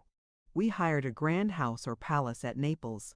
It belonged to a poor kind of prince who was glad enough to let it to our governor and also his servants and carriages. And glad enough were the poor servants, for they got from us what they never got from the prince, plenty of meat and money. And glad enough, I make no doubt, were the horses for the provender we gave them, and I dare say the coaches were not sorry to be cleaned and furbished up. Well, we went out and came in, going to see the sights and returning. Amongst other things we saw was the burning mountain and the tomb of a certain sorcerer called Virgilio, who made witch rhymes, by which he could raise the dead. Plenty of people came to see us, both English and Italians, and amongst the rest the priest. He did not come amongst the first, but allowed us to settle and become a little quiet before he showed himself. And after a day or two he paid us another visit, then another, till at last his visits were daily. I did not like that Jack priest, so I kept my eye upon all his motions. Lord, how that Jack priest did curry favor with our governor and the two young ladies, and he curried and curried till he had got himself into favor with the governor, and more especially with the two young ladies, of whom their father was dotingly fond. At last the ladies took lessons in Italian of the priest. I dated. They did get for it, you fee private Urin, and creased till the tables were turned, and he no longer curried favor with them, but they with him. Yes, as true as my legates the young ladies curried, and the old governor curried favor with that same priest. When he was with them they seemed almost to hang on his lips. That is, the young ladies, and as for the old governor, so they'd said so which sewed, but said so, for that he's so vetted. I at first thought that he must have given them something, some philtre or the like, but one of the English maid-servants who had a kind of respect for me, and who saw much more behind the scenes than I did, informed me that he was continually instilling strange notions into their heads, striving, by every possible method, to make them despise the religion of their own land and take up that of the foreign country in which they were. And sure enough, in a little time, the girls had altogether left off going to an English chapel, and were continually visiting places of Italian worship. The old governor, it is true, still went to his church, but he appeared to be hesitating between two opinions, and once, when he was at dinner, he said to two or three English friends that, since he had become better acquainted with it, he had conceived a much more favorable opinion of the Catholic religion than he had previously entertained. In a word, the priest ruled the house, and everything was done according to his will and pleasure. By degrees he persuaded the young ladies to drop their English acquaintances, whose place he supplied with Italians, chiefly females. My poor old governor would not have had a person to speak to, for he never could learn the language. But for two or three Englishmen who used to come occasionally and take a bottle with him in the summer house, whose company he could not be persuaded to resign, notwithstanding the entreaties of his daughters, instigated by the priest, whose grand endeavor seemed to be to render the minds of all three foolish for his own ends. And if Keith's backs came to crave what it continue media above our sets in high remit. But by its sickest, he couldn't wholly and semirate into sport of major withens, and have to the Canada be cooled into Vlangle, the own feast, so that we shortly but on the nipper porbity rob beat of physique of rebelling king. Must have been very fond of short petticoats and tinsel, and who, if those said figures at all resembled her in face, could scarcely have been half as handsome as either of my two fellow servants, not to speak of the young ladies. Now it happened that one, a female, however, one who had kind of respect for me, was not so easily besotted. She used to laugh at what she saw, and at what the fellow told her then, amongst other things intended by these priestly confederates, was robbery. She said that the poor old governor had all income into superior places, hence for which rated, as was robbery, Edward said, for said of Thabit, what money she herself had, but in vain. With respect to myself, the fellow shortly after made an attempt towards obtaining 100 crowns, of which by some means he knew me to be in possession, telling me what a meritorious thing it was to give one superfluities for the purposes of religion.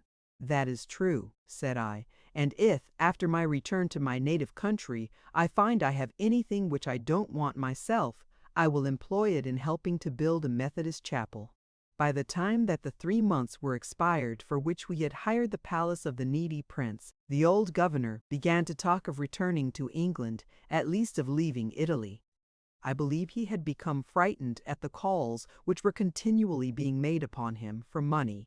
For after all, you know, if there is a sensitive part of a man's wearing apparel, it is his breeches pocket. But the young ladies could not think of leaving dear Italy and the dear priest, and then they had seen nothing of the country, they had only seen Naples. Before leaving dear Italia, they must see more of the country and the cities. Above all,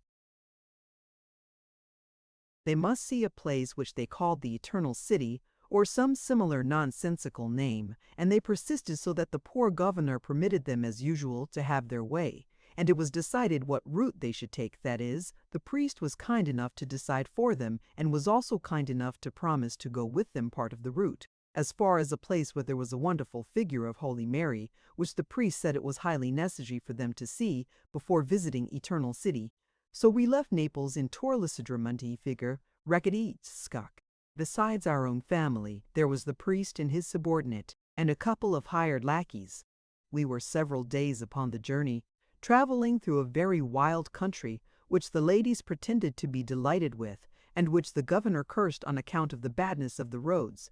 And when we came to any particularly wild spot, we used to stop in order to enjoy the scenery, as the ladies said, and then we would spread a horse cloth on the journey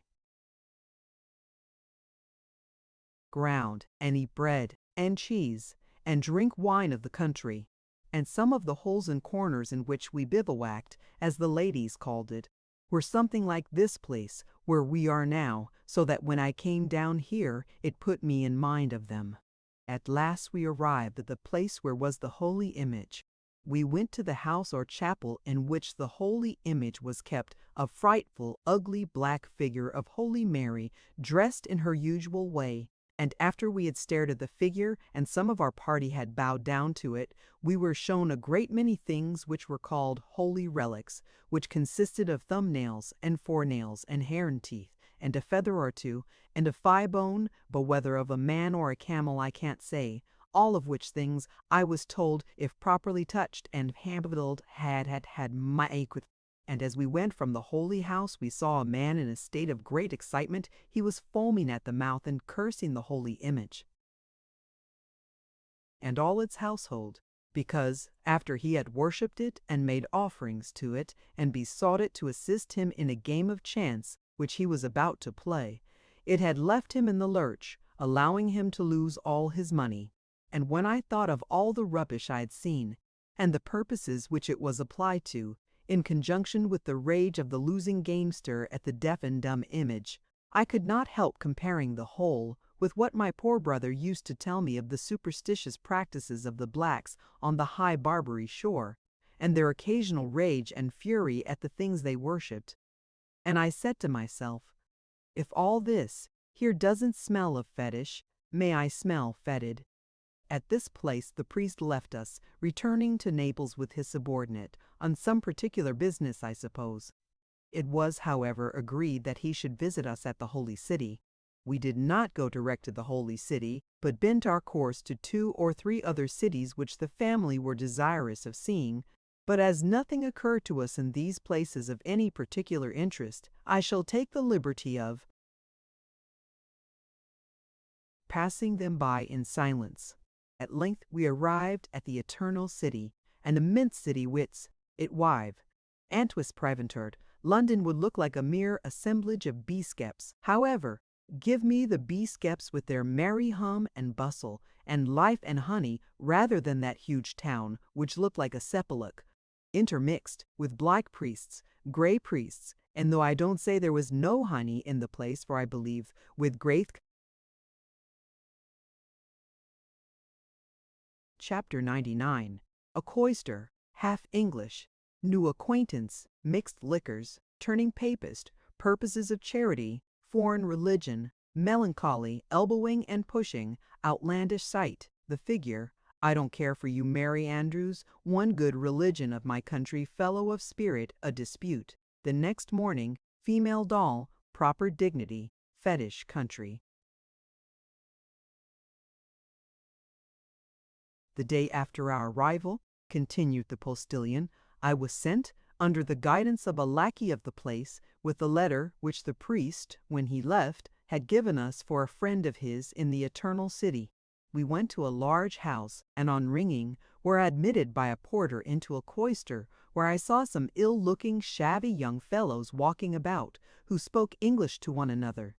To one of these the porter delivered the letter, and the young fellow, going away, presently returned and told me to follow him. He led me into a large room where, behind a table on which were various papers and a thing which they call, in that country, a crucifix, sat a man in a kind of priestly dress.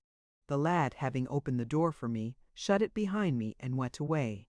The man behind the table was so engaged in reading the letter which I had brought, that at first he took no notice of me. He had red hair, a kind of half-English countenance, and was seemingly about 35. After a little time he laid the letter down, appeared to consider a moment, and then opened his mouth with a strange laugh. Not a loud laugh, for I heard nothing but a kind of hissing deep down the throat. All of a sudden, however, perceiving me, he gave a slight start, but instantly recovering himself, he inquired in English concerning the health of the family and where we lived. On my delivering him a card, he bade me inform my master and the ladies that in the course of the day he would do himself the honor of waiting upon them. He then arose and opened the door for me to depart. The man was perfectly civil and courteous, but I did not like that strange laugh of his after having read the letter. He was as good as his word, and that same day paid us a visit. It was now arranged that we should pass the winter in Rome, to my great annoyance, for I wished to return to my native land, being heartily tired of everything connected with Italy. I was not, however, without hope that our young master would shortly arrive, when I trusted that matters, as far as the family were concerned, would be put on a better footing. In a few days our new acquaintance, who, it seems, was a mongrel Englishman, had procured a house for our accommodation. It was large enough, but not near so pleasant as that we had at Naples, which was light and airy, with a large garden. This was a dark, gloomy structure in a narrow street, with a frowning church beside it. It was not far from the place where our new friend lived, and its being so was probably the reason why he selected it. It was furnished partly with articles which we bought, and partly with those which we hired. We lived something in the same way as at Naples, but though I did not much like Naples, I yet liked it better than this place, which was so gloomy. Our new acquaintance made himself as agreeable as he could, conducting the ladies to churches and convents, and frequently passing the afternoon drinking with the governor, who was fond of a glass of brandy and water, and a cigar, as the new acquaintance also was. No, I remember, he was fond of gin and water, and did not smoke. I don't think he had so much influence over the young ladies as the other priest, which was perhaps owing to his not being so good-looking, but I am sure he had more influence with the governor, owing, doubtless, to his bearing him company and drinking mixed liquors, which the other priest did not do. He was a strange fellow, that same new acquaintance of ours, and unlike all the priests I saw in that country, and I saw plenty of various nations. They were always upon their guard and had their features and voice modulated. But this man was subject to fits of absence, during which he would frequently mutter to himself. Then, though he was perfectly civil to everybody, as far as words went, I observed that he entertained a thorough contempt for most people, especially for those whom he was making dupes. I have observed him whilst drinking with our governor, when the old man's head was turned, look at him with an air which seemed to say, "What a thundering old fool you are!" and at our young ladies, when their backs were turned, with a glance which said distinctly enough, "You precious pair of ninny-hammers." And then his laugh, he had two kinds of laughs, one which you could hear, and another which you could only see. I have seen him laugh at our governor and the young ladies, when their heads were turned away, but I heard no sound. My mother had a sandy cat, which sometimes used to open its mouth wide with a mew which nobody could hear, and the silent laugh of that red-haired priest used to put me wonderfully in mind of the silent mew of my mother's sandy red cat. And then the other laugh, which you could hear, what a strange laugh that was, never loud, yes, I have heard it tolerably loud. He once passed near me after having taken leave of a silly English fellow, a limping parson of the name of Platitude, who, they said, was thinking of turning papist, and was much in his company. I was standing behind the pillar of a piazza, and as he passed he was laughing heartily. Oh, he was a strange fellow, that same red-haired acquaintance of ours. After we had been at Rome about 6 weeks, our old friend the priest of Naples arrived, but without his subordinate, for whose services he now perhaps thought that he had no occasion. I believe he found matters in our family wearing almost as favorable an aspect as he could desire, with what he had previously taught them and shown them at Naples and elsewhere, and with what the red-haired confederate had taught them and shown them at Rome. The poor young ladies had become quite handmaids of superstition, so that they, especially the youngest, were prepared to bow down to anything and kiss anything, however vile and ugly, provided a priest commanded them. And as for the old governor, what with the influence which his daughters exerted, and what with the only think of an Englishman not being master of his own purse. My acquaintance, the lady's maid, assured me that, to her certain knowledge, he had disbursed to the red-haired man, for purposes of charity, as it was said, at least £1,000 during the 5 weeks we had been at Rome. She also told me that things would shortly be brought to a conclusion, and so indeed they were, though in a different manner from what and say anticipated. And then, so the old governor Boner resigned to the for twice per seven appointment best of that is and there's for Saul is the bird ain't for there's a sibyl moment of the body spur with a berberta bracket bibit gear could the denial of she had taken religion of these here foreigners. We would not wait to be asked to do the like, but leave them at once, and make the best of our way home, even if we were forced to beg on the road. At last the day of the grand festival came, and we were all to go to the big church to hear the Mass. Now it happened that for some time past I had been much afflicted with melancholy, especially when I got up of a morning, produced by the strange manner in which I saw things going on in our family. And to dispel it in some degree, I had been in the habit of taking a dram before breakfast. On the morning in question, feeling particularly low-spirited when I thought of the foolish step our governor would probably take before evening, I took 2 drams before breakfast, and after breakfast, feeling my melancholy still continuing, I took another, which produced a slight effect upon my head, though I am convinced nobody observed it. Away we drove to the big church. It was a dark, misty day, I remember, and very cold, so that if anybody had noticed my being slightly in liquor, I could have excused myself by saying that I had merely taken a glass to fortify my constitution against the weather, and of one thing I am certain, which is, that such an excuse would have stood me in stead with our governor, who looked, I thought, as if he had taken one too.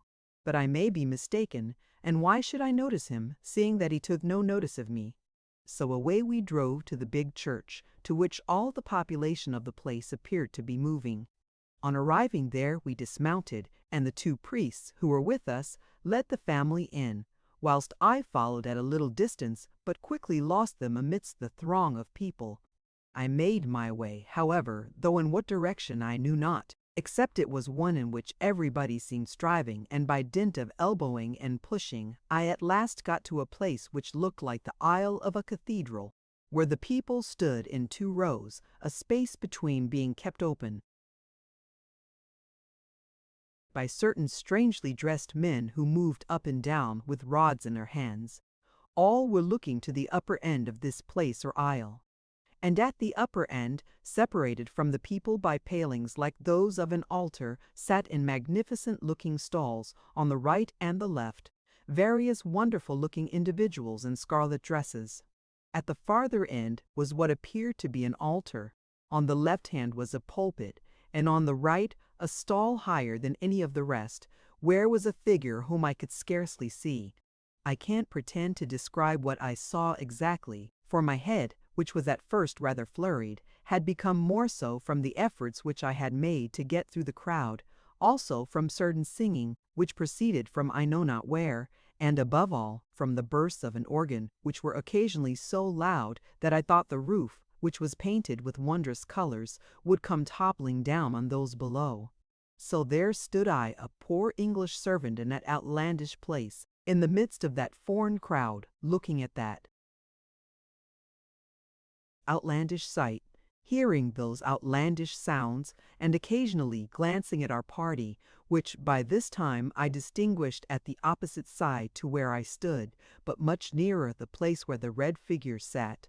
Yes, there stood our poor governor and the sweet young ladies, and I thought they never looked so handsome before, and close by them were the sharking priests, and not far from them was that idiotical Parson Platitude, winking and grinning, and occasionally lifting up his hands as if in ecstasy at what he saw and heard, so that he drew upon himself the notice of the congregation. And now an individual mounted the pulpit and began to preach in a language which I did not understand, but which I believed to be Latin, addressing himself seemingly to the figure in the stall. And when he had ceased, there was more singing, more organ playing, and then two men in robes brought forth two things which they held up.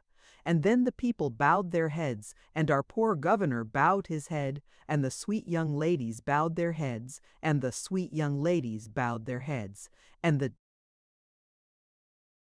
sharking priests, whilst the idiotical Parson Platitude tried to fling himself down, and then there were various evolutions within inside the pail, and the scarlet figures got up and sat down, and this kind of thing continued for some time. At rivet.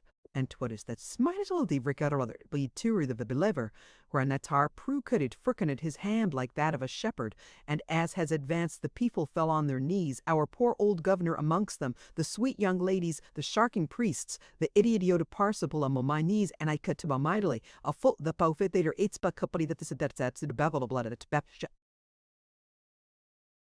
into the power of that horrid-looking old man maddened me, and, rushing forward into the open space, I confronted the horrible-looking old figure with the sugar-loaf hat, the sulphur-colored garments, and shepherd's crook, and shaking my fist at his nose, I bellowed out in English, "I don't care for you, old mumbo-jumbo, though you have fetish."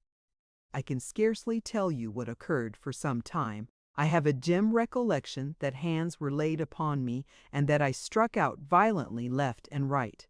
On coming to myself, I was seated on a stone bench in a large room, something like a guard room, in the custody of certain fellows dressed like Merry Andrews. They were bluff, good-looking, wholesome fellows, very different from the sallow Italians. They were looking at me attentively, and occasionally talking to each other in a language which sounded very like the cracking of walnuts in the mouth, very different from cooing Italian. At last, one of them asked me in Italian what had ailed me, to which I replied in an incoherent manner, something about mumbo-jumbo. One of the bluffest of the lot, a jovial, rosy-faced rascal, lifted up his right hand, placing it in such a manner that the lips were between the forefinger and thumb, then lifting up his right foot and drawing back his head, he supped in his breath with an insing sound, as if to imitate one drinking a hearty draught, and then slapped me on the shoulder, saying something which sounded like "Goot wine, go neal at day, go ke kine ho come," and now hurried into the room our poor old governor with the red-haired priest. The first asked what could have induced me to behave in such a manner in such a place, to which I replied that I was not going to bow down to mumbo-jumbo, whatever other people might do.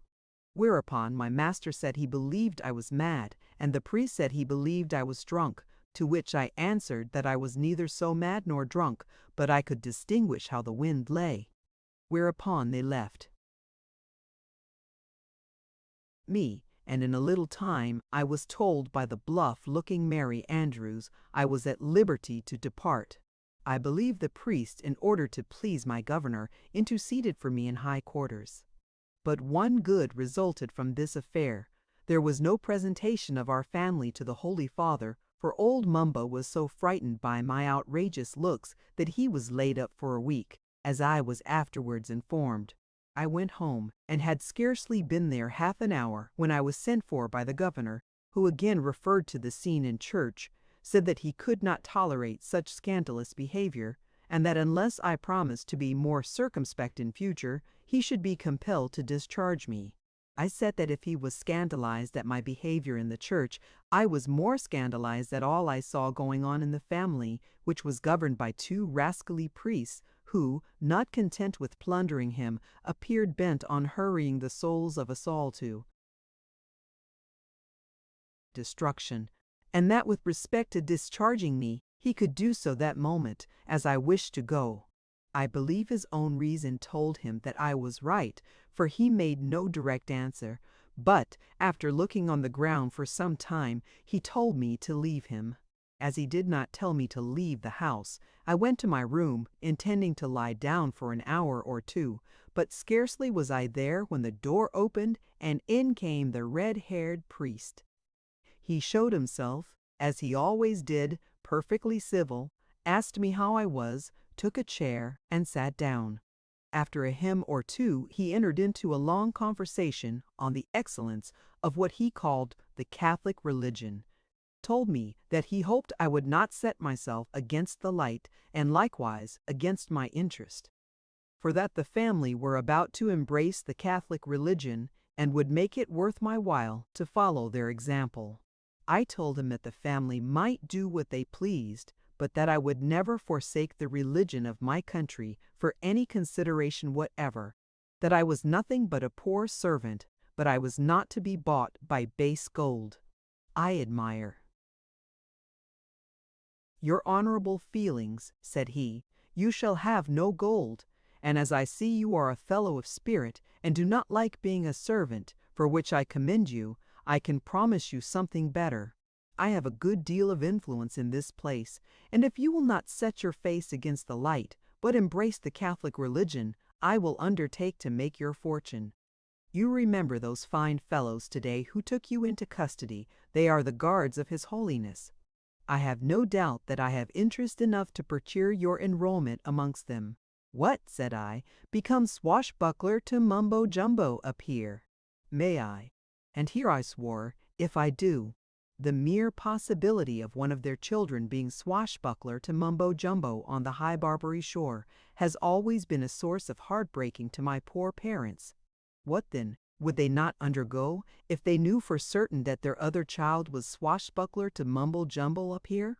Thereupon he asked me, even as you did some time ago, what I meant by Mumbo Jumbo, and I told him all I had heard about the Mumbo Jumbo of the High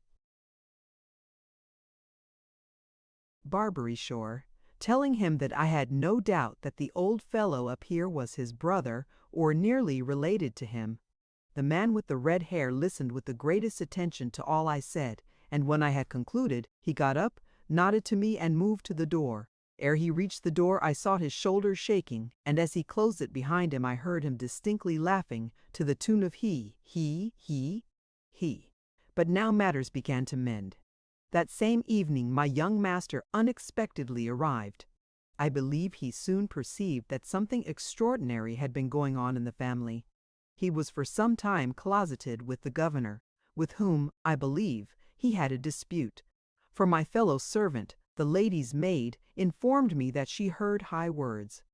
Rather late at night the young gentleman sent for me into his room, and asked me various questions with respect to what had been going on and my behavior in the church, of which he had heard something. I told him all I knew with respect to the intrigues of the two priests in the family, and gave him a circumstantial account of all that had occurred in the church, adding that, under similar circumstances, I was ready to play the same part over again. Instead of blaming me, he commended my behavior, told me I was a fine fellow, and said he hoped that if he wanted my assistance, I would stand by him. This I promised to do. Before I left him, he entreated me to inform him the very next time I saw the priests entering the house. The next morning, as I was in the courtyard, where I had placed myself to watch, I saw the two enter, and make their way up a private stair to the young lady's apartment. They were attended by a man, dressed something like a priest, who bore a large box. I instantly ran to relate what I had seen to my young master. I found him shaving. "I will just finish what I am about," said he, "and then wait upon these gentlemen." He finished what he was about with great deliberation. Then taking the horsewhip and bidding me follow him, he proceeded at once to the door of his sister's apartment. Finding it fastened, he burst it open at once with his foot and entered, followed by myself. Adderby, with their abbot aside, will tell the what Foddy or Fubber Cambury stood a little way down the private stair. At the door with its own summon shawl ark, right with the nern, at an acant is both in schult, walk the Sibwilders hone, while the kit the mind of the private stair, a erdel sternen, berber spangle, said it, the kalid it, the vit kedits about a helmet. Move about unless it were carried. Oh, it was a fine sermon that my young master preached, and sorry I am that the father of the fetish, old Mumbo, did not hear it. The elder sister looked ashamed, but the youngest, who was very weak, did nothing but wring her hands, weep and bewail the injury which had been done to the dear image.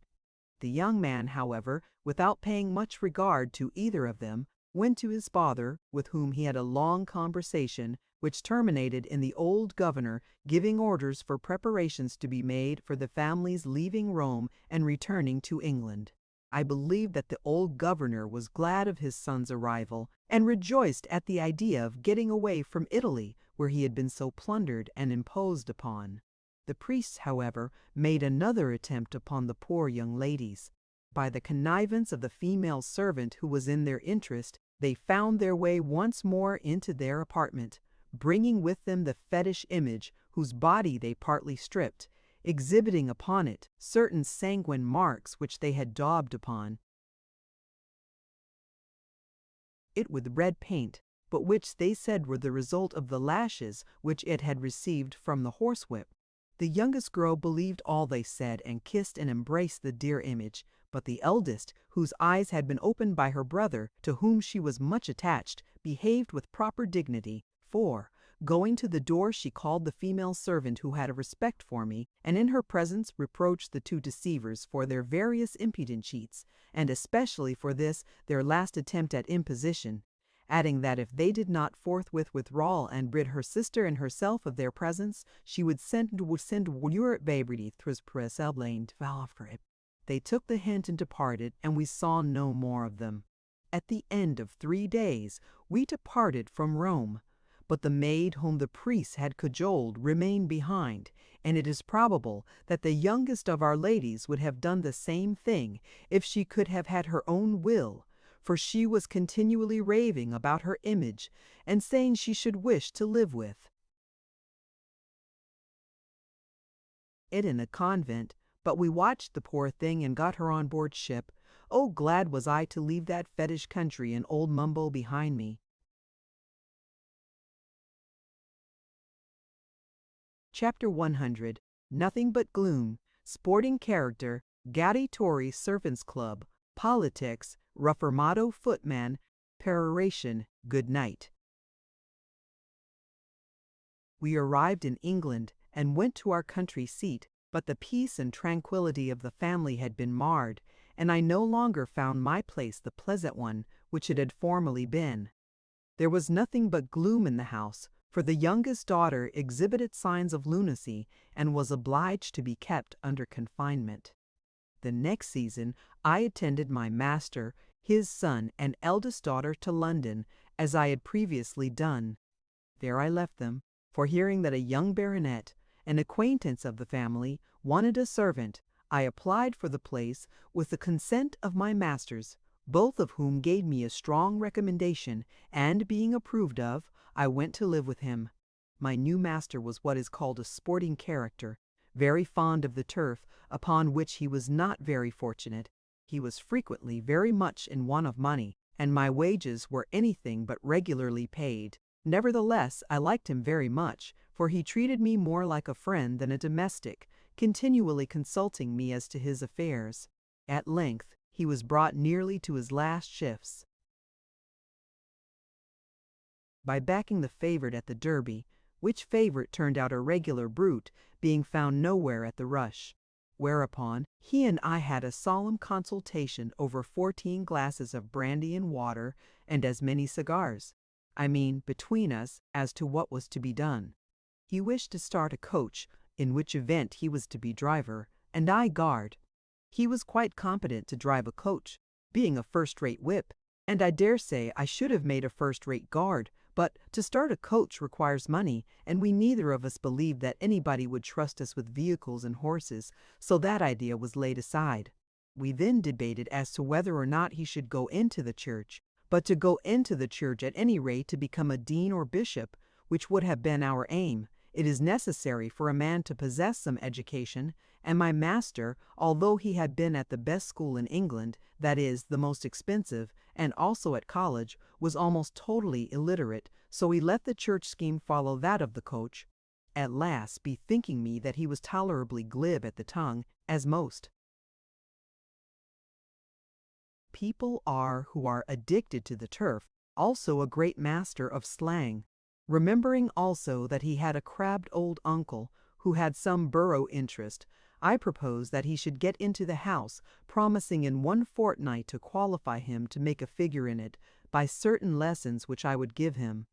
He consented, and during the next fortnight I did little else than give him lessons in elocution, following to a tittle the method of the great professor, which I had picked up, listening behind the door. At the end of that period we paid a visit to his relation, an old gouty Tory, who at first received us very coolly. My master, however, by flattering a predilection of his for Billy Pitt, soon won his affection so much that he promised to bring him into Parliament, and in less than a month was as good as his word.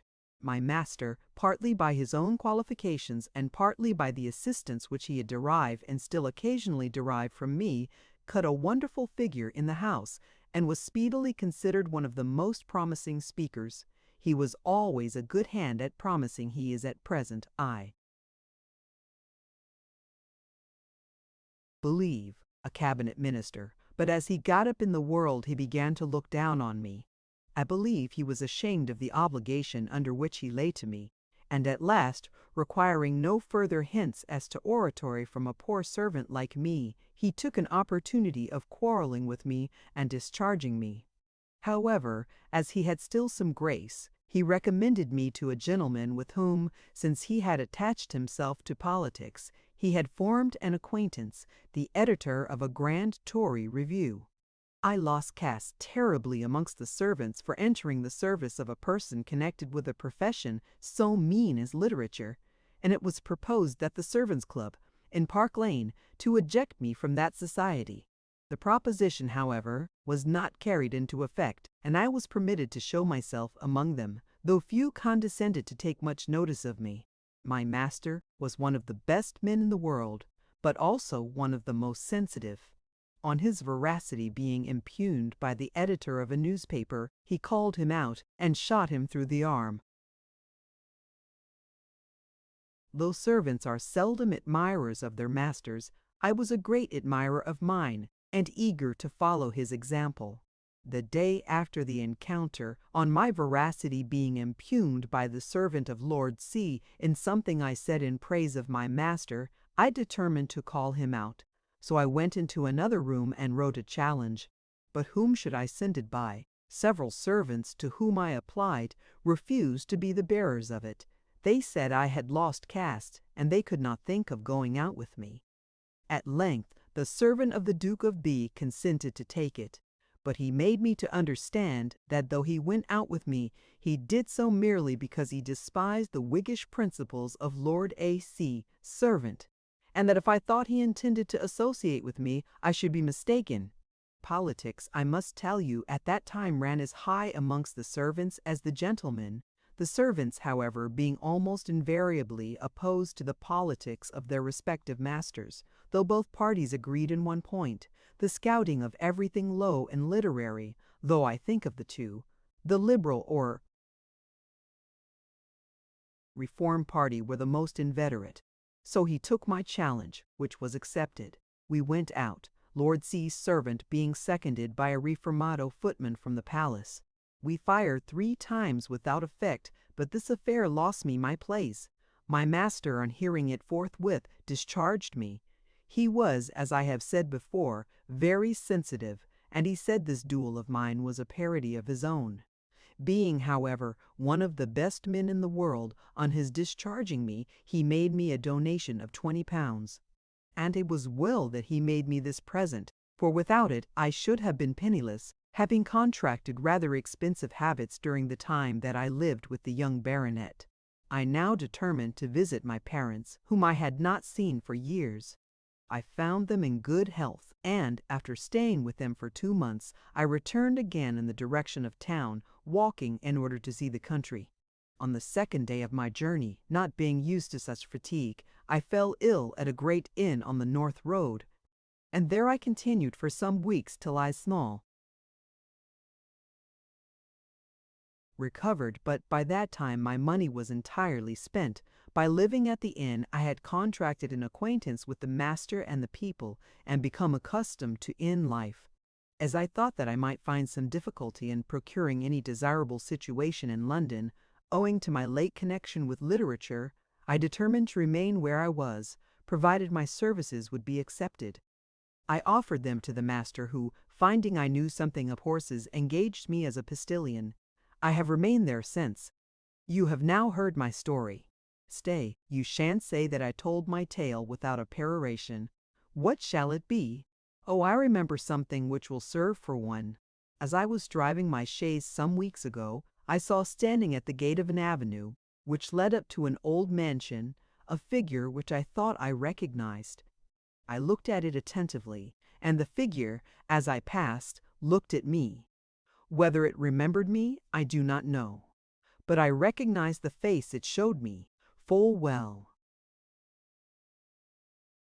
If it was not the identical face of the red-haired priest whom I had seen at Rome, may I catch cold. Young gentleman, I will now take a spell on your blanket, young lady. Good night. Footnotes: Worthies. 5. In Cornwall are the best gentlemen. Corn. Prove. 19. Norwegian L's about 8 feet. The end. Thank you for listening to this story. I hope you enjoyed the journey, the characters, and the world they carried with them. If you enjoyed this audiobook, please subscribe to the channel and leave a comment below.